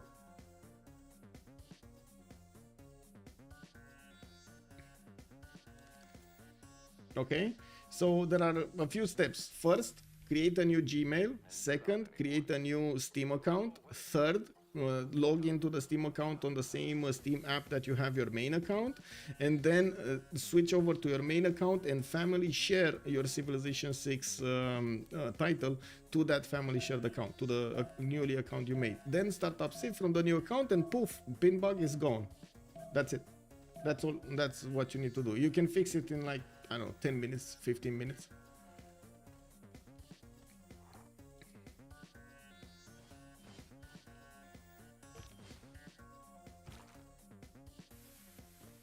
Okay, we do have Georgia over here managing to get pillaged. Egypt is sneaking in one of those camps and might actually get a builder here. He might also get the health back from the farm he's on. I do notice he's also pillaging Fez, but again, not that big of an issue. There's okay, on the west side we do have America actually trying to push into Georgia. Quite hard though. These field cannons do well. No, I'm sorry. That one field cannon of Georgia is gonna stop America. He just needs to put it in the city and that's it. I do see Rome still not pushing, but he's upgrading a few more of these units. Those cuirassiers. I do also see they can also guess that France couldn't have gone far. Yes, they definitely can guess. Now I do notice France is putting a wall of units, just bad units, it doesn't matter, on the east of Kabul, trying to give time to Persia, buy time for Persia to get stronger units there. And I do notice Macedon did manage to get his cuirassiers. Now these units are going to be quite tough for Persia to handle, especially when coupled with field cannons and these bombards behind them.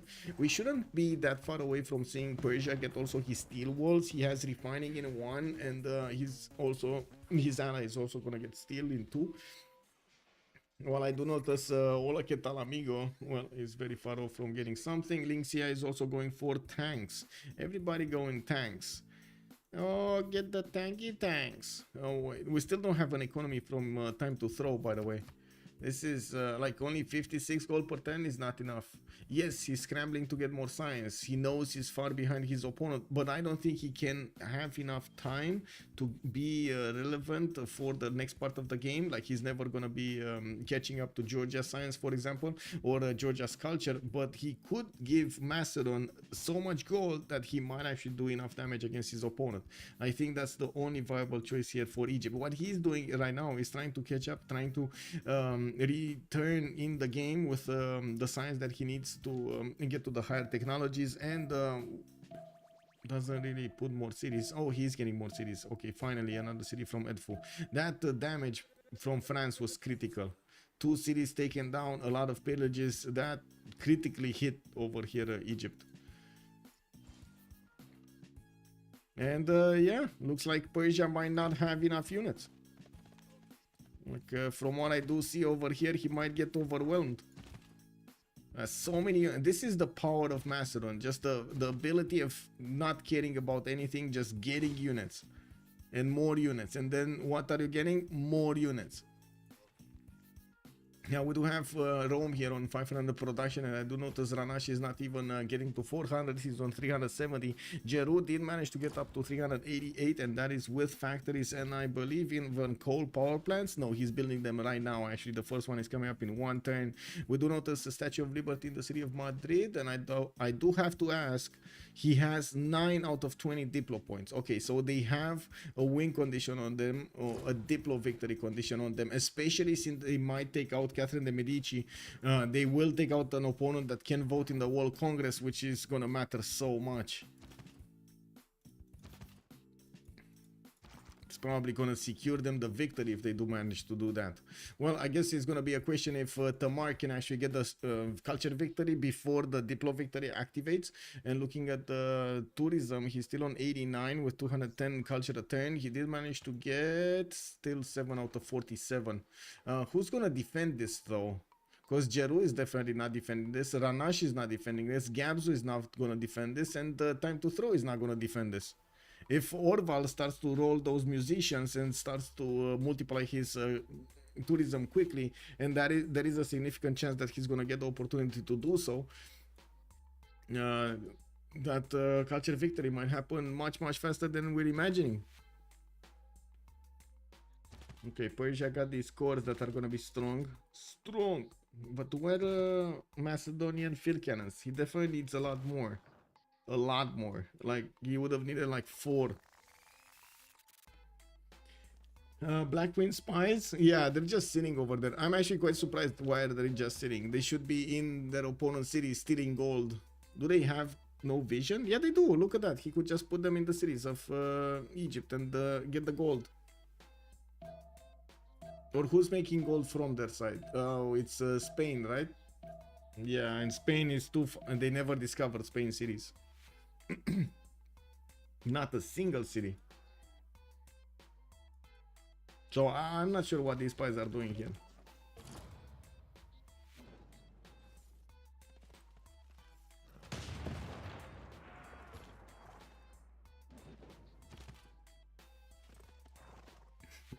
Barbecue busy on micro? Yeah.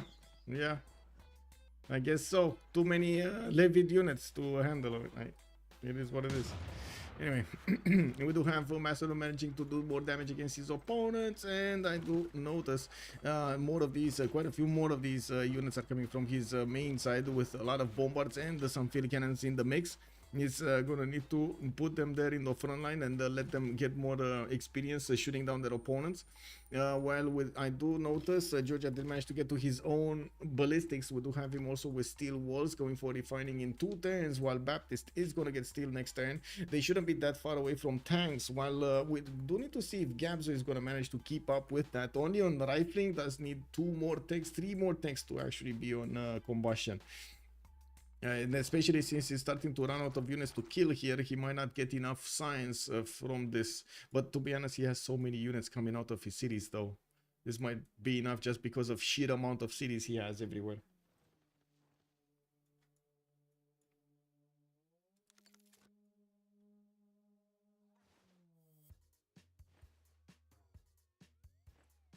This is what it is. Oh. Totally forgot to put the chat properly. There we go. I'm a doubter for Georgia's culture victory. You need high roll musicians. Yes, exactly. You need to get those musicians. You mean rock bands, not musicians? Yes, you need. No, I don't know. In this particular case, when nobody's defending, I'm not sure if you're gonna need all of the rock bands. Yes, you can get it faster with the rock bands, but I think I'm pretty sure you can do it with just passive tourism against only like 100 possibly culture defense.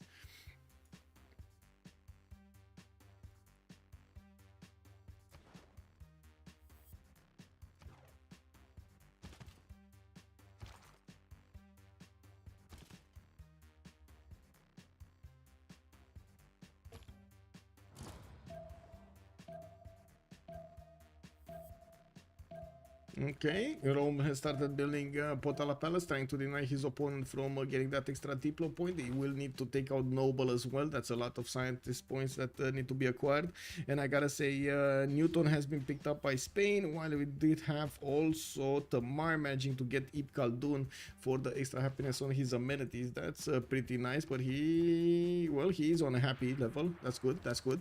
220 science, 151 culture, while Baptistus 260 science and 132 culture. Looks like Gabzo with his 74 is trying to keep up there. We do have also Macedon getting more of these cuirassiers to attack into his opponent's units and slowly breaking down the defense of Persia. It will take him quite a bit more time, and of course Persia has a decent amount of production to get more units on the front line and resupply. Definitely a lot more cities than France had at the same moment in time. When he started fighting off Macedon. We do need to see if the resupply of Macedon is going to be sufficient to help him push through the Persian city of Parsa, where of course the first bastion is established with Governor Victor in that city center. I do also notice on the west side we didn't have any more movement from Rome against his opponent, against America, while the American units are dying one by one. I don't know what happened with the field cannon, but it's unbelievably surprising to me that it died or is not here anymore. Did that guy go home? Did he just just say I had enough of this and he went home or something? Anyway, it is what it is. He's gonna need to get the E1, and well, I guess that's the sacrifice you make when you go for Forbidden City. Oh my God, how do you call it? Foreign Ministry. There we go. Instead of going for Grandmaster Chapel. Lucky will go for nukes. I hope so. He could just kill governors with spies. If he can't steal gold, that works. Yeah. I mean, he could do a lot of stuff with the spies. Yes, everything works. Everything else works. Just put them to work. Get the promotions in. They already have promotions. They never have been promoted. What? Does he even have a working spy? Any working spy? No? Oh, okay. No working spy from France. Oof. Oh, there is one. There is one in Charleston. What's doing? Gaining sources. Okay. Did he totally forget about his spies in Amboise? Like, there is maybe that possibility. Did he totally forget that he had 2 more spies? I mean, can you miss this? I don't think you can miss this. As in 2 extra units huddled together over there. Oh well, it is what it is. A Macedon Field Cannon Corps spy with the level 1 promotion, 88 tank strength against the Persian units. Persia will need to get those tanks up and running as quickly as possible. 2 turns away from combustion, 4 turns mobilization. While I do notice he's not doing enough damage against his opponent, and I think he just realized he's gonna trade his units for nothing. He just lost 2 units for 1 of the Macedonian cuirassiers. Definitely not the best trade that he would have made. Now we do need to see if the southern front is also gonna buckle here, because when he's gonna get the tanks and he's gonna have the gold to upgrade them, it is gonna be a problem for his opponents. Actually, looking at the gold right now, there's a significant advantage here on Golden Age, but they're running out of units. Well, I guess hard building them is gonna be an option anyway. And we do need to see how Baptist has 340 production with military academies. Did he finish them? Wait, he doesn't have oh my God, he doesn't have encampments. Kick. Oh, this is not gonna be enough production.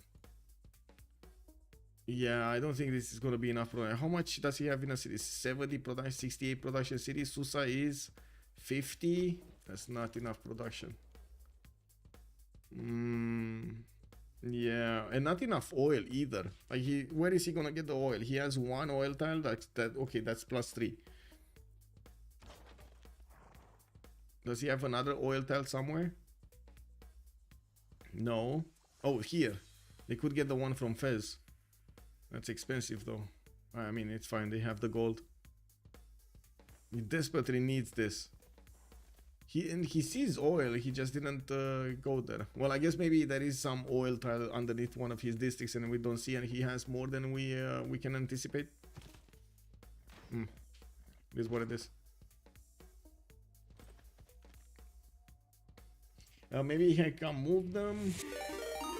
Ooh, upper butt. Hello there, ma'am. How are you doing? How have you been? You disappeared altogether over there. Where have you been? How are you doing? Thank you so much for the raid. And of course, if you guys don't know Upper Butt, check her out on her stream. Really fun play over there. Maybe he can move them because he has no intelligence agency. Yeah, that could be also a choice. Well, Laurent over here is definitely having another opinion. He's saying, I'm awaiting assignment. Give me something to do, man. I need to do something or I'm gonna go crazy. In the thunder over there in the cold. Well, we do have Macedon still trading units with Persia, and I do see that Persia is being quite aggressive for units that will need to turn into knights, especially in the face of a field cannon core here that could just wipe off the map with a cuirassier. You forced them to come here? Oh my god. Welcome, raiders. Yeah, she made us. Okay. Falling Bar, hello there, sir, and welcome. Stone Max, hello there, sir, good evening and welcome. And Sasu, bonsoir, monsieur, bienvenue. I do also notice you guys are sharing over here quite a few emotes. Thank you. Okay, got it. She has your family, Encube? I mean, I don't know about that, bro. It is what it is. Yeah. Anyway, we do have Georgia with an attack against Egypt. By the looks of it, he did manage to get cuirassier armies, and I do notice he's building quite a few more of them. These cuirassier armies are definitely going to be stronger than the Egyptian defenders, and we do need to see if he's going to manage to defend this while he's trying to get more science. You do see that the moment we do have time to throw Berry getting steel in 5 turns and nationalism in 8. He doesn't even have the core up units here. Well, we do need to see a lot more field cannons also making their way on the front line, because otherwise he's not easily going to break these units, and of course not the city centers either. He's going to need to get those artilleries to attack into his opponent's city centers and kill them. While I do notice Persia is still moving around his units. I do see him crossing the lake, and he could actually appear in the borders of Passagarde to keep on going to the city of Amboise. Falling Bard, thank you so much for the follow, sir, and welcome. Also, bedtime in Denmark. Good night. Bye-bye. Crispy Chicken, good evening, sir, and welcome. I know it's an online game with online speed, but jeez, how do they grow and expand so fast? It's all in the timing, sir. It's all in the timing. Thank you so much also for the follow, Propidisa. Much appreciated, sir, and welcome. We do have also the American army still standing still against the Roman invaders. So we do have encampment training projects coming up from Rome, and Lingxia is going to try to get a few cav corps, line infantry corps actually going. Interesting. Is he going infantry here? Is this the secret? No, he's going refining in 2 times. I don't. Yeah, I mean, I guess he does need oil. Well, I'm actually confused right now. It wasn't this the -5 Congress? Yeah, it was the -5 Congress. There must be some special play that we don't know. And where are tanks? Wait, that's a okay, that's a tank and that's a tank. That's it? 2 tanks? Okay, maybe 3 with the low one here. Okay, 3 tanks. This field cannon core does do decent damage, and it does seem like the Cavs cannot actually cross on that other side of the lake. That's unfortunate. Not yet though. It will take them time, and time is not on their side. But these tank cores are definitely stronger than the units of Macedon, and they cannot be hit anymore. Well, we do need to see if Gabzo is going to manage to get enough pillages. Looks like Persia will need to wait for the new tanks to come out of his city centers quite a bit. His 4 turning, 5 turning tanks from his cities, that is a lot of time to get those units out. Georgia also not that far away from getting his own tank armies to go against his opponent. He's going to start smashing through the Egyptian defenses and going to start taking on cities quite quickly here. It looks like culture victory is not in the cards for Tamar. Orval is going to actually stomp his opponent down to the ground here, Egypt, and force them to CC this game, leaving only America with Spain on the defense of the southwest. We do have American line infantry is actually getting out here, and of course they will do so much more damage against their opponents here. It doesn't seem like they are taking down the cuirassiers, which I gotta say, it's unbelievable. Usually the infantries are extremely strong. Well, I guess Rome did manage to get all the belts and knuckles on him. Is that, I think that's the correct expression, right? All of the belts and knuckles on him. Well, I add them on Steam because I can't play multiplayer any other way. Wait. What? When Copperbat first CPL? Yes, Copperbat. Where? When first CPL game? When? Big one. You see, and Sasu is asking all the right questions here. Rome is making military, Georgia is making military, and Persia as well. I think Spain got the late game covered. Well, I guess we'll see. He is getting his research labs. He definitely is greening that out. We do need to see if he's going to manage to get a significant advantage over his opponents. Maybe. Well, let's see. I think it all depends also on how much Baptiste can push back Macedon. If low oil already, so I guess I was right. He doesn't have any other oil. And Fez managed to get the oil from him. Oh no, Fez, what did you do, bro? Oh my god. Anyway, I guess Macedon is unrelenting. And we do have him needing to cross towards the northwest. I do see the city of Ambos did manage to get the walls, and these caps are not going to break it anytime soon. We do need to see what's going on here. Now, these infantry corps should be well stronger than the Roman units. 104 strength against the line infantries of 94, and that's even with the -5 from the Congress. Yeah, 104 against the cuirassiers, 88. That's a problem. That is a major problem. Ranash could actually push right now. Tank armies from Georgia gonna go against Egyptian defenders, and I do see him one-shotting the units across this river. He's also getting a lot more of his tank corps coming from his cities, building them quite quickly. He did manage to get the infrastructure done for this. 1, 2, 3, 4, 5 of these. Oh my god, the Syrian encampment. He got everything he needs for this attack to happen and keep on happening against Egypt. He's probably going to clean up Macedon afterwards, just in time. Persia is recovering his strength here. I do have to say, Persia did keep up with the science and the culture. He needs 300 science and 134 culture a turn, while he does have 300 gold also. We do have the gold disparity between them getting to new high levels. Golden Age has 3 members that are making more than 150 a turn, while Lucky Nuke only has 1, while the rest are, well, 2 are negative and 1 is barely scratching the surface of positivity there. 27 points on Egyptian Cleopatra. Well, sorry, Ptolemy Cleopatra. Did I see that twice today? Oh my god, what's going on with my neurons? Firing over there in the wrong direction. What is going on, man?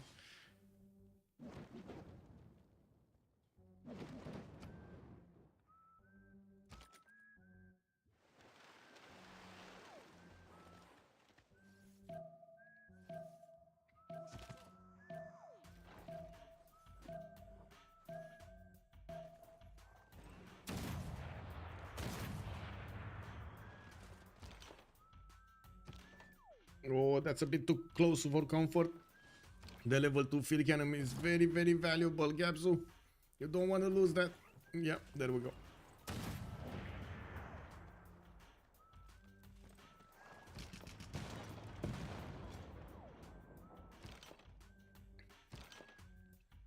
Well, does look like France did manage to plug the choke in the north. Macedonian camps are gonna meet quite a few French swordsmen on the battlefield, and well, they're gonna have a hard time pushing. We still don't have America pushing. Even if he does have better damage right now against his opponent, he can definitely stomp some defenses here. Looks like he's not taking Lingxia seriously. He's getting also quite a few aerodromes coming out. Maybe he's gonna get his advanced flight faster. Then Lingxia can actually get a defense up, and by the looks of it, he's building them in waves here. And I do see 2 of these aerodromes are coming up on the east, a 3rd one in San Luis, while he did get Filippo Brunelleschi also to help him out with a wonder. Okay, interesting. That's a quick turn of events over here. Now, wait, where is he? He's going steam power, so he's going advanced flight. If he's going steam power, he's going advanced flight. He needs it, so he got flight. He needs steam power, so he can get radio, and then radio gives him access to advanced flight.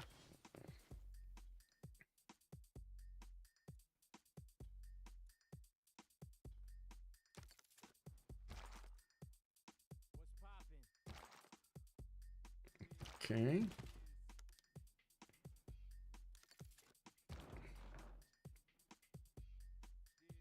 I don't really think Macedon can push through this, to be honest. And I think he's gonna start losing his army quite quickly by the looks of it. There's, I think, Persia will clean up Macedon. Egypt will be cleaned up by Georgia. And there's only gonna be 2 remaining, but without a chance to get that Diplo victory. If they lose 2 players, they're not gonna have the chance of getting the Diplo victory.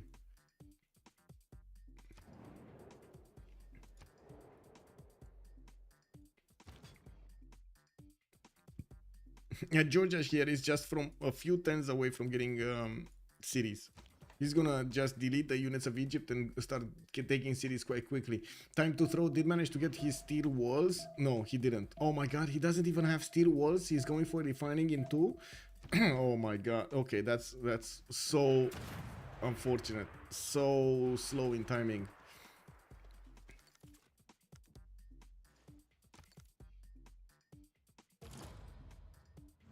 Another low oil roll?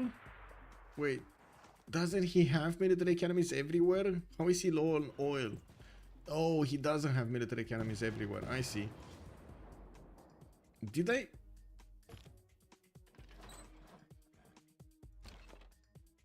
Oh, -7 insufficient oil resource. Oh my god. Is actually Persia dying to oil scarcity? Lol. Yeah, to be honest, he might be dying. I mean, he might be dying. His units might be dying. Kick. Whoa. Okay. Akhenaten is not gonna be that hard for these units, even with the -4 oil attempt to take over. Georgia definitely has the higher strength units over Egypt. We do have multiple Cavs also coming around to follow up the attack with how to say, helicopters, which are going to be much faster and efficient to take over cities and move around the map.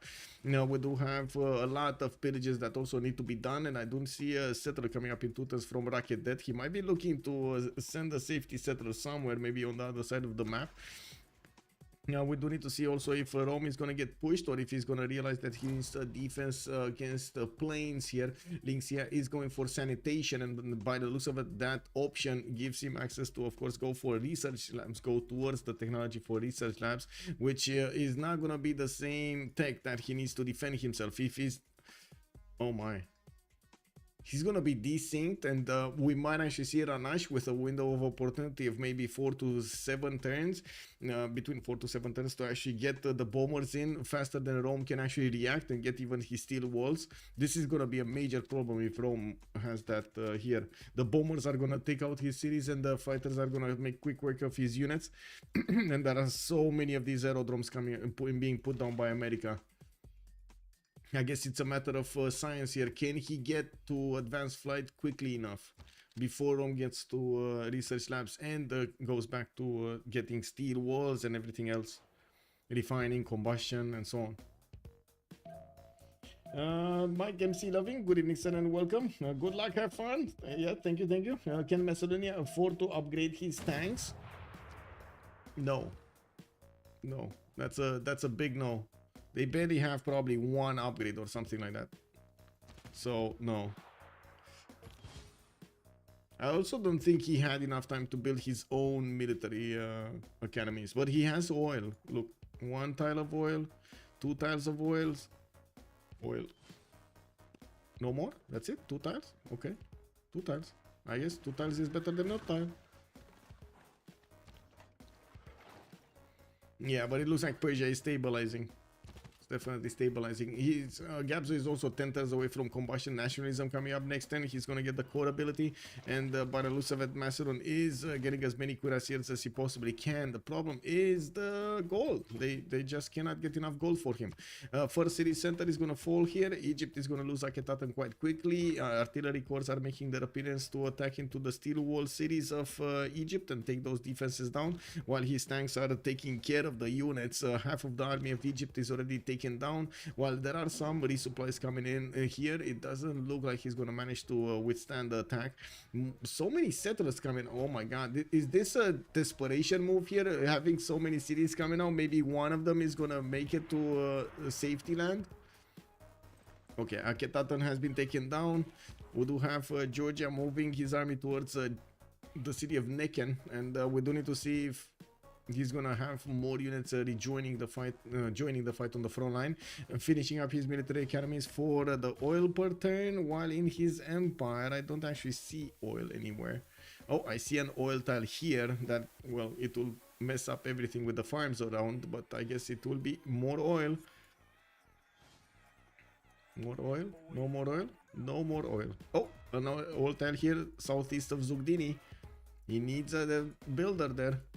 Did he stay in a golden age? Yes, but he went for reform the coinage for the extra gold per turn. That's something that will help them actually outpace their opponents if they do manage to keep the gold per turn up and manage to upgrade their units and fend off attacks. They should have an advantage. Lingxia is 2 turns away from chemistry, while I do notice Ranashi still is working for steam power in 1 turn. It looks like he's gonna be late on those tanks. That window I was talking about is not happening, guys. Not happening. He's at least 3 techs away from getting advanced flight. Like, he needs steam power 1 turn, then radio another like 4 turns or 3 turns, and then advanced flight for another 2 or 3 turns. That's so much more later, and of course in the meantime Rome is just gonna put down a lot more of those buildings. He's gonna get the happiness up, he's gonna get more science, get more culture, and more production. Already I see him on 587 points of production. Okay, Cuirassier getting caught up here by Macedon. Artillery is unfortunately getting hit from him, and Persia, by the looks of it, manages to get quite a few of those artillery cores and new tanks on the front line. He still doesn't have a critical number to defend against his opponent, but it's more than enough to handle what Macedon has at the moment. We're gonna need to see when Macedon is gonna get his tanks out. That's the moment we need to see. Okay, another wave of attacks. Georgia taking down more units from Egypt, rebuilds of heavy chariots, some knights, which are not going to be even a match for these tank armies. While the city of Necken does have victory inside of it, it's only a 63 defense strength city, which of course is going to be taken down very quickly by these artillery corps. Just needs more of them, like at least 2 of them. That's it, at least 2 of them. He's not getting them. Military academies, I guess, are the priority right now, so he can get that oil per turn. Yeah, we got him on 0 oil right now. Baptiste is 11 and Lingxia is 11 as well.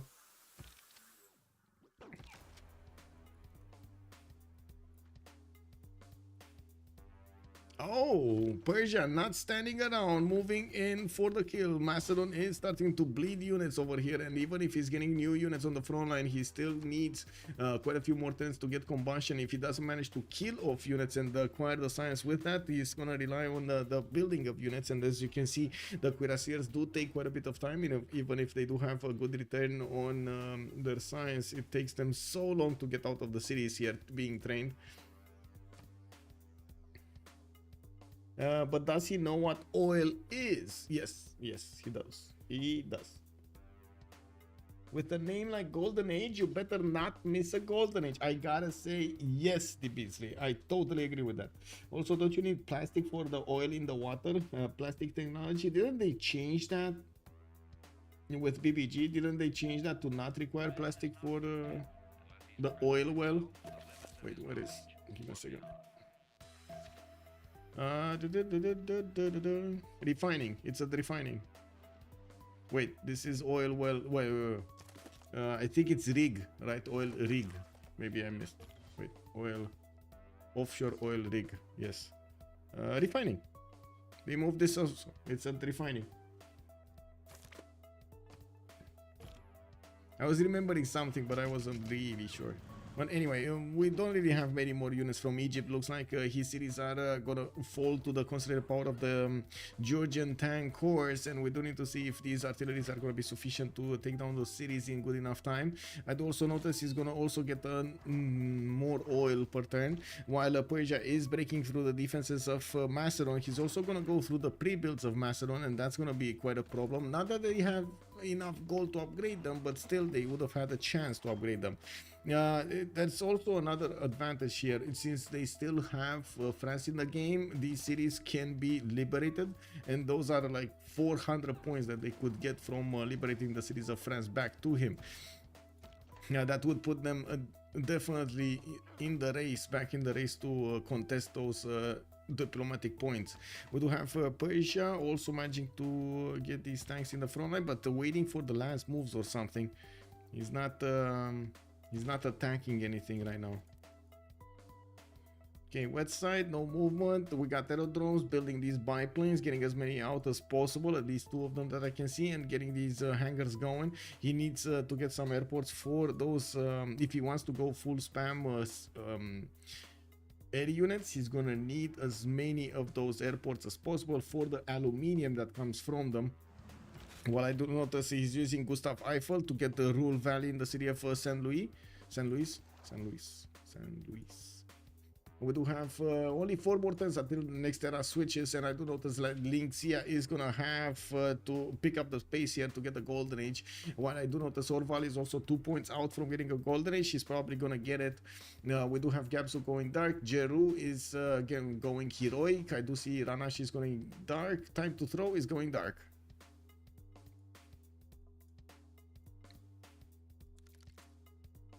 Is there a limit to number of liberations allowed, or is that per city? There is a limit for city states or cities in negative loyalty. You can only liberate them once. But if you're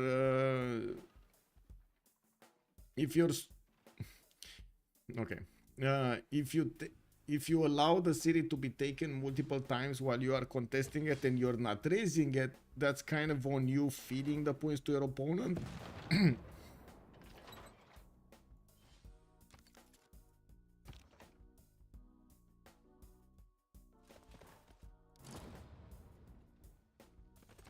Okay, Necken looks like it's gonna be taken down here quicker than I was expecting. There we go. Another artillery core attack next turn, and the walls are gonna be fully shaved off. Not to mention these Georgian tanks can do the damage against the city center quite strongly, sufficiently to take those down, even with steel walls. But it's only 68 garrison defense. That's the problem. Pillaging as many tiles as possible to get the extra gold. As you can see, they are swimming in gold right now. More than 5,000 points are available for the golden agers to get their upgrades going. And while I do see Gabso is struggling to get the attacks going against Persia, we do have Persia killing off more of his pre-builds before he can actually get the science of required for combustion. Still 5 turns away from getting there. Well, 5 turns away and a few science points, I guess. We'll see if he does manage to get those science points from the Persian units.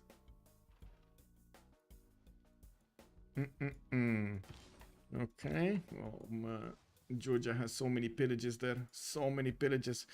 Casa de Constatación on Rome. Oh, triple continent split, right? So he has Magnus on the other continent, Pingala on the other continent, Victor on the other continent.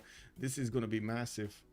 This is a very good wonder for him. Not only the government titles, but also the bonuses for these series production. Lixia is also 3 turns away from getting flight, and I do see him on 300 science per turn, 124 culture, while Ranash is a little bit ahead of him. He's 3 turns out from advanced flight. Oh no, Lixia actually considers it's good enough time to go for steel first, mobilization in 4, and try to fend off attacks in the meantime while he's going for his own flight and getting the infrastructure done. He definitely needs to put down airports and start building those in, and we're gonna see him get a lot more science per turn. We do need to see if that's gonna be enough to put him on the same page as America here. I do notice Jeru did manage to jump up to 417 science and 100 culture with 529 production and getting more gold for his teammates. We do have him getting his intelligence agency in 2 turns, and by the looks of it, doesn't really seem like he's I would say he's gonna be able to get that science victory here, or at least not quickly enough. I guess we'll see.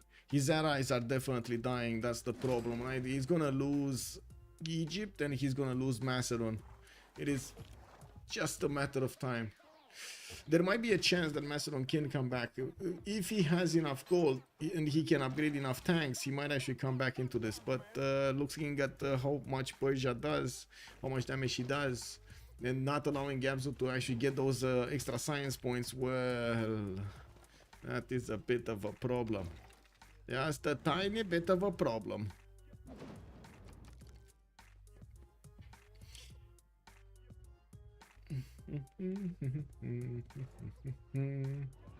Okay, Cap's going everywhere to pillage the tiles. Georgia is also keeping Burica from the cities of Egypt. And I do notice Egypt is bringing some artillery hardware to the main front line. Man, these guns are gonna take out the tanks. Don't you worry. And after the first shot was fired and the artillery is no more, well, we tried, boys. Let's go back home. Anyway, now we do have Macedonia here starting to get his own artillery corps, and to be honest, those are actually quite exposed there. Now we do need to see if the extra range from the balloons is going to make sense here. Persia will definitely need a lot more artilleries to throw at a single city or a unit, and I'm pretty sure that's going to be on his build queues at some point. We do have him putting up more production in the build queues, and of course more gold per turn. 505 points of production is making more than double than the Gabzo is making, not to mention what 4 times that time to throw is benefiting from. We do also see him keeping up with the production of Jeru, even if he was at war. First helicopters also getting upgraded in the former lands of Egypt. We do have Orval with a mission in a life. Oh my god, he's gonna get so many cities here. Time to throw is gonna have Orval is gonna get like 20 cities here. So he's not only gonna get the Macedonia cities, he's also gonna get the settlers. Wow, so many free cities here. He managed to also levy the city of Engazargamu to see what's in the south. Doesn't want to let anything pass there. Rakedet is also already being put under siege. Oh, moves. He got the moves. Let's see who got the moves. Oh, Racket getting taken down. Already 48 damage shaved off. Pillages on the campus. A lot of science acquired by and there we go. Settler got taken. Pillages on the Gavron Plaza, getting as many of those pillages off is gonna be important for Georgia to clear off every tile of the territory of Egypt, pillage and benefit from every one of those bonuses. Tank upgrade. We do have enough damage from these tankers to actually pushing as Persia. I think the problem is the time. He needs 5 turns to actually finish them in his strongest cities or most productive cities. And as you can see, we do have a faster upgrades on a faster build queue on Persia, not to mention does benefit from more cities. Now we do have him also struggling to get his amenities up. While I do see him on +3, he's still not acting. He's still not getting that ecstatic bonus. Still it's good. I think, you know, still keeping up. Getting planes aerodrome from Pasagarde in 1 turn. To be honest, he just needs to stay alive and let Georgia here take out Cleopatra in the south. That's it. Can he withstand Macedon? Can he withstand Macedon after Macedon got tanks? And let's see, that's kind of a weak tank. I think he can. I think he should be able to. He can definitely army up more. So yeah, he should be able to.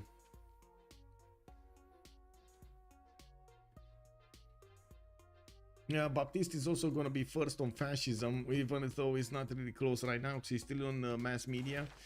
He's not far away either. If he's on mass media, he is over here somewhere. Yeah, there we go. So he can go ideology and then into fascism. Not that far away. And he's you do have Orval actually discovering fascism next and getting totalitarianism civic.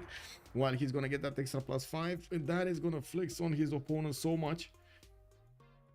First biplanes deployed. We do have Rome getting his steel walls, and I do notice he's going back for advanced flight. The steam power coming up in 2 turns, while mobilization is finishing up in 1. No movement from the units of America going towards the north. Doesn't need to worry about that. But next turn, we do have Ranash discovering advanced flight. And he's also gonna try to get as many of these stock exchanges as possible for his economy. He's -45 still. Unbelievable how much lack of an economy Abraham Lincoln has. Does he? I mean, he has commercials in every city and he's still losing gold. Wow. Kick W, man. Kick W. Yeah, Macedon cannot push into this. He's just gonna lose units, all of his units, if he does that. So I guess it is what it is. He's gonna wait for the Georgian helicopters to probably get into the lands of Macedon and clear him out. While in the meantime, Georgia is busy pillaging every one of the towns of Egypt. He's pushing all the buttons, getting all the cookies over here from the Egyptian territory.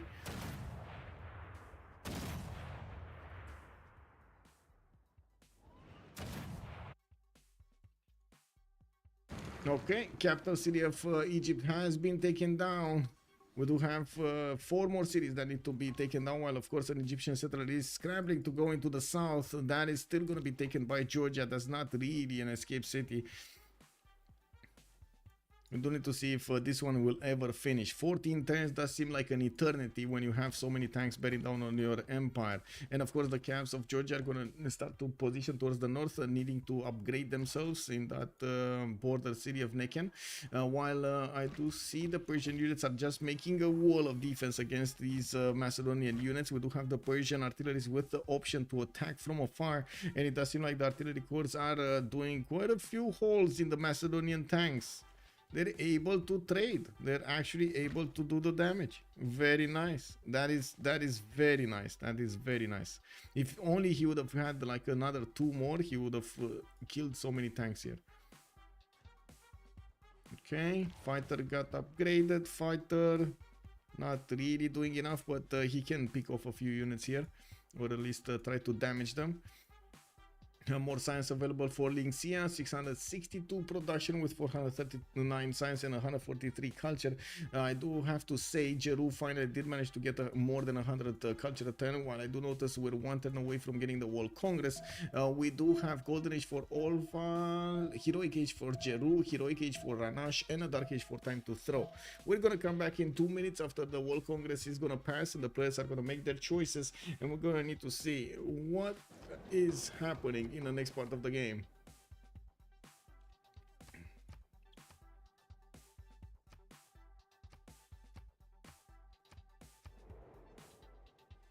Be right back.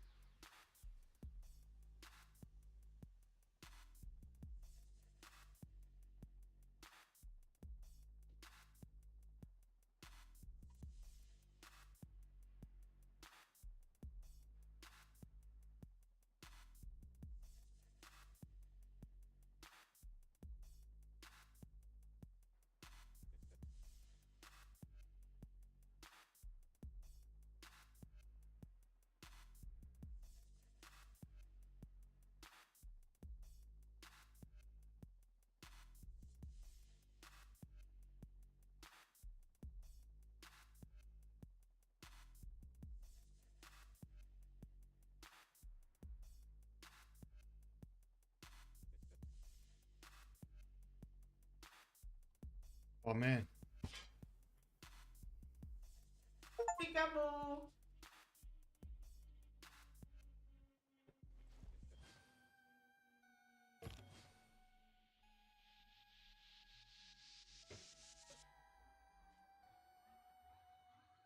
Oh.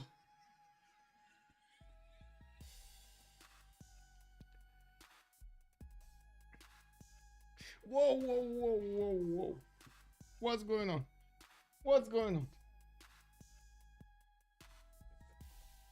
Okay, so let's see. Great artist, no points. Fascism losing a wildcard policy slot, and Jeru loses 2 Diplo, so that's gonna slow him down a bit. We do have 19 points out of 75 for Orval, but I don't think he's going for a culture victory anymore. He's just gonna go for domination here, or they're just gonna go for domination. 204 tourism points is still enough. Diplo points, we do have Jeru on 14 out of 20. And it's gonna matter quite a bit if he does manage to get over here noble for that extra Diplo point. I do also want to point out that Persia didn't manage to recover the cities of France over here. They're being held by Macedon and held strong. We don't really have Persia with enough capabilities to attack his opponent, and I do see him still wanting to sim more than attack, getting his biplanes up so he can turn them into fighters later on, while Lingxia is also getting radio in 1. I do notice Baptiste is 1 turn away from getting his research labs. We do have the P-51 Mustangs starting to come out of the cities of America, and I do see anti-air guns are gonna meet them halfway in the city of Puteoli. That's also wait a second, that's also with Governor Victor IV. He has the anti-air initiative for the extra 25 bonus. What's the Faith thing now, great people? With Faith, I think he's waiting for rock bands, to be honest. But yes, I guess great people with Faith, if he's paying something with Faith. I don't see him paying anything with Faith. He's on 1400, and he does have the ability through his how to say religion to buy out units, to buy out Faith. Hello, what is this? What is this little fireball? Yeah, we do have him getting his war department out from Tbilisi, and I do see he did manage to roll the third musician while he is still pillaging and upgrading his units in the lands of Egypt. I do see Georgia over here is about to take over another city, and he still didn't get to that settler in the south. He does have helicopters moving everywhere trying to get the gold from the mines, while I do see Georgia did manage to get another artillery corps to bear against his opponent's cities. He's managing to do enough damage. There we go. Another city will fall this turn. Ed Food this time around. That's also the city where he had the spy in. Lol. Anyway, I guess it is what it is. Now we do need to see also here if yeah, so the city of Dren is getting attacked by the artillery. Looks like it also forced Macedon to get back, not take too many hits from these artilleries against the tanks. They definitely are having a problem with the oil. Now Macedon does need the military academies or improving his oil tiles, and he did manage to get these 2 improved. He's probably gonna get the 3rd one soon, right? Where was the 3rd one? Did he did have a 3rd one somewhere, right?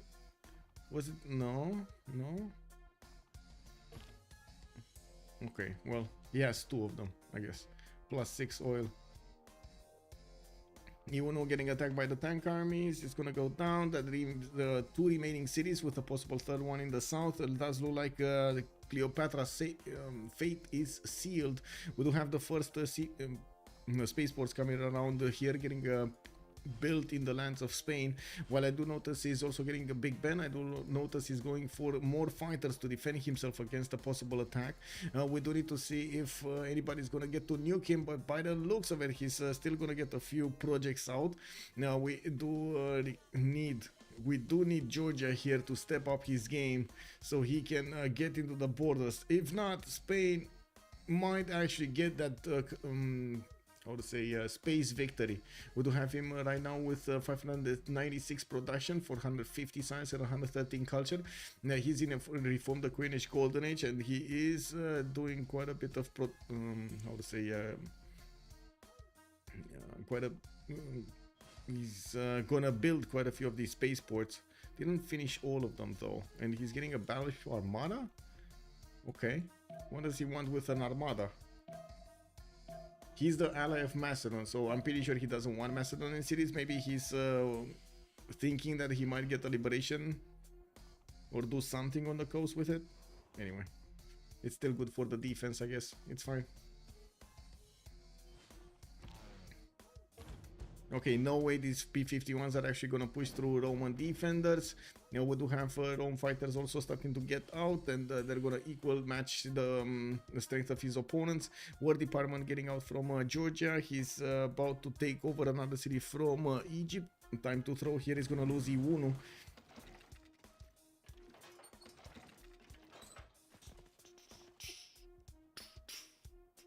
Still wish Tamar had GMC. Yes, it would have been so much more easier if Tamar had GMC. I agree. It's not like he, you know, he's missing on envoys. Okay, more cities taken out, more faith acquired. Hey. Ah, okay, it's fine. You can use that. Your teeth hurt? Don't see? Unbelievable, man. He's chewing everything. Come on. Stop chewing. Stop chewing. Stop chewing.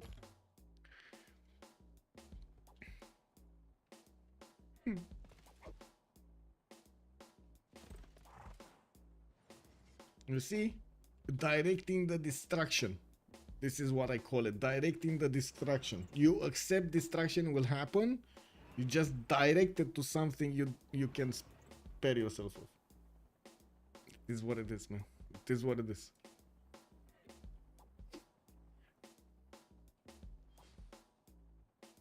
Can you see her chewing? Yeah, you can see her chewing. Okay. Yeah, snibbling. Anyway, now we do have Macedon having a bit of a problem. Georgian helicopters are getting in from the southwest, and looks like his tanks might have a problem withstanding the damage from those. It does look like, of course, his cities are going to be well equipped to defend against this for some time, and until those artilleries are going to be on the way. While we still need to see Egypt being fully taken care of, so he can take out the military alliance from the game, and also the option to vote in the World Congress. There still are a few cities that need to be taken out, and of course Orval is just not going to get to fully deploy his army against his opponent here, Macedon. Feels bad. Lucky Nuke didn't even get the France full kill before they getting beaten back hard like this. Yeah, I don't know what they do now here. Yeah, I think, well, I guess that the players are that Spain is going to manage to get this this space victory, and I guess we're going to need to see if his opponents, their opponents, are going to figure this out.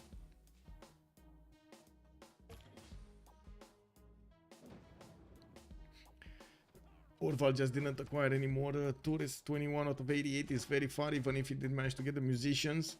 Okay, Memphis is going to be under attack and should die quickly. Sheret is soon going to follow, while I'm pretty sure he's going to also see this city in the south. He did discover that territory.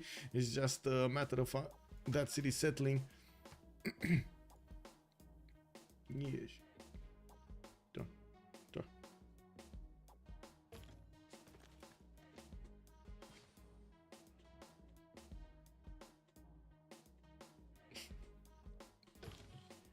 Wait a second.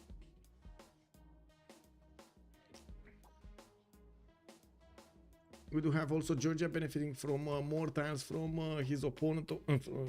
His opponent's acquired cities. Of course, he's getting his campuses back. He's getting also more commercials, and I do notice he's using his military engineer to reconnect the pathways and get the routes connected. And while he's deploying more units towards the city of Lyon, I do see Georgia has a few problems getting in and smashing cities. He definitely needs more artilleries. He only remained with a single artillery towards the city of Memphis, and that might not be enough. Wait, is he just giving up? Is he giving up on attacking Egypt and wants to go Macedon now? Giving up before he actually finished the job? Ooh, that's nasty. Wait, no, please don't do this. Please don't do this. I mean, I'm pretty sure your ally can handle Macedon. You don't need to go there. Just finish. Anyway, it is what it is. We've got more P-51s coming in. Looks like the American units are moving towards Rome finally, and they're meeting a wall of strength here. The Roman infantry armies are much stronger than the American units can handle, not to mention the American P-51 Mustangs are dying attacking into the defenses of Puteoli, or in the units of Puteoli. I do see new fighters also coming out from Rome to get on the front line, and even though they cannot attack properly against the P-51s, it's still a matter of numbers here.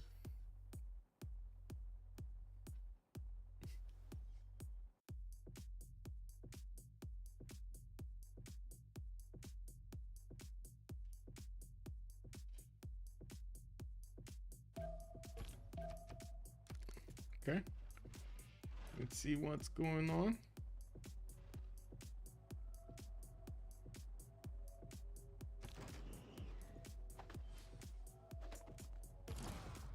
Ooh, Georgia hit by low oil, but he still does so much damage to Macedon. Well, of course, armies versus normal tanks. What would you expect?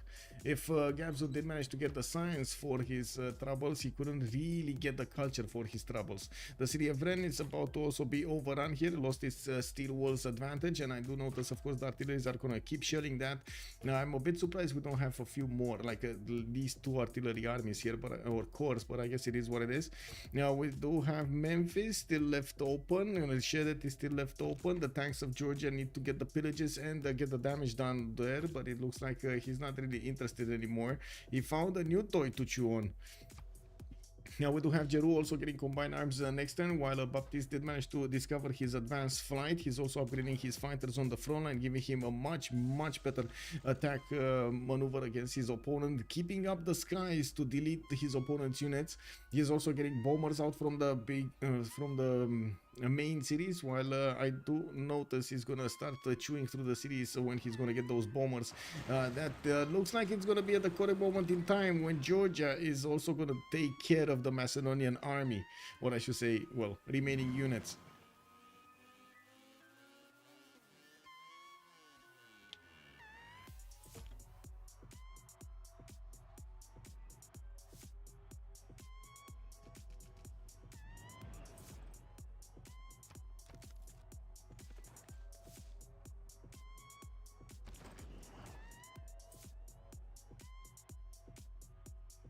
Okay. Yeah, it looks like America needed to retreat from the front line of Rome. Just cannot pass through that. Infantry corps versus infantry corps. Looks like Rome wins hands down. That's how much? 109 versus 124 of Rome. That sounds a little bit big. Anyway, now we do have film studios also coming out from America, and I do notice Big Ben is going to finish in Zaragoza in 5 turns while he's getting his own fighters. He also did manage to get a religion that's a Sikhism for work ethic and stewardship. I mean, he should have gotten stewardship a long time ago if he wanted to get there. Aquarium coming out from Madrid, more amenities here. Looks like his cities are still at the content. He is having problems getting the happy perk there. I do notice he's also getting a few more spies and switching to all power plants because he probably ran out of coal, which is a bit of a problem. I gotta say, you gotta keep those coal power plants running for the extra production. City Naken is still not taken out. Artillery needs to do the moves. So we do have Ren pushing back. I should say the Macedonian units are pushing back against that Georgian helicopter, which is gonna die. It is what it is. He did have a promotion, but it was too late. Orval was a bit too late on the moves there. Ren is still gonna die. That city is gonna die. It is what it is.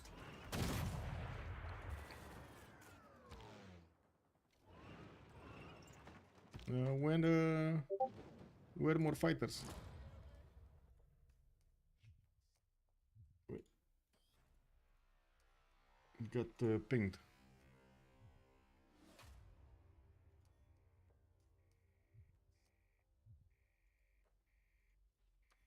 Yeah, noise.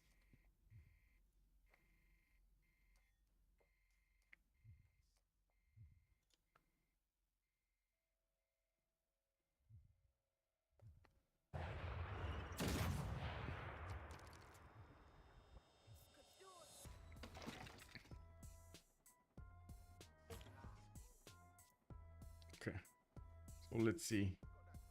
What do we have? What do we have? Macedon. Still not able to withstand the two attacks of his opponents, Persia and Georgia at the same time. Rome is managing to keep out America. Nobody contesting for space victory yet. We do still need to see those projects going through. And first of all, the spaceports finishing is putting them down and working on them. 8 turns to finish from Madrid. We do have Madrid with, let's see, his cities 112 production. Ooh, I mean, that's low production. That is low production. That is so low production. Anyway, we'll see. We'll see if he does manage to get. Maybe he doesn't have vertical integration yet. Maybe he doesn't have stuff, bonuses, cards put on, and so on and so forth. We'll see. He definitely needs more than 150 on those cities. We do need to see if there we go. The attack on Memphis has started. Under siege penalty is already activated. We do have Orval with these tank cores and a tank, normal tank to deal the damage. And I do notice he's gonna also start to do the damage against the city of Lyon slowly but surely. I do notice his tank armies are more than capable of punching through, while the city of Rennes is also gonna be probably liberated. So they will manage to get 200 Diplo favor points, which would put them over there competitive in the point screen, in the Diplo favor point screen with Golden Age. Yeah, this looks like this army of Macedon is just gonna be squished. Yeah, it's that. And these are normal tanks coming way too slow from his lands, way too slow. Ren got taken back. It could be liberated. I don't know if Persia is gonna do that, but of course it would be easy to liberate it. I think he's afraid of getting his units pushed weirdly.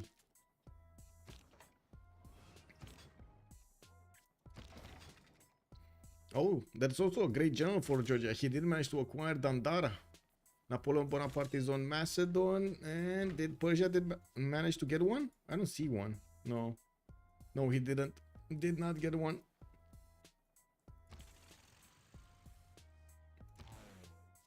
Okay, reports coming up from Rome for that extra aluminium Polten. I do see he did finish Casa de Constructación, and I do see him also benefiting from 300 gold a turn now with 741 production in a normal age. He doesn't even have a golden age for reform the coinage. Neither Shah also doesn't have a golden age, while I do see Orval is in a 2 arms golden age for the extra damage against city centers. This is probably how he's doing so much damage against these cities with walls. Yeah, it's definitely that.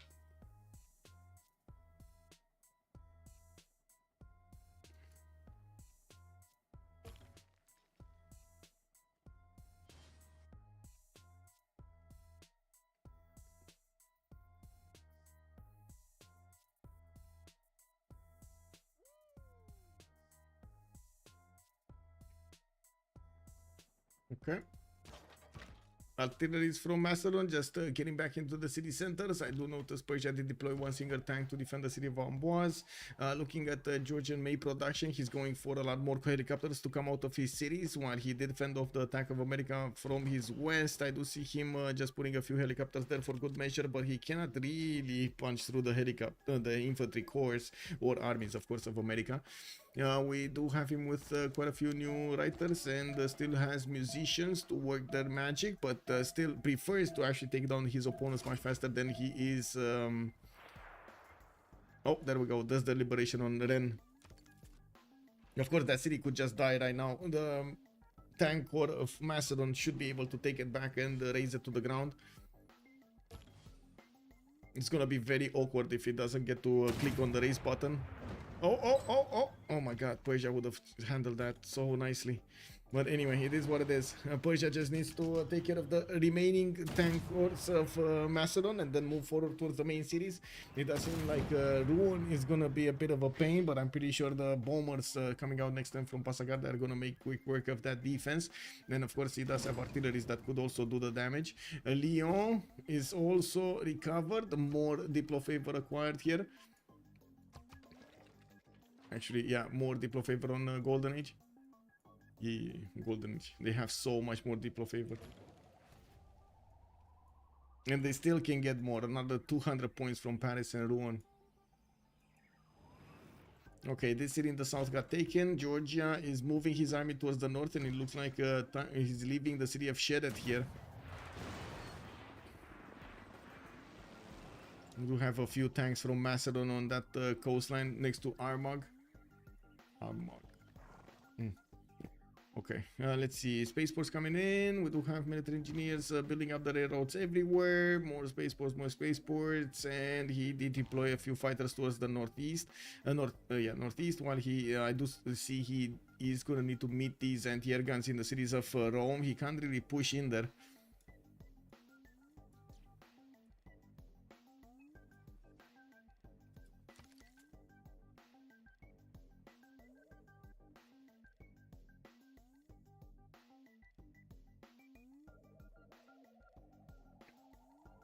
So I guess we're gonna need to wait and see if they do manage to get those technologies. Do they? Nuclear fission from Lingxia next turn? Yeah, I think they will. To be honest, by the looks of it, I think Rome is gonna start nuking faster than Ranash can start nuking, and Jeru can defend himself. Let's see. Lingxia getting nuclear fission and benefiting from very, very strong cities. 140 production in his capital. Ostia 106. We got Aquilea on 87. Antium, second city, is... How much is this? 146. Ravenna is also 50. That's kind of slow. Cume, only 76. Okay, so these two cities are going to be the main ones. With Aquilea sprinkled in. Ooh, fighter. Lots of defensive fighters. What is Persia doing? Is he getting his own... Yeah, okay, he's going for totalitarianism in 4, synthetic materials in 1. He is probably gonna get that bomber to attack the city of Rouen, and he's also probably gonna need to pre-build a few more of these helicopters. He only has a single upgrade for helicopters. Unless he's going jet bombers, I don't really think it makes that much sense to discover right now this. But I think he's going jet bombers. He's gonna want to finish off Macedon quickly.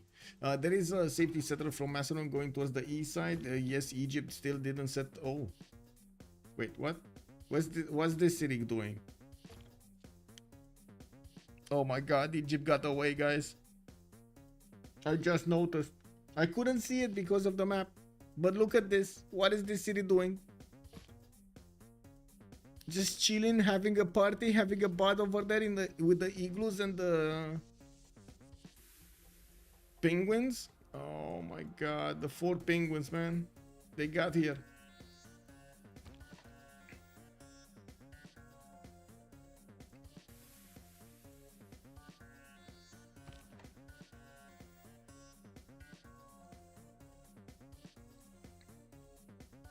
Okay, Manhattan project coming in. First he's going for stock exchanges for the gold per turn. Okay, well, he does have 754 points of production, while Jeru is also 728. But I gotta say, there is a difference in city count here. We do have Rome only on 8 cities, while Jeru is on 11. Not to mention Jeru is in a heroic age there, getting the production of his campus adjacency. We got a few tank armies coming up from Persia, more spies also coming up, putting down his industrial zones and finishing his coal power plants. The city of Rouen is being put under siege, and he's waiting to do the damage with his artilleries and the bomber next turn, while the units of Georgia have started positioning themselves next to the city of Paris slowly but surely. He does have an artillery army on the way, able to take down those steel walls. Totally ignoring the cities of the remaining city of Egypt, Sheret here to the east side, while he basically neutered Egypt. He couldn't take out the military alliance advantage of his opponent's units. Okay, let's see. Jeru is 16 out of 20 Diplo. 16 out of 20 Diplo. Wait, he got Potala? Did he get Potala? Wasn't it built... Oh my god. What did he do for these 2 points? I don't see Potala. Did he Mahabori Temple? He did get Mahabori. Oh, I see. So he got Mahabori Temple for those 2 extra points. Didn't he get Mahabori Temple before those extra 2 points? So wait, that means... wait, did he get Noble also? Oh, he got Noble. Okay. He got Noble and he got Einstein at the same time. Okay, well, that puts him at a lot of science potential, not really advantage right now. 465 points of science. Lingxia and Baptiste are both ahead of him, not to mention they're much higher in production.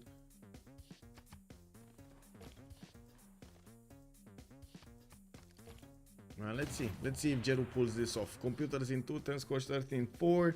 We do have still America fighting off the Roman fighters. Not really happening, there's nothing really happening over there, but America does have a chance of pushing through the Georgian defenses on the west side, of course, with the P-51 Mustangs securing the airspace around that city center. I'm pretty sure these helicopters are gonna die to them, not to mention these infantry corps and armies can pass through. Now we do need to see anti-air guns, and I do notice there's a decent amount of production on Georgia to get new units on the front line there and try to fend off this attack, but he does need anti-air guns in that city center if he wants to secure that city center. The P-51 Mustangs are gonna make a lot of victims out of these units.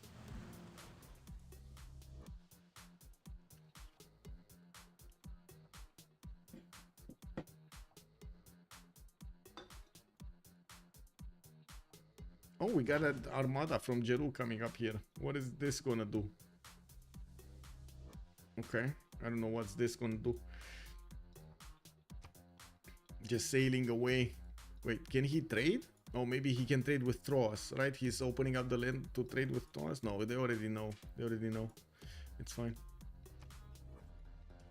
Okay, so they don't have... He doesn't have any more Diplo favor because he's too industrialized. I do see Lingxia has the same problem, but in total, Golden Age does have more than enough to secure the next Congress, even in a 4 versus 4 situation. Now we do have the first spaceport coming around from Bilbao next turn, and one turn after that in the city of Madrid. I do see Nikola Tesla is also there giving some points, and we do have Rome getting Mary Catherine Goddard for an extra diplomatic visibility over his opponents. This is going to be massive, giving him the extra edge he needs to punch those jet bombers through the defenses of his opponents and nuke the main cities of Spain here. We're going to need to see him set up his infrastructure. He did start off a little bit with the railroads here, but he stopped because of the Spanish air control. We're probably gonna see a lot more units come out to play against Spain when he's gonna want to get the attack going.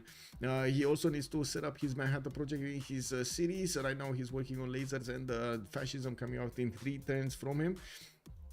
I would imagine Manhattan project is gonna be built in more than 4 to 5 turns. That does give him a good enough time to prepare his army with his other cities and start moving them towards Spain.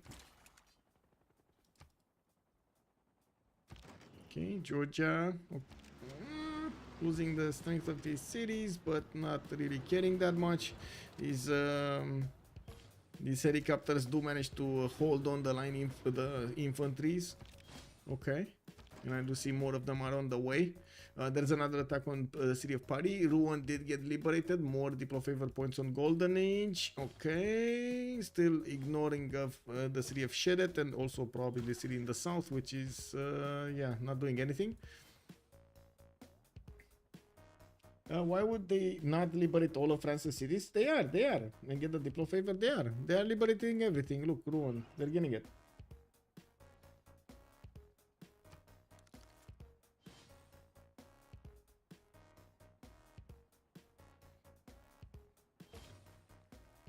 Okay, jet fighters coming out from Rome. He is gonna do quite a bit of damage now against these P-51 Mustangs if they do have anti-air guns support. And as you can see, these jet fighters will make quick work of the fighters of Spain much faster. We do need to see how many of them are gonna get deployed to the west side, and we do need to see how quickly and when is he gonna start on that Manhattan project. With fascism coming out in 3 turns, I would imagine he's gonna wait on attacking his opponent those few turns. He could still do some clear pickings of these fighters of these infantries. For example, this one can be taken out. Which one is still I think this one also can be taken out like one shot. Is that enough range though? How much range do these have? 6 tiles, right? 2, 4, 6. That is enough range, so he could take out 2 units here next turn, even with the anti-air gun support.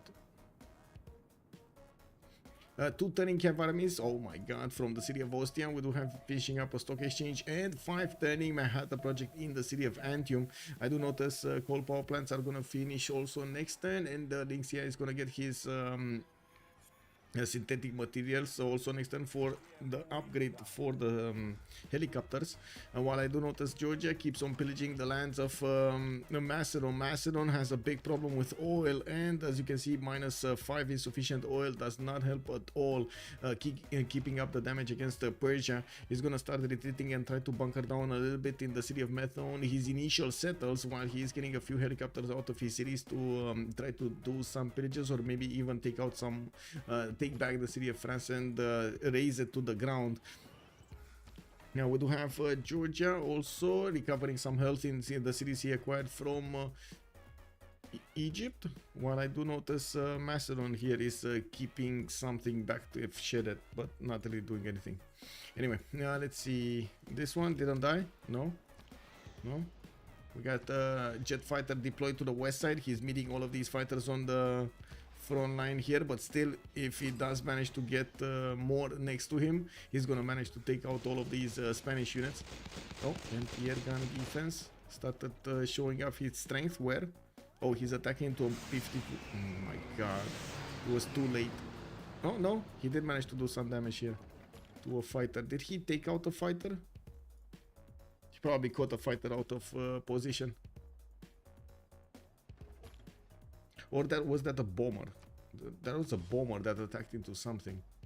I don't know into what, but well, it is what it is. Oh, he attacked into Akalkalaki. I guess I see what it is. Okay, in the east side. That's why the city doesn't have any more walls. Oh well. I do see more military hardware coming up from Georgia on the west side, and he's also getting that happiness from the swords in his empire. We do have research labs coming up also from Skumi, while I do notice a spamming of tankers from tank armies from his cities with fighters. It should give him the edge he needs to attack into America. Remember, even if we do have a few projects coming up from Spain, he needs 4 projects, he needs technologies, and he needs to wait for that spaceship to arrive at the destination, which yes, he could help out, but that also requires a lot of knowledge, a lot of technology to discover the later stages, the terrestrial laser station, the laser stations in general. So what is it, outworld expedition or off-world expedition, something like that. That's very far into the tech tree, and he's only on 600 science. I know I say it's only on 600 science, but that is quite low. He cannot one-turn techs.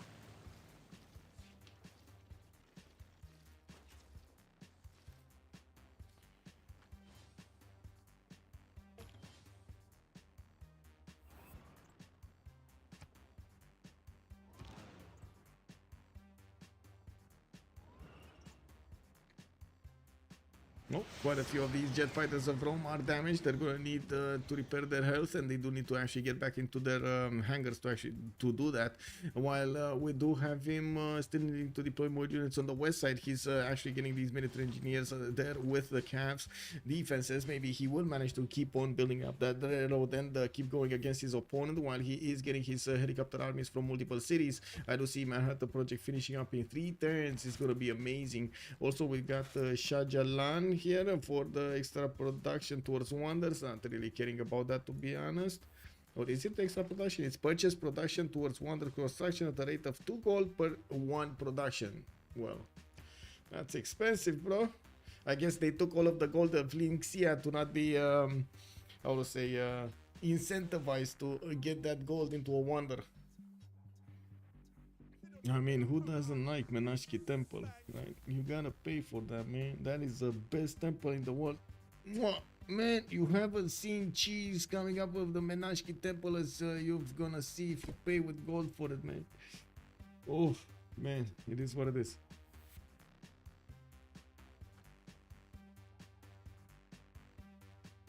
Alexandropoli getting that victor defense, even though it didn't matter that much on the city of Rouen. And both Rouen and Paris are now liberated and got back into the borders of Volaquetal of France.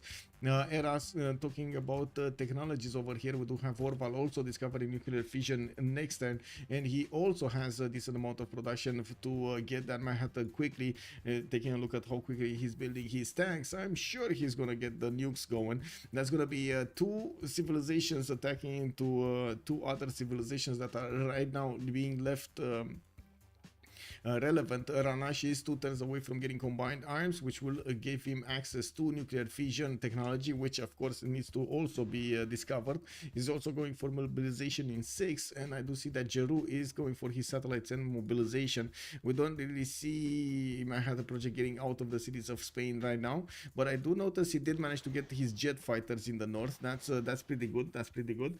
Now we do have 2 turns for launch Earth's satellite. That's going to be the first one, the first project out south from the Science Victory, and yes, that will reveal all of the territory of the map.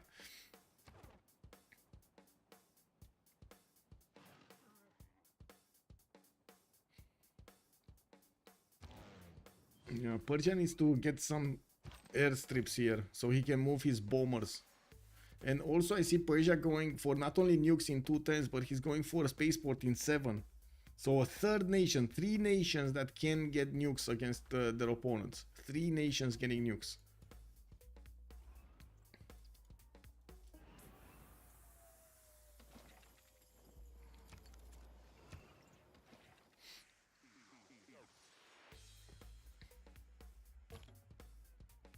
Oh, there's another tiny city of France over here between his big brothers. Oh, look at that, oh, the city of Nantes. Yeah, yeah.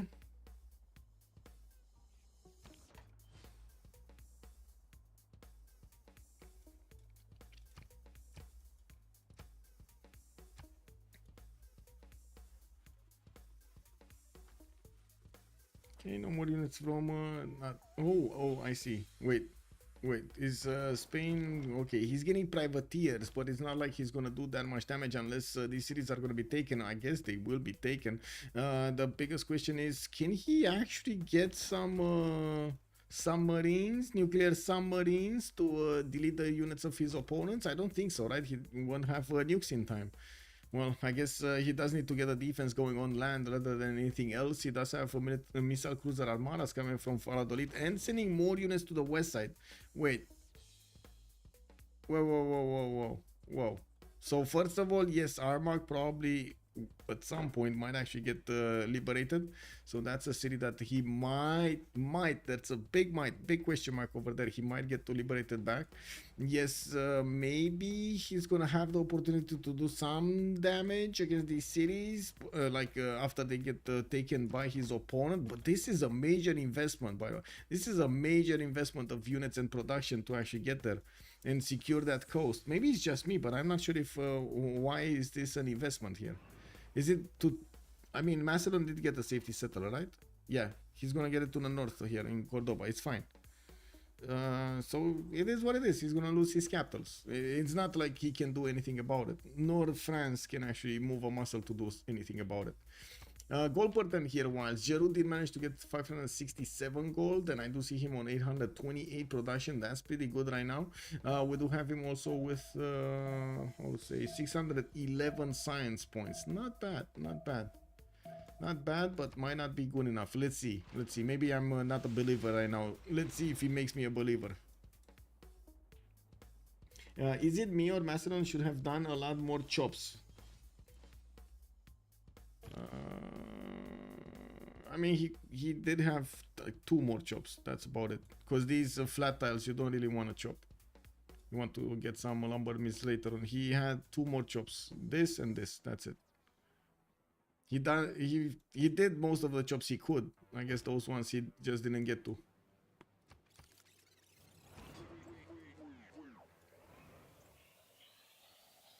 Okay, Alkalaki is still alive, and Piergan is still kicking. Helicopter army is coming in, stronger than the infantry corps. We do have some of these P-51s dying, and we do need to see if these Roman jet fighters are going to manage to get their promotions. I gotta say, he's keeping them like this. Does he have supply convoy? I see. We do have helicopters here on the west side starting to move forward while his jet fighters are fighting off the Spanish units. It looks like both sides remained on 2 remaining fighters in the air. Launch moon landing is happening in 4 turns, while we do have multiple units getting out on the land and on the seas of Spain. Is trying to do a concentrated move of defense here, pushing his borders as far away, or pushing the possible front lines as far away from his lands as possible. Now, next turn we're gonna see Manhattan Project finish in the city of Antium. That will give Rome the opportunity to use his production to get those nukes as quickly as possible. He does need jet bombers, and he does need to be closer to Spain, unless he's gonna start nibbling at the Spanish Empire turn by turn or city by city. Oh, lucky nuke Antananarivo. I think this is a sign. I think they're actually wanting us to nuke Antananarivo. I'm pretty sure. I'm pretty sure Rome is getting a message over here. It's, you know, nuke Antananarivo.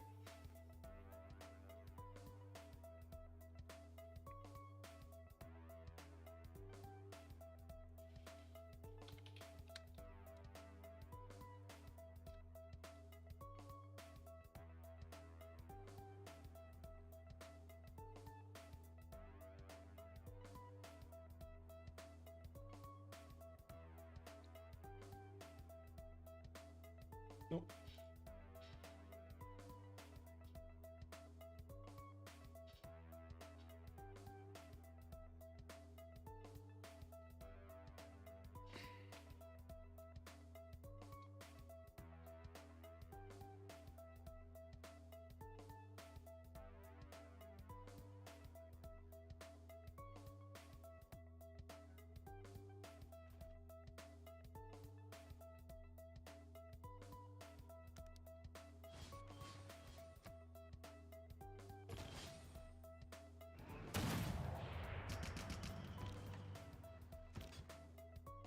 Okay, well, Georgia did manage to get to the doorstep of the main cities of Macedon, and slowly with Persia's units, he will probably take over those cities, no problems, especially with the bombers starting to deploy over there on the front line.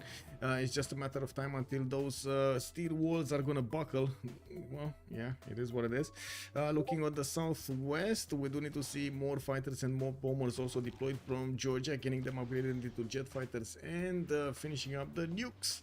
Well, we don't have that many nukes. What's going on? Well, Rome does have a full 60 uranium, but he didn't put a single nuke in his production queues. He did choose to build up some more helicopters and jet fighters, and I do see he got a round of helicopter corps, helicopter armies built, trained. We do see that there aren't that many units from Spain to defend the city of Antananarivo, nor is he actually making that many, but he's gonna get machine gun at least in Bilbao, and that will increase the city's defense higher. Well, it will increase the city's defense. The city of Cleveland is also getting smashed here. How did it get to half HP with an anti-air gun inside? What? Okay, that's weird. This is what it is. This Georgian fighter does seem like it's I would say it's a sacrificial fighter.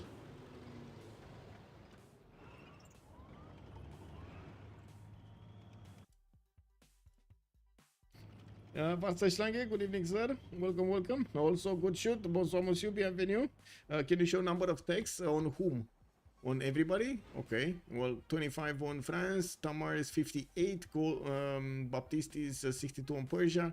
Lixia is 60. Gabzu is 39. Jeru is on 62. Ranash is 53. And then time to throw is 41. The sacrificial lamb. Yeah, yeah. Muzdrath, oh, it's Spain versus the world? Yes, basically, with a little bit of Lincoln on the side. It's Spain with a little bit of Lincoln on one side of the hamburger, and on the other side there's, well, Persia, Rome, and Tamar. Where are the nukes coming? Oh, thank you, thanks. Modern armor armies coming out from Georgia. I do see also more drones coming out of his cities and finishing up his bombers. We got a mass of bombers actually coming out of his cities, but they first need to break through the Air Force of America, and that's not an easy feat. Also, I'm very curious where are the first nukes coming from. Oh, there we go. Fortens for the first nuke in Antium. Is he actually gonna keep his uranium for actually, you know, the big boys, for the GDRs here? He's getting guidance systems in one. He shouldn't be that far away from getting GDRs. Okay, eastern side, Alexandropoli is going to be taken out before the battleship armadas actually can do damage. We do have a Persian fighter deployed into the sea, seeing those battleship armadas from far away. Now we do have also, where artilleries? Where artillery? Only one artillery army? I guess it's enough to take down the city. It just takes a little bit more time than you would want to. I don't see any suspense here. Golden Age should win this one. It might be, yeah. Well, to be honest, it does seem like it's a bit slow over here to get the projects, but I do see mobile SAMs are starting to come out of the cities of Spain. He's going to try to defend himself on the coast with missile cruiser armada, some jet fighters, as well as on the land with mobile SAMs in his cities against those nukes of his opponent. But still, is it going to be enough? That's the question. These Roman helicopters are going to start doing a lot of chaos in the lands of Spain, pillaging tiles and taking down these traders, not to mention taking out districts. Well, we're gonna need to see if Spain will have enough units and enough defensive capabilities of withstanding multiple opponents at the same time. It's quite easy to actually just sneak a nuke over here against the infantry corps. You know, just sneak it through, bro. He's not gonna know. Just sneak it through. Get it in there. No? just a bit, just a bit. No? Okay. Well, it is what it is. GDR might change the situation if you mean GDR if Spain gets it. And no victory in Anta? No, no victory in Anta. Nope. Actually, I don't think he has Victor anywhere. Yeah, he doesn't have Victor anywhere.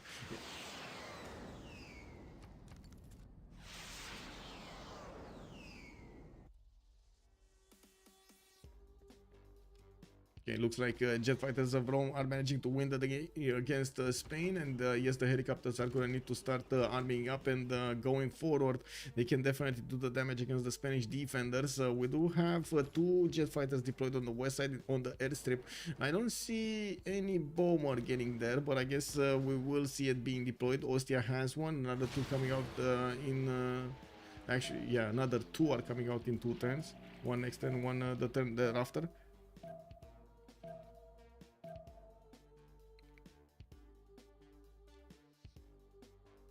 Whoa, whoa, whoa. Whoa, whoa. Ah, I see.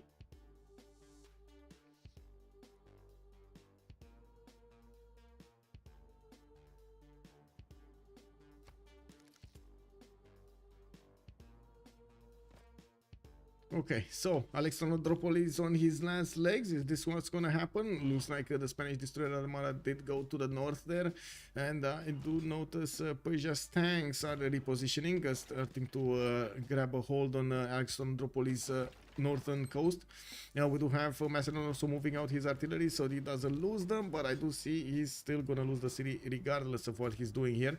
Well, I do also notice in the lands of Spain, we do have that moon landing finishing up next turn, and he's since he did lose most of his defense here in Antananarivo, I'm actually quite curious how long that jet fighter is gonna stay alive. He did get a mobile SAM, so the skies are safe for a little while longer.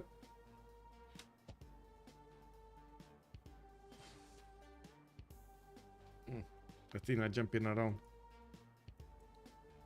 Anyway, more helicopters coming out also from the lands of Rome. Did he deploy a bomber? Not yet, not yet. When is he getting jet bombers though? Elixia getting satellites, Baptist's guidance systems, Orval is going stealth tech, and globalization in 5. Well. He was also massively spamming out these bombers and modern armor armies. It was a very good choice from him to actually switch towards building an army and an economy to go against his opponent rather than going for a cultured victory. I'd also notice Rome did get the 4-digit number of production. He's on 1,009 points right now with 524 points of science and 175 points of culture. Definitely has the strongest economy between them, while Jeru does have 554 points. He's keeping up all of his teammates here. Well, I should say strongest economy. Well, it's not really the strongest. He has a strong economy, not really the strongest economy. I take that back, okay? I take that back. You didn't hear anything. Okay. Orval is barely scratching this culture surface anymore. We do have in the Diplo screen 16 out of 20 points. So yeah, 4 more points to get there. But like we've seen, there's way too much Diplo here. Oh, wait, is it? Yeah, it is. It is. It is. Way too much Diplo. Way too much Diplo. Yeah. Hey. One thing I gotta say, he could figure out what his opponents are gonna vote. We do have 3 more turns for this vote to happen, and we're gonna need to see if he's gonna manage to figure out what his opponents are doing. And he could actually get a Diplo victory if he votes as his opponents are voting. Actually, wait. Yeah, it is what it is. Oh, no. Well, no. That's 1 point. That's wait. He's 17. No, he still can't wait. No. Oh my god. I'm getting tired. Oh, for GDR got bought. Woo. Okay. Well, that's a GDR for you. That's one less nuclear place.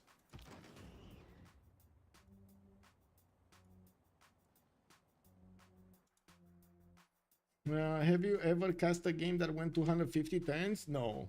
I cast a game that went 150 though, like 150. Yeah, 150. That was the maximum. Maximum because of the tournament design, not because of anything else. Also impressive defense from America. Yes, Gary. Hello there, sir. Good evening. Aluminium. He's losing. He doesn't have aluminium. Oh, wait, whom? Who doesn't have aluminium? Bomber. P-51. Okay. Both of them have aluminium. Does Spain have aluminium? No. I do see the +6 intel from Rome, by the way. That's helping him out quite a bit against Spain. Wait a second, did he get converted? Oh no, he got converted by Tamar. So now there's an extra +5 on Spain against Rome. Oh, that's massive. That's gonna help him out so much. How quickly can he build GDR? 6 turns to get one, 4 turns to get one? Okay, that kind of sounds like a good enough time. But he still didn't manage to get his third project, and I do see him well, getting his composites in 2 turns, managing to defend against some of the Roman attacks. But to be honest, these helicopters might actually die next turn because of the jet fighters. Looking at this, another city has been taken down, and it looks like Macedon is going to lose Methon soon. Also, not to mention Armagh is going to get cleaned up. I'm pretty sure that's just going to be liberated and then attacked again. 100 Diplo favor, easy peasy. Wait, wasn't there a city here? Oh, he moved out. He actually moved away. He's sailing away, guys. This is not. Where are you going, time to? Where are you going? You're taking cities from Spain? I mean, you know, it is what it is. Jabu, good evening. Diplo is 16 out of 20. 16 out of 20 on Jeru.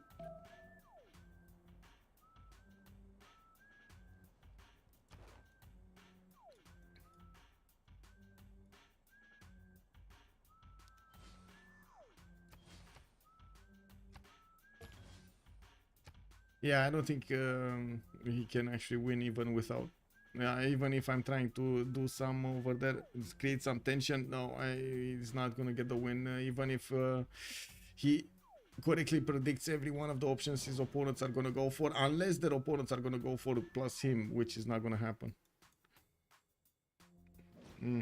That is a dangerous number. Yes, that is a dangerous number indeed. That is very, very dangerous. Oh, we got some units here from Spain managing to figure out there's a pathway in the north towards Persia. Maybe Spain is actually going to try to do something over there on the coast, but I wouldn't really recommend it.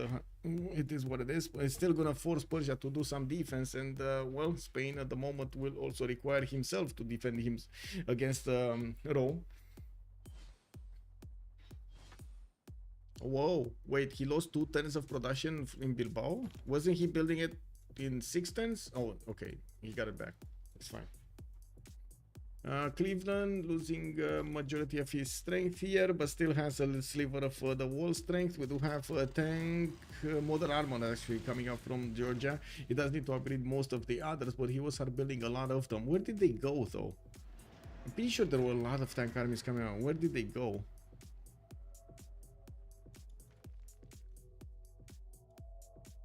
Southeast, northwest, no? East?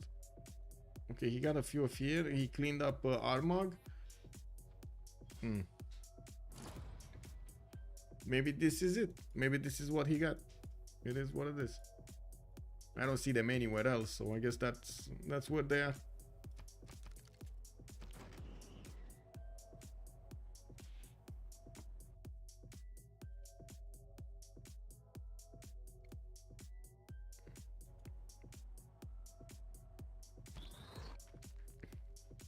Well, Rome will need quite a few nukes, and he is starting to build those nukes. He is also probably on the path to getting his own GDRs. It's just a matter of time.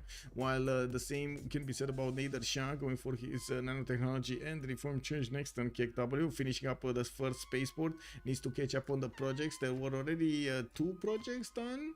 Yeah, 2 projects done by Jeru. He needs another 2, and then getting the final ones. He did stop a little bit because he got fascism and war department is coming up from Madrid in 2 turns. While I do notice that other spaceports are also getting finished. We do need to see how fast he's also going to get smart materials. I don't think he actually discovered smart materials. But anyway, we're going to have a pause for the Congress. We're going to need to see if they do manage to get this done. And I do want to put into industrial city. There we go. And oh my god, something. What's that? Nobody wants that. Okay. There we go. 2 minutes and we're coming back to see the conclusion.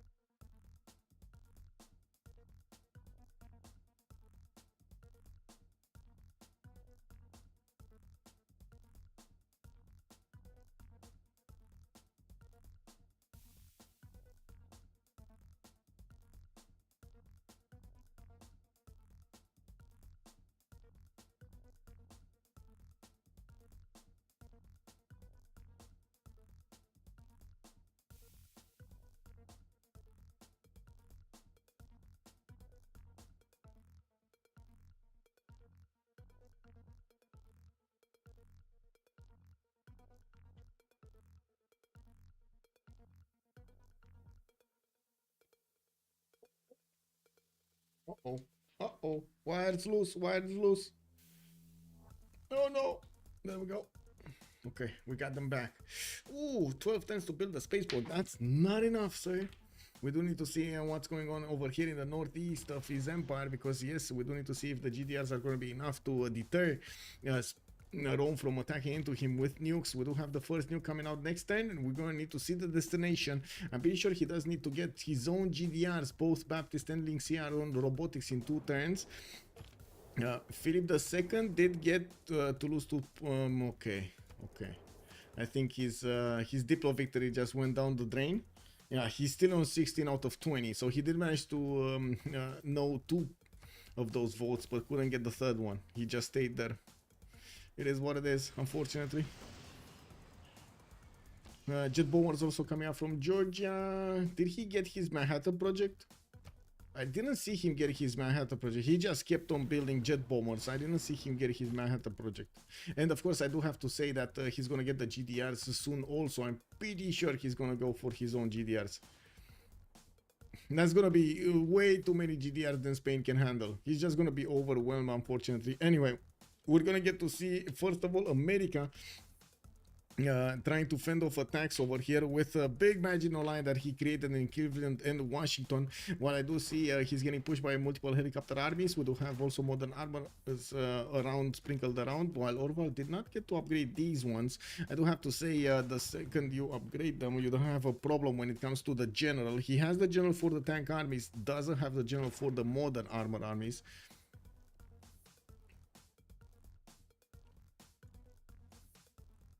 Oh, there we go. Back to my stuff. Two nukes, nukes, nukes, nukes, nukes. We're gonna see next turn. The nuke needs to come next turn. East side, Georgia's cleaning up slowly but surely. Macedon, still Macedon got the city on the other side, so he's not gonna be cleaned up entirely, but you know, he still has these units here. He wants to do the damage.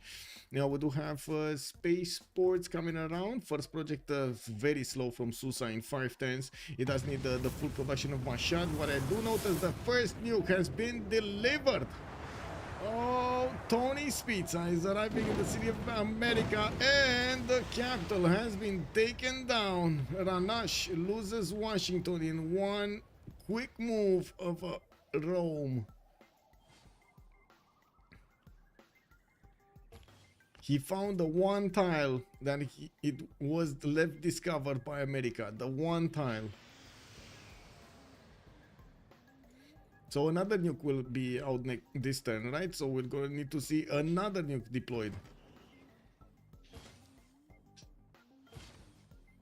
Smart materials coming out from Baptiste next turn. That means also Jeru should have it. Wait a second. Does he have it? Whoa, whoa, whoa. Wait. Bro. Science. No, he didn't get it. Oh, lol. Okay. Interesting. He's going for his nanotech. Nanotech. Yield stab. I do see Jeru is on 626 production while we do have Link. Oh, delivery. Another special delivery in the lands of San Luis. We do have Nuke being deployed.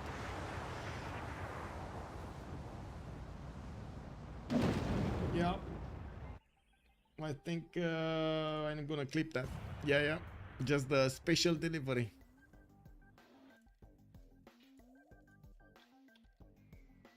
Interesting. Nanotech. Stab. I do 6 production while we do have Link. Oh, delivery. Another special delivery in the lands of San Luis. We do have. Oh. Delivery of a nuke being deployed. Oh. Yeah, there we go.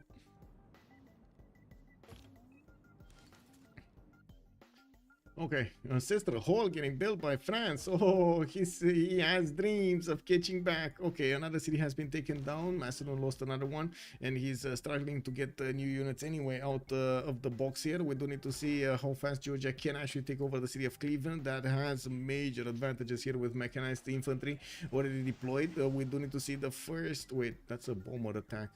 Or was that a bomber moving? No. Do we have GDR somewhere? We don't have GDRs anywhere, right? Washington got taken back by America. He's actually going to lose that infantry if he keeps it there on that tile. It's irradiated. The same can be said about the units if he puts them next to San Luis. Don't really see. Okay, he's getting more bombs, more jet bombers also. Yeah. Robotics coming out next time from Linxia. Baptiste will need to... Wait, did he actually manage to get the robotics first? I think he did, right? He did get it before Linxia did.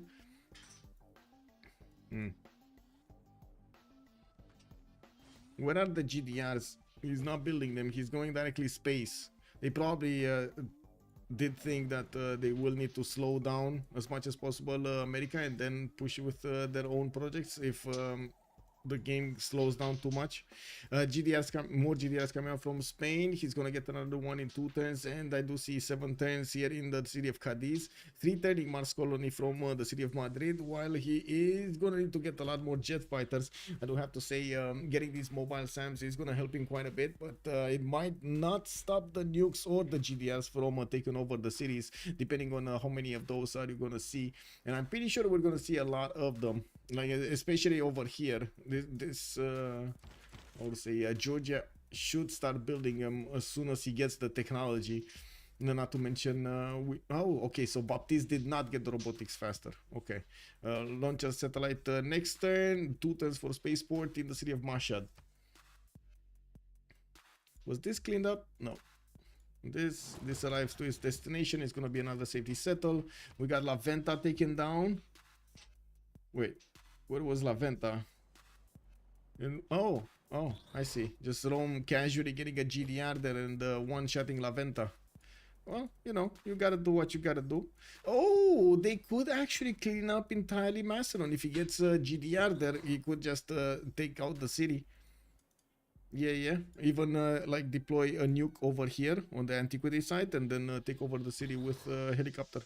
Could definitely do that. There are 2 remaining cities of Macedon, and as you can see, Georgia keeps on pushing through with the units of Persia in behind. The observation balloons helping him to deal the damage from 3 tiles out, keeping these artillery safe from counterfire. Oh, do you want to share the clip? And Sasso, it is nuke time. Yes, it is. Someone throwing the towel. No, man.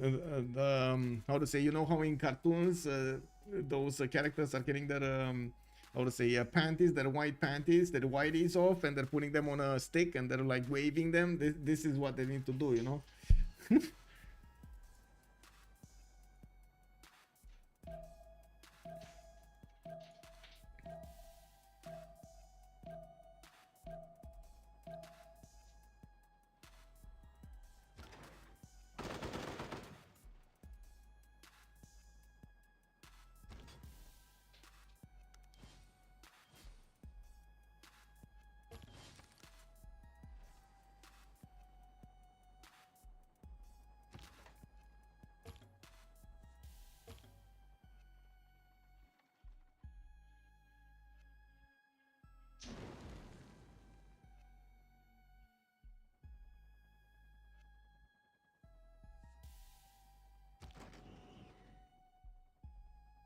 Okay, so Washington getting to block the northern side of his city with multiple P-51 Mustangs. Nobody can get into San Luis's borders until, well, we're going to see those GDRs jump.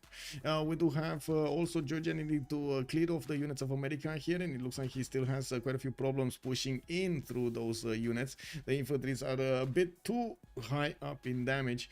Now, we do need to see how many of these jet bombers are going to come out, and when is he going to get that Manhattan project, because I'm pretty sure he didn't get it yet.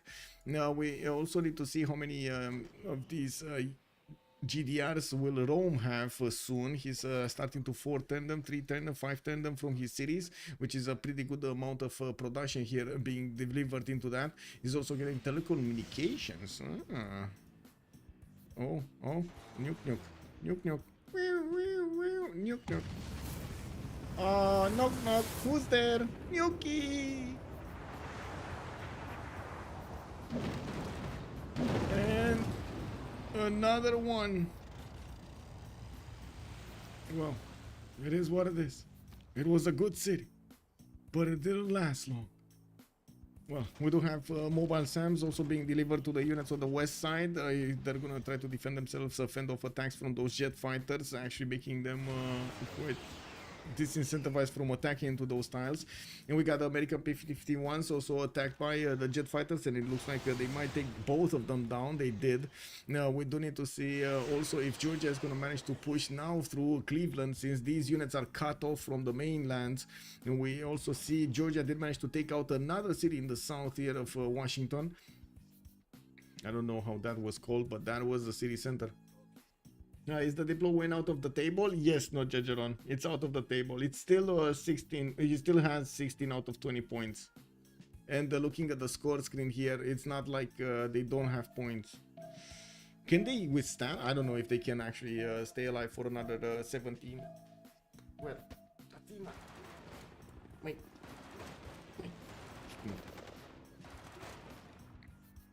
Well, the American units did manage to deliver some freedom over there on the helicopter. We do need to see if they do manage to get their health and also reposition to his core cities, because, well, he won't be able to stop over here the units of his opponent. Athena. Hey, what are you doing? Hey, stay with me. We got Kalkalaki also getting another jet bomber, and I do notice San Luis is getting attacked, but the walls are back, and he couldn't actually push through with a helicopter. We do have more of these jet fighters attacking, and with the War Department bonus, he's getting the health back on them. Now, I do also notice to the northwest that the GDR has started moving towards the city of Antananarivo, where there are two GDRs waiting from Spain. He couldn't manage to punch through the city of Alexandropolis borders there, and I don't, well, maybe he doesn't even know about that city center. I'm pretty sure he will have the distance if he does manage to get a jet bomber on the west side to actually nuke it from La Venta, or he could have had that. Now, more GDRs are coming out from the cities of Rome, and it looks like the capital city of Macedon has also been taken down, Pella, while we do have one more city remaining in the north. Well, there still is this one on the other side of the coast. I do want to check the vision though. Yeah, they do know about this city. They do know. Oh my god. Latina.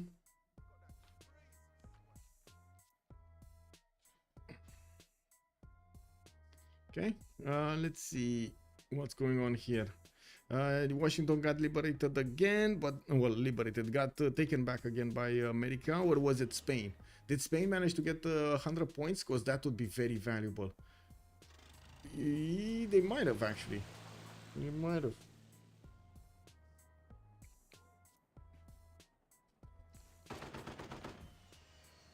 Okay, finally Georgia is making some headway towards the city of Cleveland, and we're going to need to see if he's going to get to Nuke it soon. We do have Governor Victor deployed there. That's going to be quite hard to move air offense against it. And I do notice he's going to have a lot of anti-air guns for the counter if any of those P-51s are going to think of being deployed, but I don't think he has any more of them. By the looks of it, he lost the majority of his P-51 Air Force. Do need to click on click. There we go.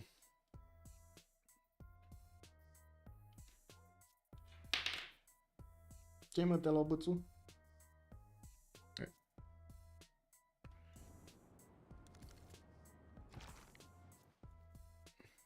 Okay. Tank from Macedon just staying around there, not really doing anything. Maybe going towards the city of, oh my god, is he gonna take the city of Paris with a tank core? Hey. You see? This better. This. Oh, yes, look. Come on. Yeah. This is much better. Much better than wire. This much better than wire. I'm telling you, man, control distraction. I know it's gonna happen, but at least maybe I can control the process. Come on. On guard! No? Anyway. We got the tank armies appearing next to the city of Alexandria Taurus, but without those artillery cores, it's going to take a little bit more time than usual to take that down. It's going to happen. They're going to get into range, especially with the balloon. We do have also these GDRs needing to get more in numbers here, and of course, both of them are getting them done from their cities. Now, we do have another wave of GDRs coming up from the Spanish cities, while I do notice he's getting mobile SAMs in each of his cities. 5 turns for Exoplanet Expedition. It does seem like the time is narrowing down here. We don't really have that much time for Persia or Georgia or Rome to react to their opponents. They need to do this, and they need to do this quickly. Now we do have moon landing also coming up from Susan Nexton. He did finish his spaceport from Mashhad. Yes, he did, and I do see Sparta working on one also. We do need to see if Persia did choose War Department or he went for the other building. He went for Royal Society, so he can use the builder charges to get more production towards the space projects. Entertainment complex also coming up from Mashhad. Looks like that's 22 foods or 22 population city. Hello.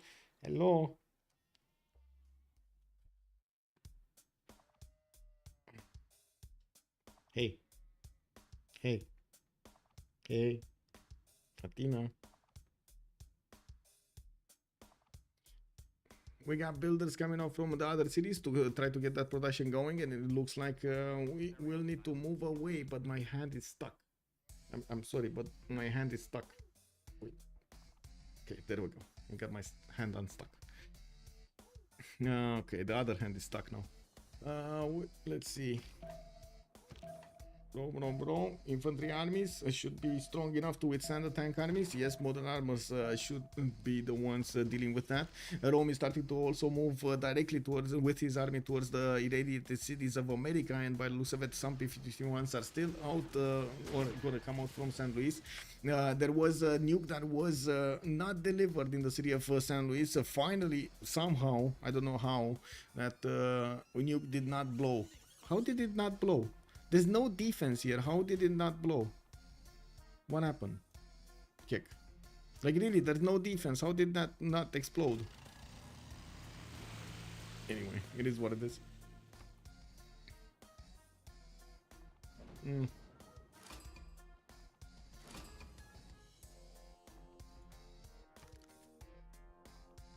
Okay. Research labs, we got multiple spaceports also coming around here, and 2 turns for that moon landing to finish in the series of Mashhad, but still there's an advantage here for Spain. Did he actually finish? Because he just... Oh, he got Sergei! Oh, who got Sergei? Did he one-turn this? No. Okay, wait. Did he not use a charge? He did not use a charge. That's 750 production to space race projects. He could one turn that last mission. Okay, question is, does he have expedition? He's going for a seasteads in 2 turns, so he should have the off-world expedition technology. Smart materials, sorry. Well, he already has smart materials. Off-world expedition. Does he have off-world expedition? He clearly doesn't have exoplanet expedition, and he's okay. There we go. 2 turns to finish exoplanet expedition. He does have Sergei needing to get that plugged in, and I do see Georgia has a spy working disrupt rocket in 4 turns. That's still gonna be oh yeah, that's still gonna be faster than he can get the spy disruption mission. It's good. It's good. 1, 2 GDRs. 3, 4. That's it? 4? Does he have a GDR deployed here? Yeah. 5. Okay. It does seem like Spain is managing to keep up with the GDR numbers, at least in the north. It doesn't really have a GDR in the east, but yeah, we'll see. We do have Georgia pushing in and managing to do the damage against the remaining mechanized infantry. Of course, with only 1 anti-air gun now, the jet fighters will make quick work of the units around them.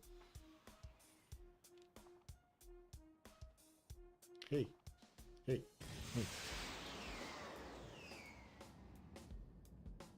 She's restless.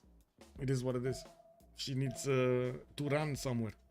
Go get your toys. Go get your toys. You have toys everywhere. Go get your toys. Go. Not that toy. Hey. That's mine. Oh, nukes. Whoa. Nukes from where? San Luis. No.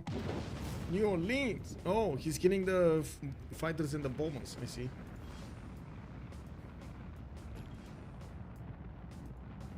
Well, to be honest, it kind of felt like a waste of a nuke there. Was it actually something important? The Great Bath. That's the most important thing. I'm kidding. Kick. He wanted to nuke the bath. Yeah. I mean, yeah. If you would ask many children, they would say, ew, bath. No.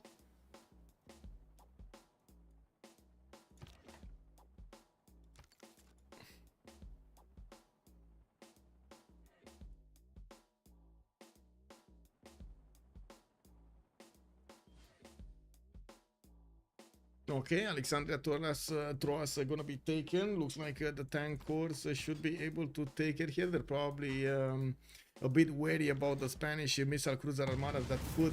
Oh, another one. Cordoba got taken down. Okay, that's the first city that Spain might lose here.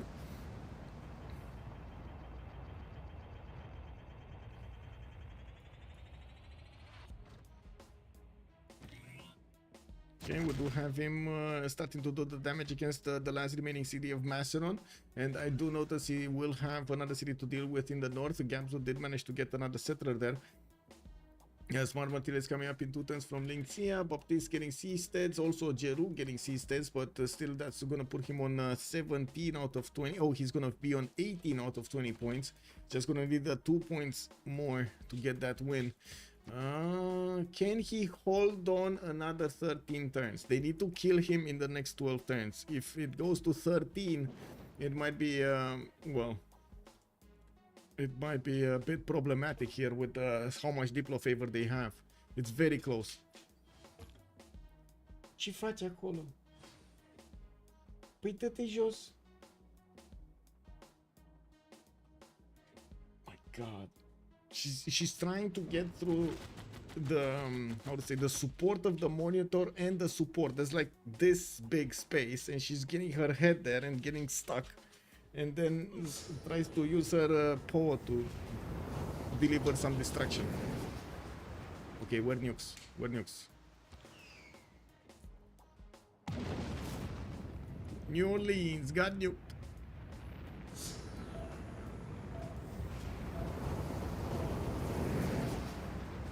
Okay, looks like San Luis might get nuked also. No, no, Toledo got nuked. That's further inland city, further in city.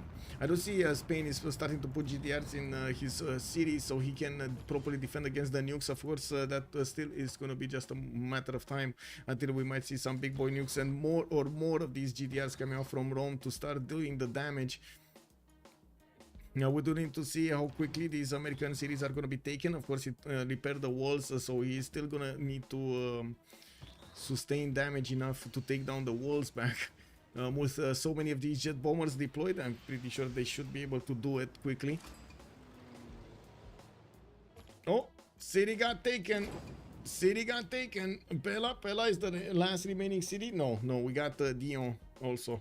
And I do see the GDRs could make quick work of that. The city is too far away for Spain to actually apply Air Force umbrella. And of course, I do have to say that Rome could just go towards Cordoba next and keep going south. Not the chocolate. Oh my God, man. Come on. What am I gonna do? Come on. Go to your check. There we go.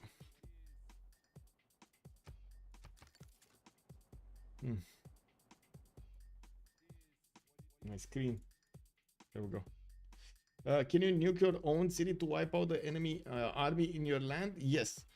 Yes, you can actually do that. You cannot nuke your allies, though. You can nuke yourself, you cannot nuke your allies.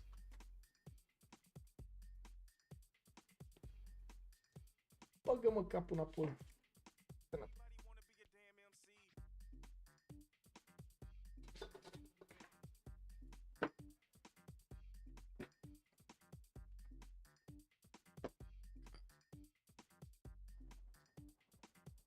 Anyway, we do have nuclear devices still coming out almost every 10 from Rome, and yes, he did manage to recruit a few new GDRs here. We do have the majority of them being sent to the west side, where they are starting to take over cities. We do have also Athena starting to get all over the place. God. Okay, sorry Athena, you're gonna need to go in the other room.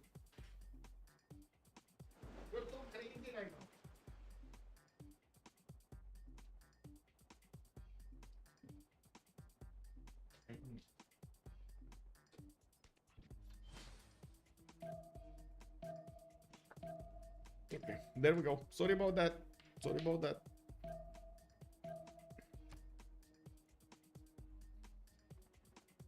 Okay, helicopters going for the pillage, and we do need to see if he's going to get the visibility over the other cities. He definitely sees the cities with the GDRs inside of them because of the garrison defense strength, but he's creeping closer and he's going to start nuking these ports directly. So for example, he could nuke the spaceport if he gets close enough. He just took over the city of Cordoba and raised it, while I do see that's going to shave off quite a few stats from Jeru. We're going to need to see if it's going to be enough. Jeru still is on 663 science with 710 production. production and has multiple GDRs coming in. New Orleans also got taken, and by the looks of it, we might actually see a cleanup of the American Empire here relatively quickly. We still have the city of Pella that needs to be taken back. I believe they did manage to acquire Diplo favor from liberating it. They have significantly more Diplo favor now than Golden Age. So if this game goes to into the next 11 turns into the Congress, oh my god, I see. It's everywhere. It's everywhere. It is what it is. Yeah, can you see me now? It's fine. I'm so sorry. The Astina bumped your camera. Yes. Thank you.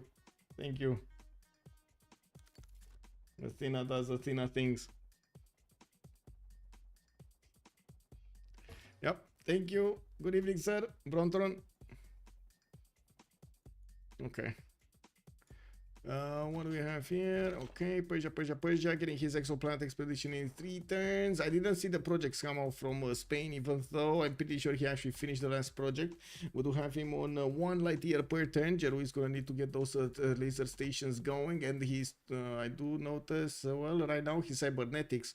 Now we do have also the expedition coming out from Baptist in 2 turns. He is gonna get those projects rolling, and we're gonna need to see if he's gonna manage to get that space victory before it before the Congress. There is time, actually. There is time. If he manages to get enough of these projects going, he should finish in like what, 5-7 turns. Now, how many spaceports does he have? 1, 2, 3. Wait, there was one here. 4. Yeah, 4. Okay, 5, 6. Yeah, so 6 projects coming out. 7, actually. 7 projects. 8 with the spaceport. Okay, 8 projects that could potentially come out of his empire. This is what it is.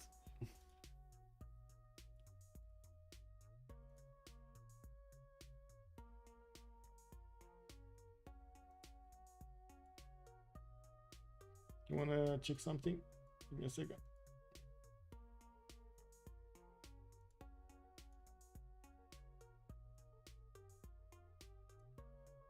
Okay, got it. Thank you. More nukes? No, this city got raised, and of course we're waiting for next turn. Cadiz got raised. Whoa, how did they get here? They got a vision on it, and I do see Georgia is gonna take it. We do have the GDR managing to take it before it got actually raised to the ground, but that also nuked the spaceport from the capital. We do have another takeover of the city on the east, deletion of the city on the east, and slowly but surely Spain's empire is being torn to shreds here, one city at a time. Washington is also going to be taken over this turn. Cleveland will also lose its borders soon. We do need to see how quickly he can go through San Luis and also get those GDRs fronting those those Spanish GDRs. You do have quite a few more GDRs coming up from Georgia. While he did prioritize getting so many of these jet bombers, he couldn't really push through Cleveland with them. He started pushing towards Los Angeles and also will move forward towards Boston and Houston. Okay, Washington got taken. Space, exoplanet next turn. Okay, that's an army of builders coming out from Persia. Persia is normal age. He does have democracy. And I do notice still Spain is not getting those projects. He doesn't have the time. 3 turns for off-world expedition. That's gonna be too late.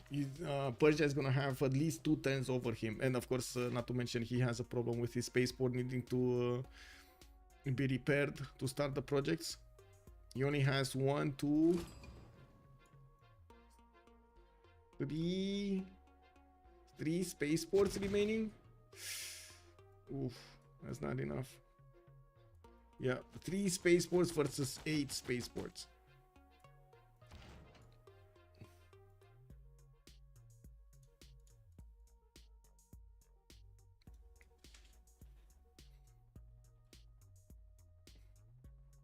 Okay, spies coming up from Tel Aviv. We do have Georgia, well, still waiting for some musicians to give him some prizes, but it doesn't look like it's gonna happen.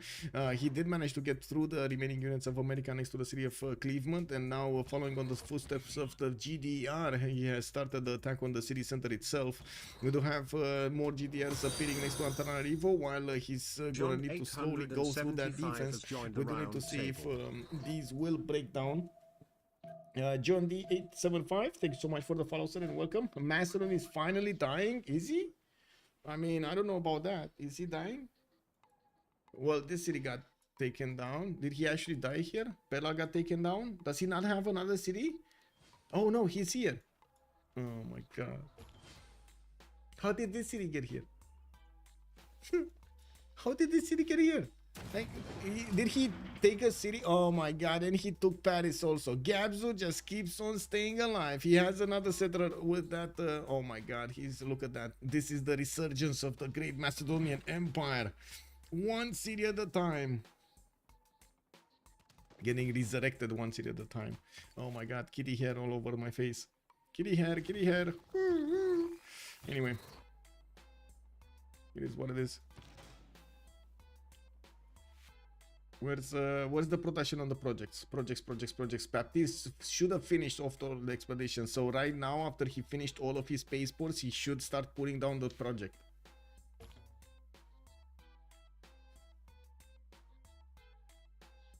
Come on, come on. Let's see the projects. Let's see how quickly. Let's see them.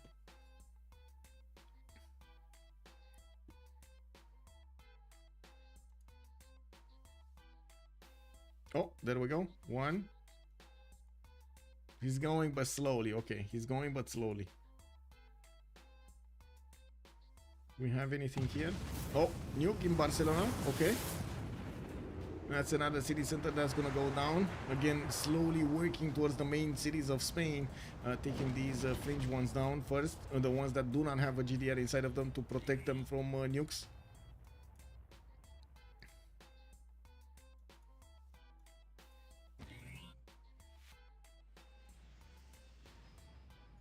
Okay, another nuke being deployed towards Bilbao. That's gonna be defended. Or go. Oh, Valladolid. No, again, defended. Yeah. The GDR definitely is getting his money's worth there. Whoa. Did he just lose the bomber? I think he just lost the bomber to the GDR. Lol.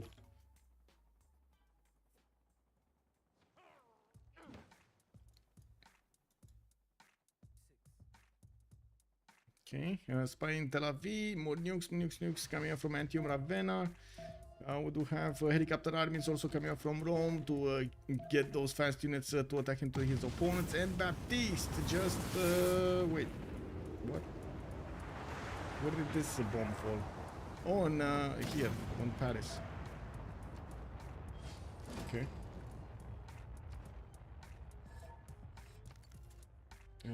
Bug. Oh, it was a bug, a deal. Okay, they had a deal bug. Well, I guess Macedon got the city of Pella back, and well, it keeps on. They keep on switching. Let's see. The city only has 2 population remaining. We do have the GDRs of Rome starting to get into San Luis's borders, and we do need to see how quickly they will take down Barcelona. Valladolid with another GDR of level 3. That is a problem for Rome. We do need to see also the projects here. 2 turning terrestrial. Okay, he shouldn't have finished any project. No. Neither of them have finished projects, but they're gonna finish so fast here. Yeah, it's I think it's much faster than, like, it's probably like gonna be like what, 5 turns or something to get the win for Persia. They slowed down Spain quite a bit over here so they could get the space victory. That was quite an effort.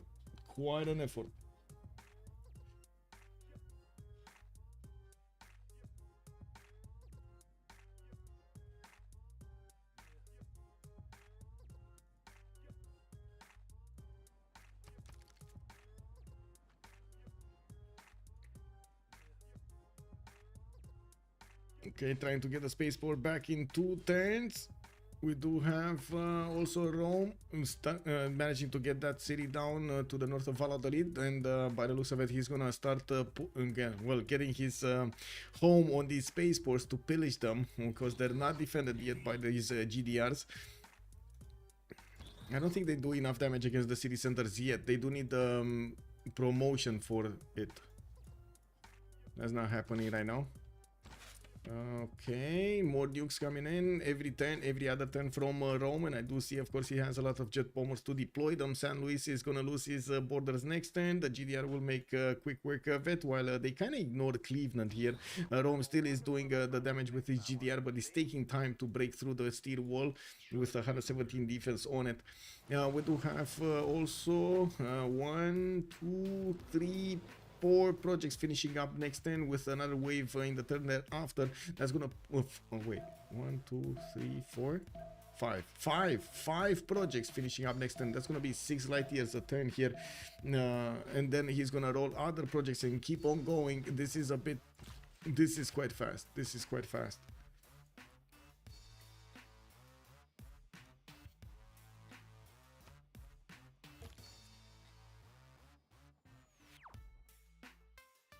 Golden Age should remain themselves to science victory deniers. Yeah, science victory deniers. Wait, that's a nuke? That's a nuke to Houston. Okay. Is it? No. They're going moon. Come on. Is that the last city of Cleopatra? That is the last city of Cleopatra. Well, taking him down and denying the World Congress option of a 4th player, that is gonna help them out so much.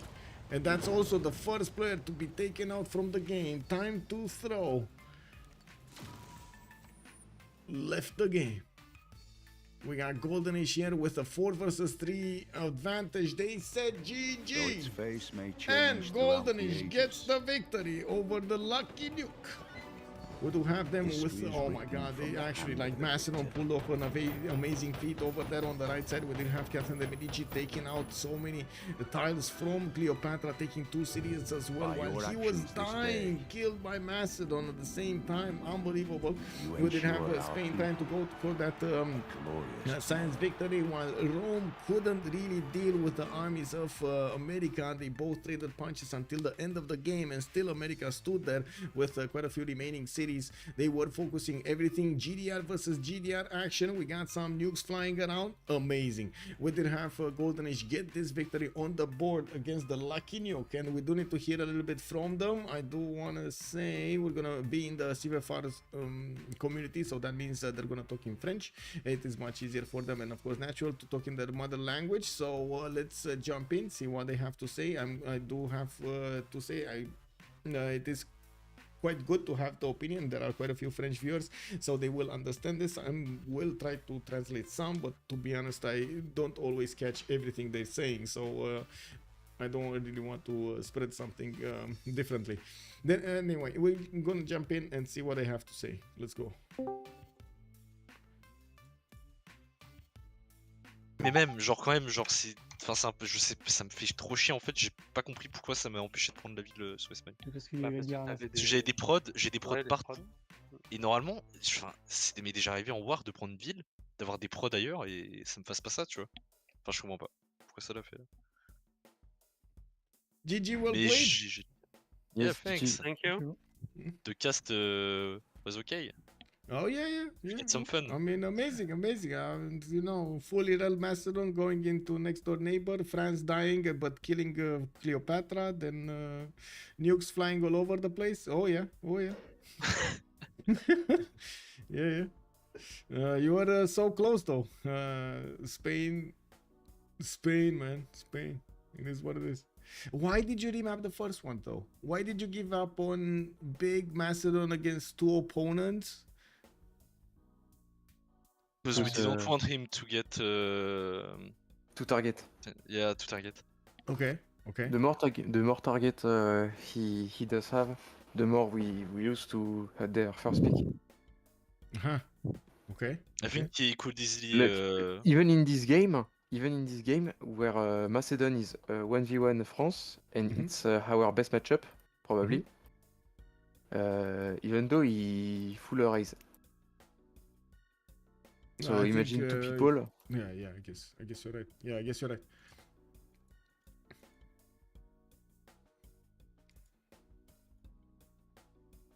But yeah. I think the map was even for the two team. This one. Yeah. I think Yes. France would have something to say about that. No, actually, I got killed, but I take down Egypt with me. Yeah. I think one of the problem of our game is Egypt that find some utility with cavalry and pillage a bit of Persia and Tamar. Yeah. That was But, probably my bad, but we don't really yeah, know. mais- We could too. Me and Baptiste could see the play, but Also, if when I up Corsia, I think I can totally reboot Macedon and then switch to Egypt. That would have been better. Yes. But I was like, he went for crossbow with like 2 or 3 courses and general. I can hold him and send a lot on south. But he also upped knight on the same time and couldn't resist that. You Yep. keep the tile of iron too much longer. De quoi? T'as voulu Je pense que garder je hold le faire trop longtemps? trop longtemps. Tu dois la laisser cette case. Et le taureau, tu voulais la céder. Tu te l'es fait tuer et enfin tu t'es fait tuer ton unité. Ouais, non, mais oui, je Tu me l'as souviens, rentré mais dans le après c'est chaud de le voir faire pile au bon tour. Bah les crossbows, hein. Ouais, non, mais oui, bah il les a trop tôt. Tu vois les crossbows, tu abandonnes cette case. Hein. Il les a si tôt. Il les a beaucoup trop tôt, gros. attends, On va les juste overdose, la réparation, ça te prenait combien de tours? Ah non, t'as jamais eu les murs dans Paris. Si. Si. Non, mais là je peux refaire. Paris, ok, juste c'est combien de tours là si tu fais réparation sur Paris? Mais je répare pas, j'ai pas de mur. Non. J'ai 5 tours parce que j'ai 10 Et de il a prod plus et de c'est mur, 50 de prod. Mais je pense que t'aurais dû réparer direct quand même, genre dès qu'on a libéré Mais les premières mais- fois, tu vois. Mais Orval, Il a slam, hein. Il est fait, hein. il le one shot mes villes. Il y Même avait avec les les murs là. murs. Là, Même il y avec- avait les murs. Mais il tape Ok, à ok, ok. 95 Ok, sur ok. 40. Ok. Il avait qu'un tank. Il avait qu'un tank Non, il y en général. avait deux, il y en avait deux. Bah, c'est my bad. One Enfin, je me last- suis énervé là-dessus, mais peut-être c'était à moi de pister les tanks, je sais pas. One last question, because it's gonna eat at me. Orval, why Yeah. foreign ministry? What? Foreign Ministre Ministry. des Affaires étrangères. Ministre des Affaires étrangères. Because I had 2 CS and Egypt got a lot of how do we say emissaire? Envoy. Envoy. Envoys? Envoy. Yeah. I got a bit scared and I knew the game is gonna be long, so I could use my faith to buy laboratory and other stuff like that, you know. Okay. So I didn't want to build units with my faith. Okay. I wanted to keep it for late game, and I think that it was okay. I mean, Grandmaster Chapel would have helped you stop the attack on Persia and on yourself, the pillage attack. Yeah, but the scaling was Yeah, it would have been slower probably. Yeah. If no I mean, one I was was afraid about the double amani, you know. So I wanted to have a lot of envoys fast. I don't know if you saw that, but your takeover built, of Fez? Yes. yeah, I did everything very fast to have a lot of envoys in the game. Okay. Well, thank you so much for the cast and GG well played. Yes. Congratulations for the win. Thanks for it. Thank you. On va aller voir. Au revoir. Bye bye. Au revoir. Au revoir. So there we have it. We heard a little bit from Golden Age. We didn't have the lucky nukers actually get into the chat over here. Would have been nice to hear a little bit from their side of things. What did happen over there? Spain definitely did quite amazing. We did have Gabzo doing his best with Macedon to keep pushing. It is what it is. Wait, did I? Yeah. Did we have a few members, but not all of them join? I think we did, right? They did move to the other channel over there. Time to throw in the others one. We heard some opinions, but we didn't hear all of them. So thank you so much for everything. By the way, I'm gonna close it here. We do have another game tomorrow. That's gonna be 1800 GMT, a little bit earlier than we're used to. We're gonna see Civ Ukraine going against Suomi for their relegation. For their advancements actually in the divisions of CPL Premier League, and that's going to be the first game out of best of 3. Also, I do want to thank everybody for the subscriptions, for the subs, for the gifts, for the how to say for the donations also on PayPal. Thank you guys so much, and I do hope you did have fun with me tonight, and we did have some quite a nice action over here of Civilization 6. I'm getting my schedule updated on my Discord as quickly as possible. I do try to put it up on Twitch and also on YouTube, but it does take me a little bit more time. So if you don't want to get the latest information, Discord is the way to go. There are channels that are dedicated to the games. Of course, upcoming game, always this one is going to have the next game. Upcoming games is going to have a weekly readout, and I did put up a new channel, a replay center, which will have also the gifs of the games linked with the YouTube videos, so you can find them quickly and also take a look at the actions here and see if you would like to see that game or not. I believe this is kind of a sneak peek, a teaser into the game. Thank you so much for everything. Let's see each other in the next one. Have a good evening and have some fun with some Civilization 6 gameplay. Bye bye.